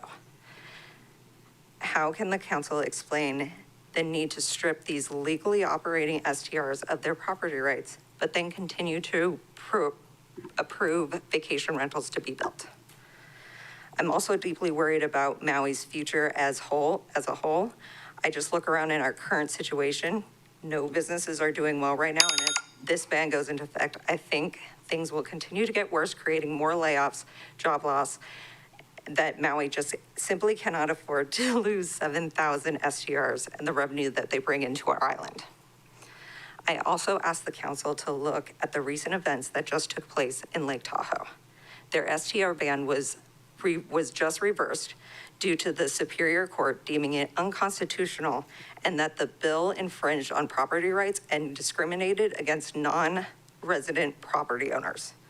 Now property owners are banding together in a class action lawsuit to sue the state for lost rental income. Maui County cannot afford the egregious amount of money they will be forced to spend once lawsuits start filing it, just to end up losing in the end, because if it's unconstitutional in California, that means it's unconstitutional in Hawaii. Thank you for your time. Questions? Member Paulson has a question. Go ahead. Thank you, Chair. Thank you, Ms. Quesada, for your testimony. I just wanted to clarify which TVR development the council is considering. Is it Wailea 670? I don't know which one it is, but I know, wait, what was your question? I'm sorry, I didn't really understand. You said that the phasing out of TVRs, but the council is gonna create more TVRs in the same neighborhood that your TVR is in? I know a development directly above us was just approved for luxury to start the I don't know the exact process of what it is, but I know it was a building of another community, not a community, a complex right above us. What is you guys? Oh, I'm sorry. I'm in Grand Champions. Grand Champions, okay. So like I saw the map of it and where it's supposed to go, and it's directly behind my complex.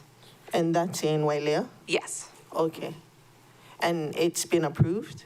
As far as I know, according to the news, it's been approved. And they said you could do short-term rental in there? It's being built specifically for luxury vacation rentals. Okay, and then what year did you purchase yours? 2018. Thank you. I'm done. Thank you. Thank you. Member Rollins Fernandez? Mahalo, Chair. Aloha, Ms. Quesada? Yeah, quesadilla. Mahalo for your testimony today. And mahalo for highlighting the court case in El Dorado County, Superior Court, Measure T, which got overturned, and for pointing out the difference between their law and this bill. Their law treats permanent residents differently than non-permanent residents, and you understand that this bill does not do that. Yes, correct. Oh, okay, mahalo. Mahalo, Chair. Thank you. Okay, anything else? No? Thank you so much. Thank you. Staff? Chair, the next testifier is Jason Gobe, to be followed by Karen Ryan and then Caitlin Miller. Aloha. My name is Jason Gobe. I'm grateful for this opportunity to address the committee today. I am opposed to the proposed legislation. Just for some background, like everyone else here, we love Maui. We are not some faceless mainland investors looking to make a huge profit. And yes, unfortunately, we've been lumped together and painted in a negative light. Scapegoats for the long-standing problem, if you will.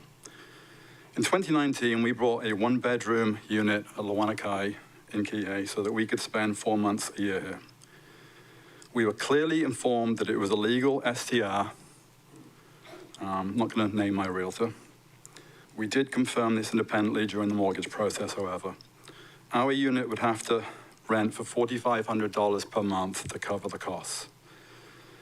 The cost to maintain and ensure these aging buildings is continually increasing, as many people have said throughout the day. It's likely to be over $5,000 per month by 2026. We already know our building insurance is going up 25% for the next year. So, obviously, there's been a bunch of statements about monthly costs decreasing when if this bill is passed. That's just simply not the case. I believe our story provides a bit of an insight into what will actually happen if the bill passes. We're not in a position to become long-term landlords, but even if we were, the unit would not be affordable. Unfortunately, if the STR ban moves forward, a number of other things will happen on the local level. First and foremost, our cleaner and handyman will lose their business. They manage around about 30 units on the Minatoya list. They will lose everything. We'll have no visitors contributing to the local economy either, similar to everyone else. We will spend less, and that will have its own negative impacts on the economy. I'm quite certain that our situation is very similar to many other short-term owners on Maui. The negative economic impacts are very real. There'll be many jobs lost and businesses will close if the proposal is approved. And I'm not really certain that it will really improve the housing situation directly. So, in closing, I again request that the council votes against the legislation. Thank you. Thank you. Yes. Member Council Chair Lee? So you mentioned you wouldn't be able to rent your unit at an affordable price if you were to switch from short-term to long-term. What would that rental be per month if you went to long-term? Well, as I said, we're not in a position to switch to long-term because we want to use it ourselves. But if we did, right now it's $4,500 a month. By next year, it'll be $5,000 a month. So the renter would have to pay $5,000 a month. This includes the HOA fees? Yeah, we're on the low end in our complex. Was it one bedroom? It's a one bedroom. One bedroom, one bath? Yep. Okay, so $5,000 a month. Yes. And this is on South Kihei Road? Yes. Okay, thank you. Okay, thank you so much. Thank you. Chair? Chair, the next testifier is Karen Ryan, to be followed by Caitlin Miller, and then C. Rose Riley. Hi, everybody, and I just want to say thank you all for all of your hard work showing up. A few months ago, I guess 7 months ago now, I showed up at the Land Commission meeting, not really knowing what I wanted to say, and even today, I'm not writing anything down. I'm talking from the heart, and I'm hoping to share a little bit maybe for you guys. I live on the west side. I've lived in Maui since the 90s. My daughter's born and raised here. Her dad's family's born and raised here. You know, so we kind of have to, she's done with college and this is where she wants to have her house. This is where she wants to live. And we actually live in the same place that we've lived in for 16 years. And it's 420 square feet. Now she has her own place now that she's grown up. But when I was testifying last time, she was back from college and living with me. And I'm like, what are we gonna do? We cannot live in this kind of space together. But all of these units, these are kinds of places that I would actually be able to live in. You know, so literally I can imagine that. Ironically, I get to see it all the time because I live right below Kapalua Airport, which literally puts me in between the housing complex that cannot be built because we have no water, and the lower road that has apartment condos that are being rented out like hotels style, you know, and I have lived in the same place for 16 years, seen the weather change, you know, it was before the fire where we were on water restriction. We can't use water, we can't wash our car. I go down there, green lawn, 4 people in a 1-bedroom, 6 people in a 2-bedroom. That's 4 people in a 1-bedroom. 8 times a day, that toilet's getting flushed. 2 showers a day per person. You know, I mean, I moved here from Lake Tahoe, so very similar issues with water coming in and water going out. And when you think about that, where is all that water when they're flushing the toilets and taking the showers going? You know, so it's very hard for me to literally sit in the middle, not be able to live appropriate where I live. And I have seen the difference. It's not like I didn't see it then and see it now. Blasted by the dirt as they were grading all of that up there, you know, but of course, because it's for the greater good, we deal with it. I mean, it was hard. It was really hard. And then right below me, these things are being rented out like hotels. Now, my in-law family moved here in the 60s. I know I went through with Susan how those places are not, those are workforce housing. They were not built or constructed to maintain 4 people in a 1-bedroom on a regular basis.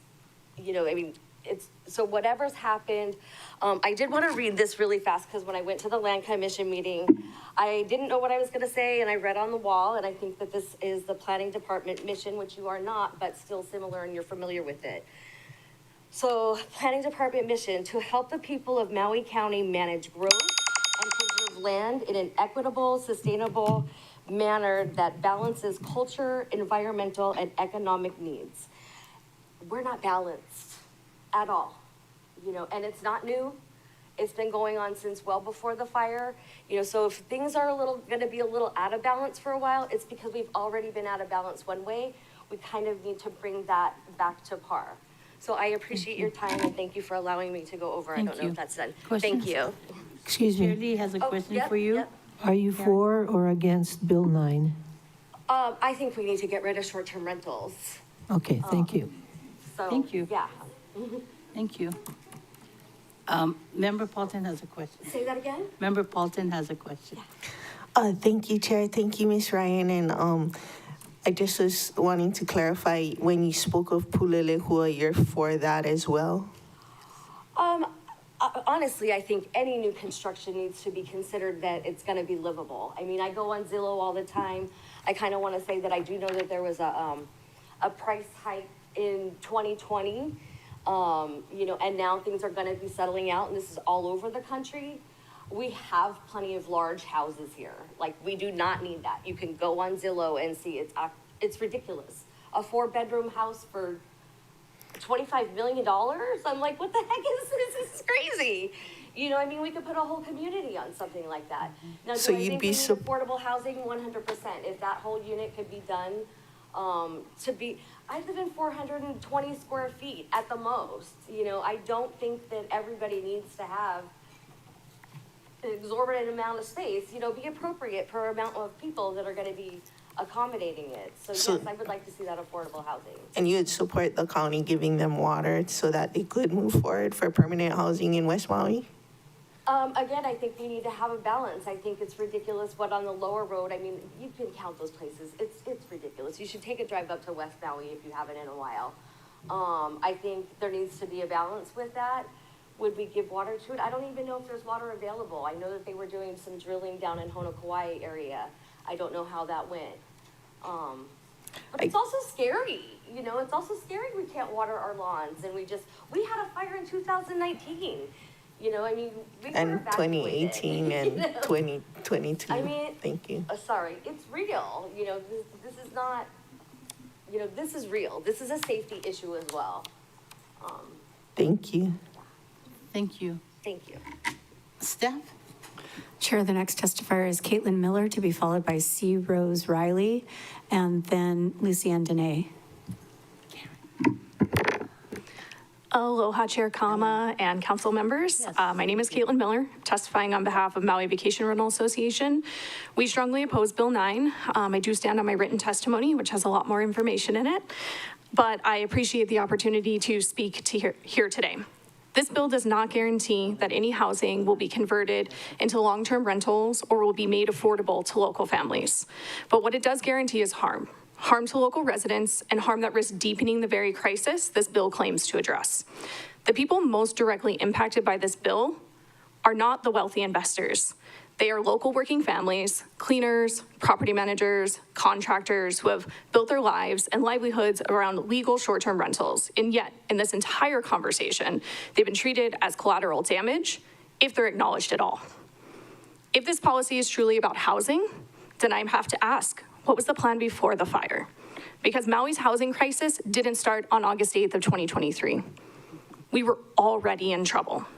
And instead of bold action like down payment assistance programs, ADU support, or mixed income housing developments, the council and administration are choosing a ban that UHERO says could wipe out up to 3,800 jobs and $1 billion in economic activity. A ban with no proven track record of success. Just look at South Lake Tahoe and New York City, or even look to our neighbors on Oahu, where the STR ban has failed to improve housing affordability or increase long-term rental supply in places like Kailua and the North Shore. A ban that removes opportunity with no safety net for those residents it will impact. If STR removal is just one tool, then show us the others. What are the programs? Where's the implementation plan? Let's be honest, the people of this island did not choose to build itself around tourism. The state and the county did. But now, when the local people try to legally participate in that system by managing a unit, cleaning a condo, or renting out part of their home, they're being told they no longer belong. This isn't just economic inequity, it's hypocrisy. And it sends a message that local participation in the visitor economy is only welcome if it's within a narrow, politically acceptable box. We've now seen 3 economic studies, commissioned or conducted, on this very issue. We were told that the data would be an important part of this conversation, but when the results didn't align with the narrative, the studies were dismissed.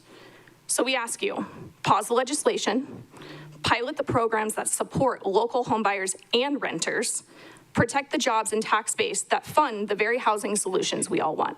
Mahalo for your time. Thank you. Members, questions for our Member Rollins Fernandez and then Member Paulton. Mahalo, Chair. Aloha, Ms. Miller. Mahalo for your testimony. In your testimony, you cited some examples of recommendations that you would like to see enacted, which leads me to assume that you are not aware of our down payment assistance program, our deferred payment loan program, and rental assistance programs. It's not something you're aware of? So I am aware of some of them, although I've talked to Lahaina residents and other people who the very narrow scope of what those programs approve don't fit for most people. So what I'm asking is to expand those programs. I know every council member here at Hawaii State Association of Counties in September of last year sat through Kim Bell Williams of Eagle County, Colorado, their presentation where they demoed 5 to 6 different programs, which I outlined in my testimony, which I think could be expanded upon greatly here in Maui County because we have considerably more funding than they do in Eagle County. Mahalo for that clarification. I don't disagree. Just in your testimony, it sounded like you said it doesn't exist. So you're saying to just, you would ask that we expand those, and I agree. Thank you, yes. And I think one of the other things that Ms. Bell recommended at the HSAC conference was a voluntary deed restriction program, which we are piloting on Molokai this fiscal year. Mahalo. Mahalo. Yes, I do outline that in my written testimony, but 3 minutes isn't a long time. Member Paulson? Thank you, Chair. Thank you, Ms. Miller, for your testimony. Just wanted to clarify, you said you're testifying on behalf of MVRA. Did you say your role? I'm the executive director. Okay. And then thank you for outlining in your written testimony about like the In Good Deeds program.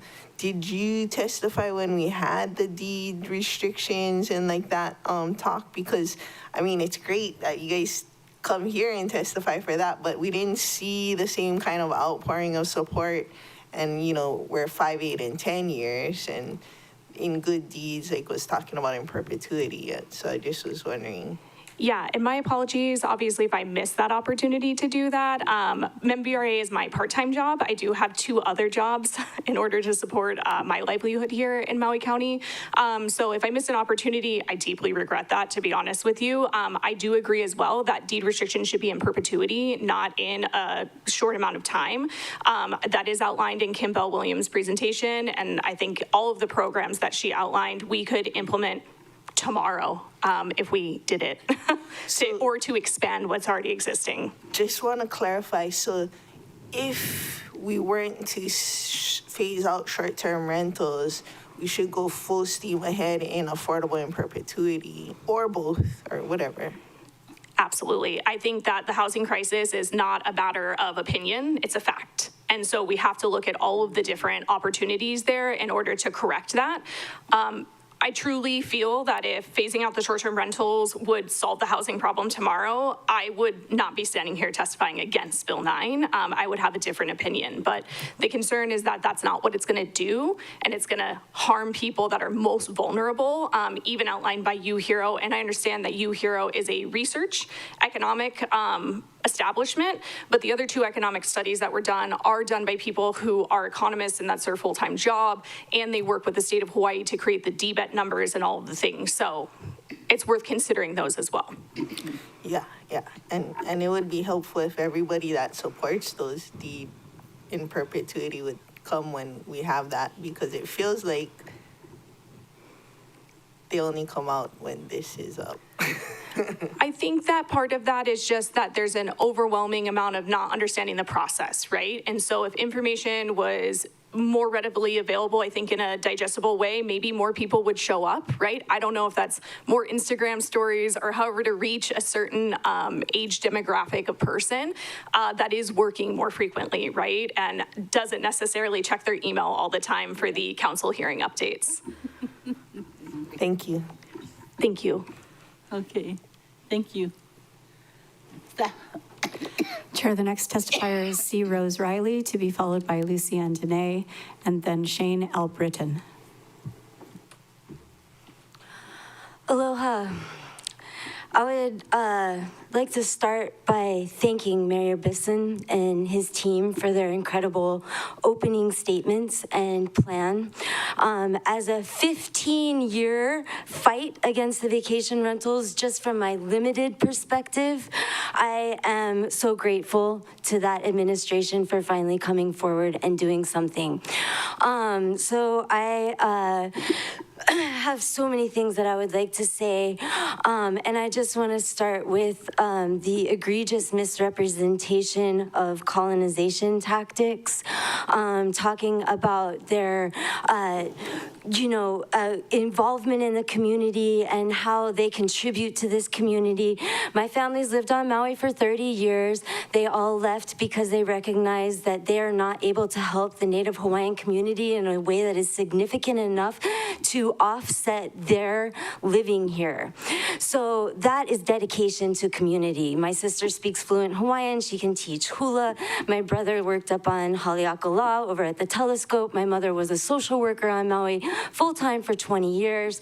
I have spent 1,500 hours in the streets alone educating the community, not to mention all the water meetings that I've been to, the planning department, all of the different ways that it is necessary to be an active member of this community. So as I drive to Wailea to go to Big Beach to try and offset some steam and notice that every single tree along that route is dying because they don't have water.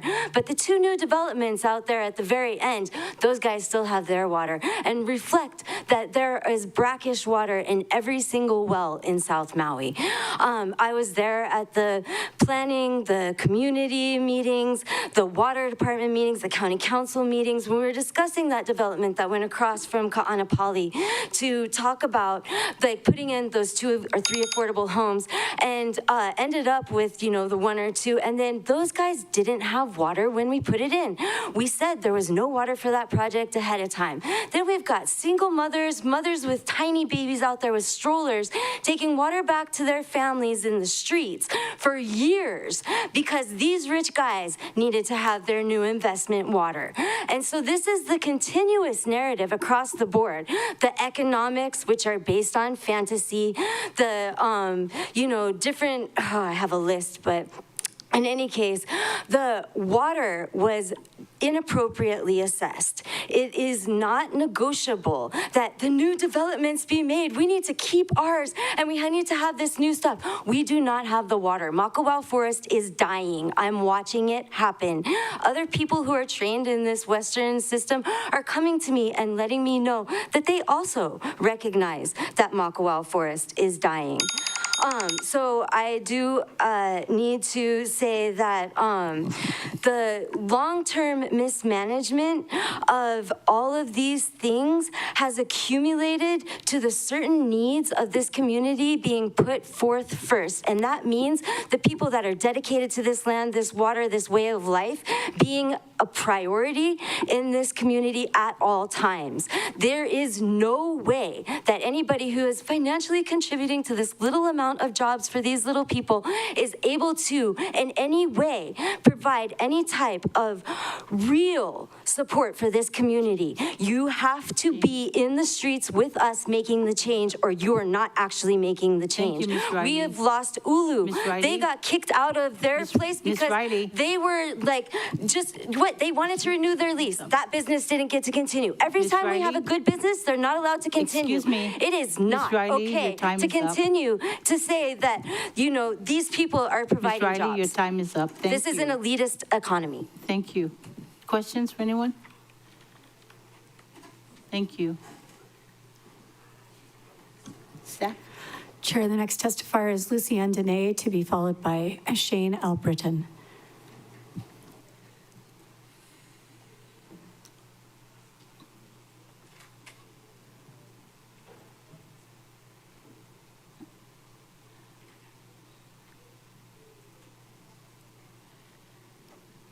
Chair, I don't see Ms. Dene on the call. Shall we go on to their next Just go on testifier? to Shane, and then we can always come back to her.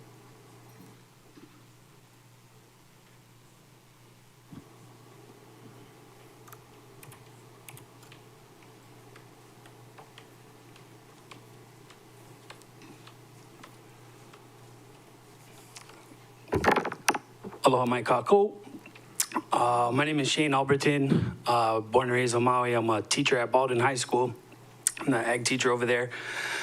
And I wasn't expecting to be here all day. I got here at about 8:15, hoping I would be kind of high up on the list. And then when the doors opened, we saw a big rush of people coming here to get on the list first. And so we got to listen to the whole first hour about how hard it is to own 5 vacation rentals on Maui.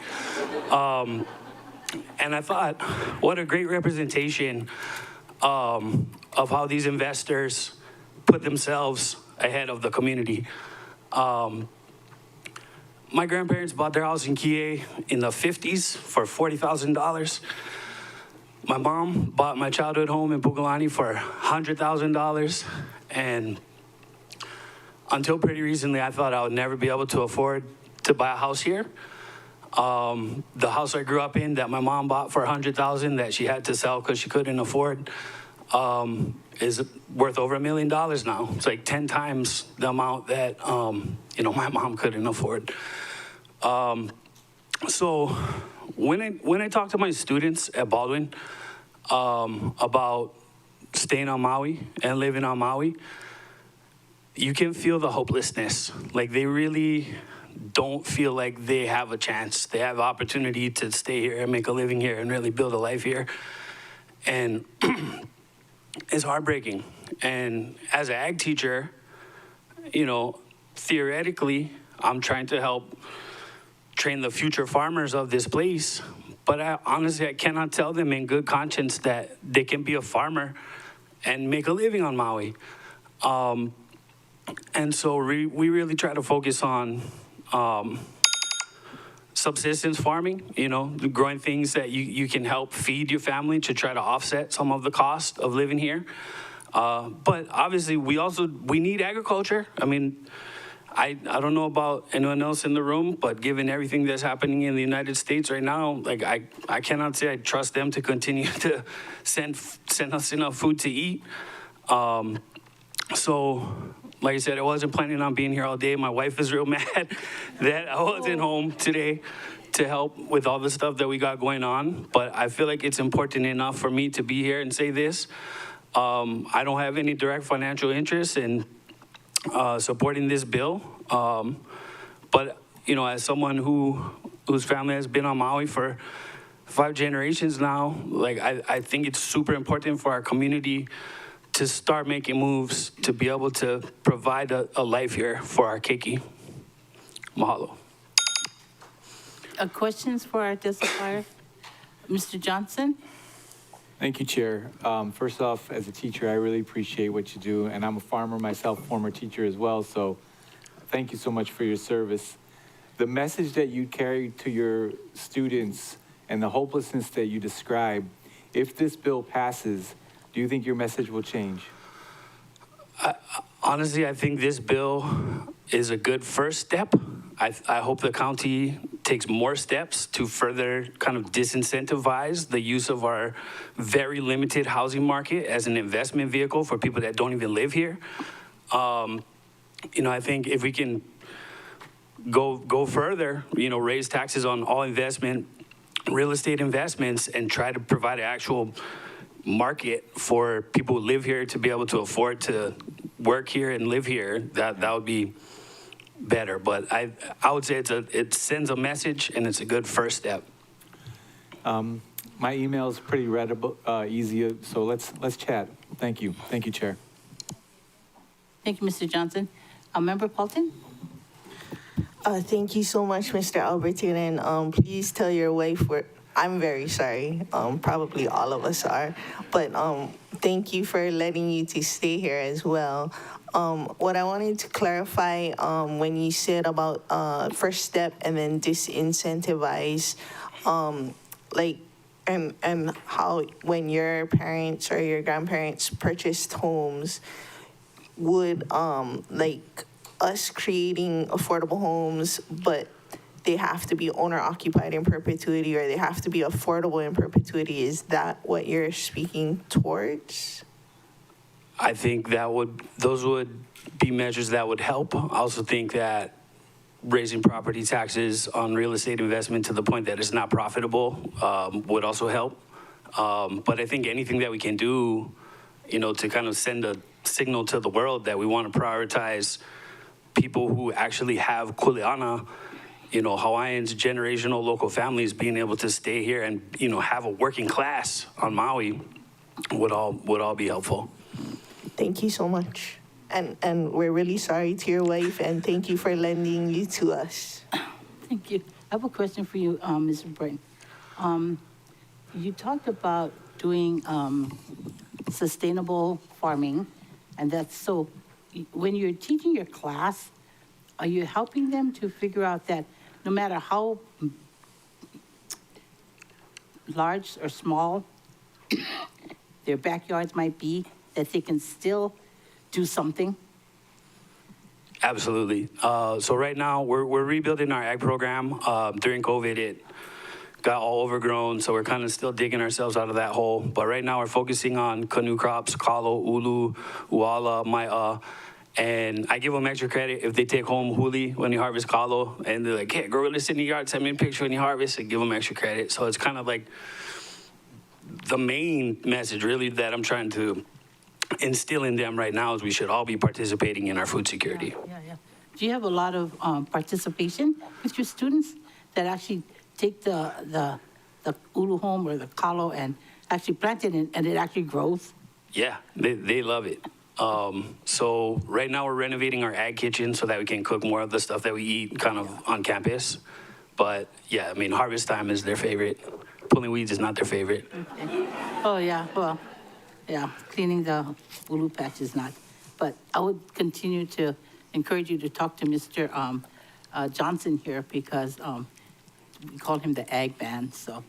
But he'd be very helpful in terms of assisting your classroom as well as potential funding if you might need. So, yeah, so thank you.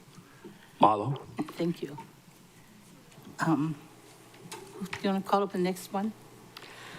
Chair, the next testifier is Christina Mao. Would you like another after that? No, because I think we're going to probably close down. Christina Mao. You should be here.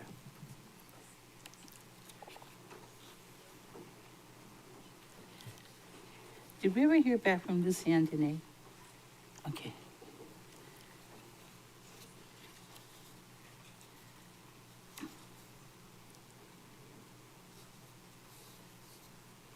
Is Christina here? Chair, should we call the next testifier? Yeah, pardon me, Chair. I saw someone get up. I thought that was her. Yeah, I am. The next testifier is Ki'i Kaho'ohanohano, and that's probably going to be our last testifier. Yeah. So Ki'i, are you here? I saw her earlier. Okay.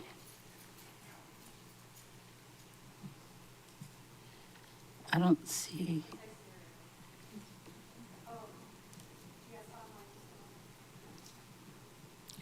So while Ki'i's getting ready to come online, Ki'i will be our last testifier for today. We're going to recess till next week, Wednesday, the 18th at 9 o'clock in the morning. I think the next testifier on the list would be Ho'ai Tong Ha. And we'll take anybody after that, whoever's on the list right now, and any others that might sign up. okay, Ki'i has been enabled on our end. Okay.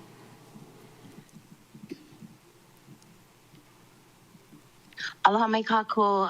My name is Ki'inani Kaho'ohanohano, and I am in strong support of Bill 9. Unfortunately, I'm running around trying to do like 18 things right now. So I'm just going to keep it simple and amplify the voices of all those that are in support for all the reasons. We need solutions for housing. This is a good start. I do kāko'o all the mana'o as far as other solutions still being needed. But we cannot wait for the developments that are proposed and all of those things to occur. We've already lost so many folks that have had to move away from home.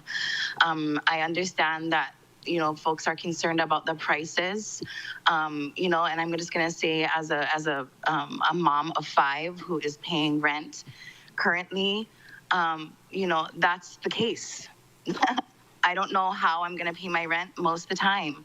But where there's a will, there's a way. We work hard and we make it happen because we need a place to live and we need to stay home. And, you know, my sentiments are with all of those that say, hey, I'd rather live in my car or on the beach before I leave home.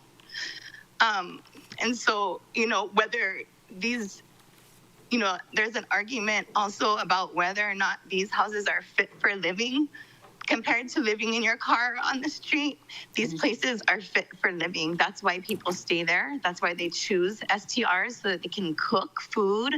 And, you know, that argument also leads into another argument about our restaurants and our, you know, our businesses being harmed in this way. No, actually having the option to cook within those units actually takes away from them going and dining in restaurants and such. There's so many points to be made, but I just really honor you folks and mahalo you, all of you, doing your due diligence to really look into how this can work for our people. So again, mahalo. Thank you. Members, questions for Ms. Kaoanano? Seeing none, thank you so very much for your testimony. Members, as of just a few moments ago, we had 176 people signed up to testify. We've gone through only 32 today. A lot of people didn't come on, and we've still got some people that are pretty much outstanding when we call their names. They didn't show up, so they probably had to leave. But nonetheless, they're still on our list, so if they show up at a different time and sign up, then we'll just put them back in their order that they signed up when they were here today. So other than that, yes. Mahalo Chair, I quickly did the math. I think it's 52. Oh, 52. Testifiers. Okay, well, thank you. Appreciate that. So anyway, that's pretty much the status today. But I anticipate more people signing up even next week, Wednesday, when we have our next recess meeting. So as of this moment, members, yes, Member Paulton. I was gonna ask Member Rollins Fernandez if she anticipates using her whole day on Thursday. Half day. Yeah, I could probably do that. And then I would, if it's all right, I can move my meeting to her day, and you can. Are you gonna take her day and you're gonna give me your day on Wednesday? I'll take half her day because she has the all day She has a whole day. And then you can do all day Wednesday. If that's okay with the body. I'm okay with that. You can have the morning. Oh, I can have the morning? Yeah. Okay, I'll take the morning. And then we'll have the whole day for the 18th. Yeah. Okay, I'll just have to make flights. Okay. Okay. Thank you. So we're going to recess till the 18th from 9 to 4:30. And me and you both have all members on our committee, so it wouldn't be like you got to make a change or something for Wednesday. For Thursday, some people might have to, though. Right. But I think we're good. Members? Chair? Yes. Apologies, just for the record, the recess date and time will be June 18th. Yes. At 9:00 a.m. Yes. With the same Teams connection for the online, and then with the same in-person viewing available here in the chamber. Chair. Yes. And then if we have to take another day, do you have a day in mind? Well, I think we talked about the 23rd, 24th, 25th, and I know we talked about the 27th too, but you've got a council meeting on the 27th, right? Right. So beyond that, we didn't plan, but I figured by next week I should have for sure. Okay. Yeah. Member Johnson, did you? Oh, If you got it sorted out, you got it sorted out, but you could also use my July 3rd meeting. your July 30th? July 3rd. Oh, yes, thank you. Yeah, Kate talked to us about that, so. Full 8 hours. Right, okay, thank you. So, Member Rollins Fernandez, did you have? Mahalo Chair, and we also moved our council meeting from the 20th to the 27th. Right. So I don't know if that would work for folks. Okay, so I think we went from the 18th, right, to the 23rd, and then, all day, right, on the 18th, moved to the 23rd. So, well, we're moving. Yeah, not the 20th. Okay, so members, are we good? Okay, yes. We would start off with where we left off on the testifier yes, on the 61. list. Okay. I think, who's the next name on the list, Ellen? That was, Chair, the next testifier is Ho'ai Thuong Ha. Oh, Ellen, wasn't there some folks that said they wanted to testify on the 18th on the list, though? Yeah, there are some people that we would like to come back to, Lucy and Danae, maybe David Switzenberg, John Yeah, Angel. those people that, when we called today, Yeah. they didn't respond. So we'll go back and call them out, right, see if they're here, and then we'll continue with the list, like that. Good? All right, members, it is now 4:20 in the afternoon, and the HLU committee meeting of June 9, 2025 is now in recess until June 18th at 9 a.m. in the morning. Thank you, members. Meeting now in recess.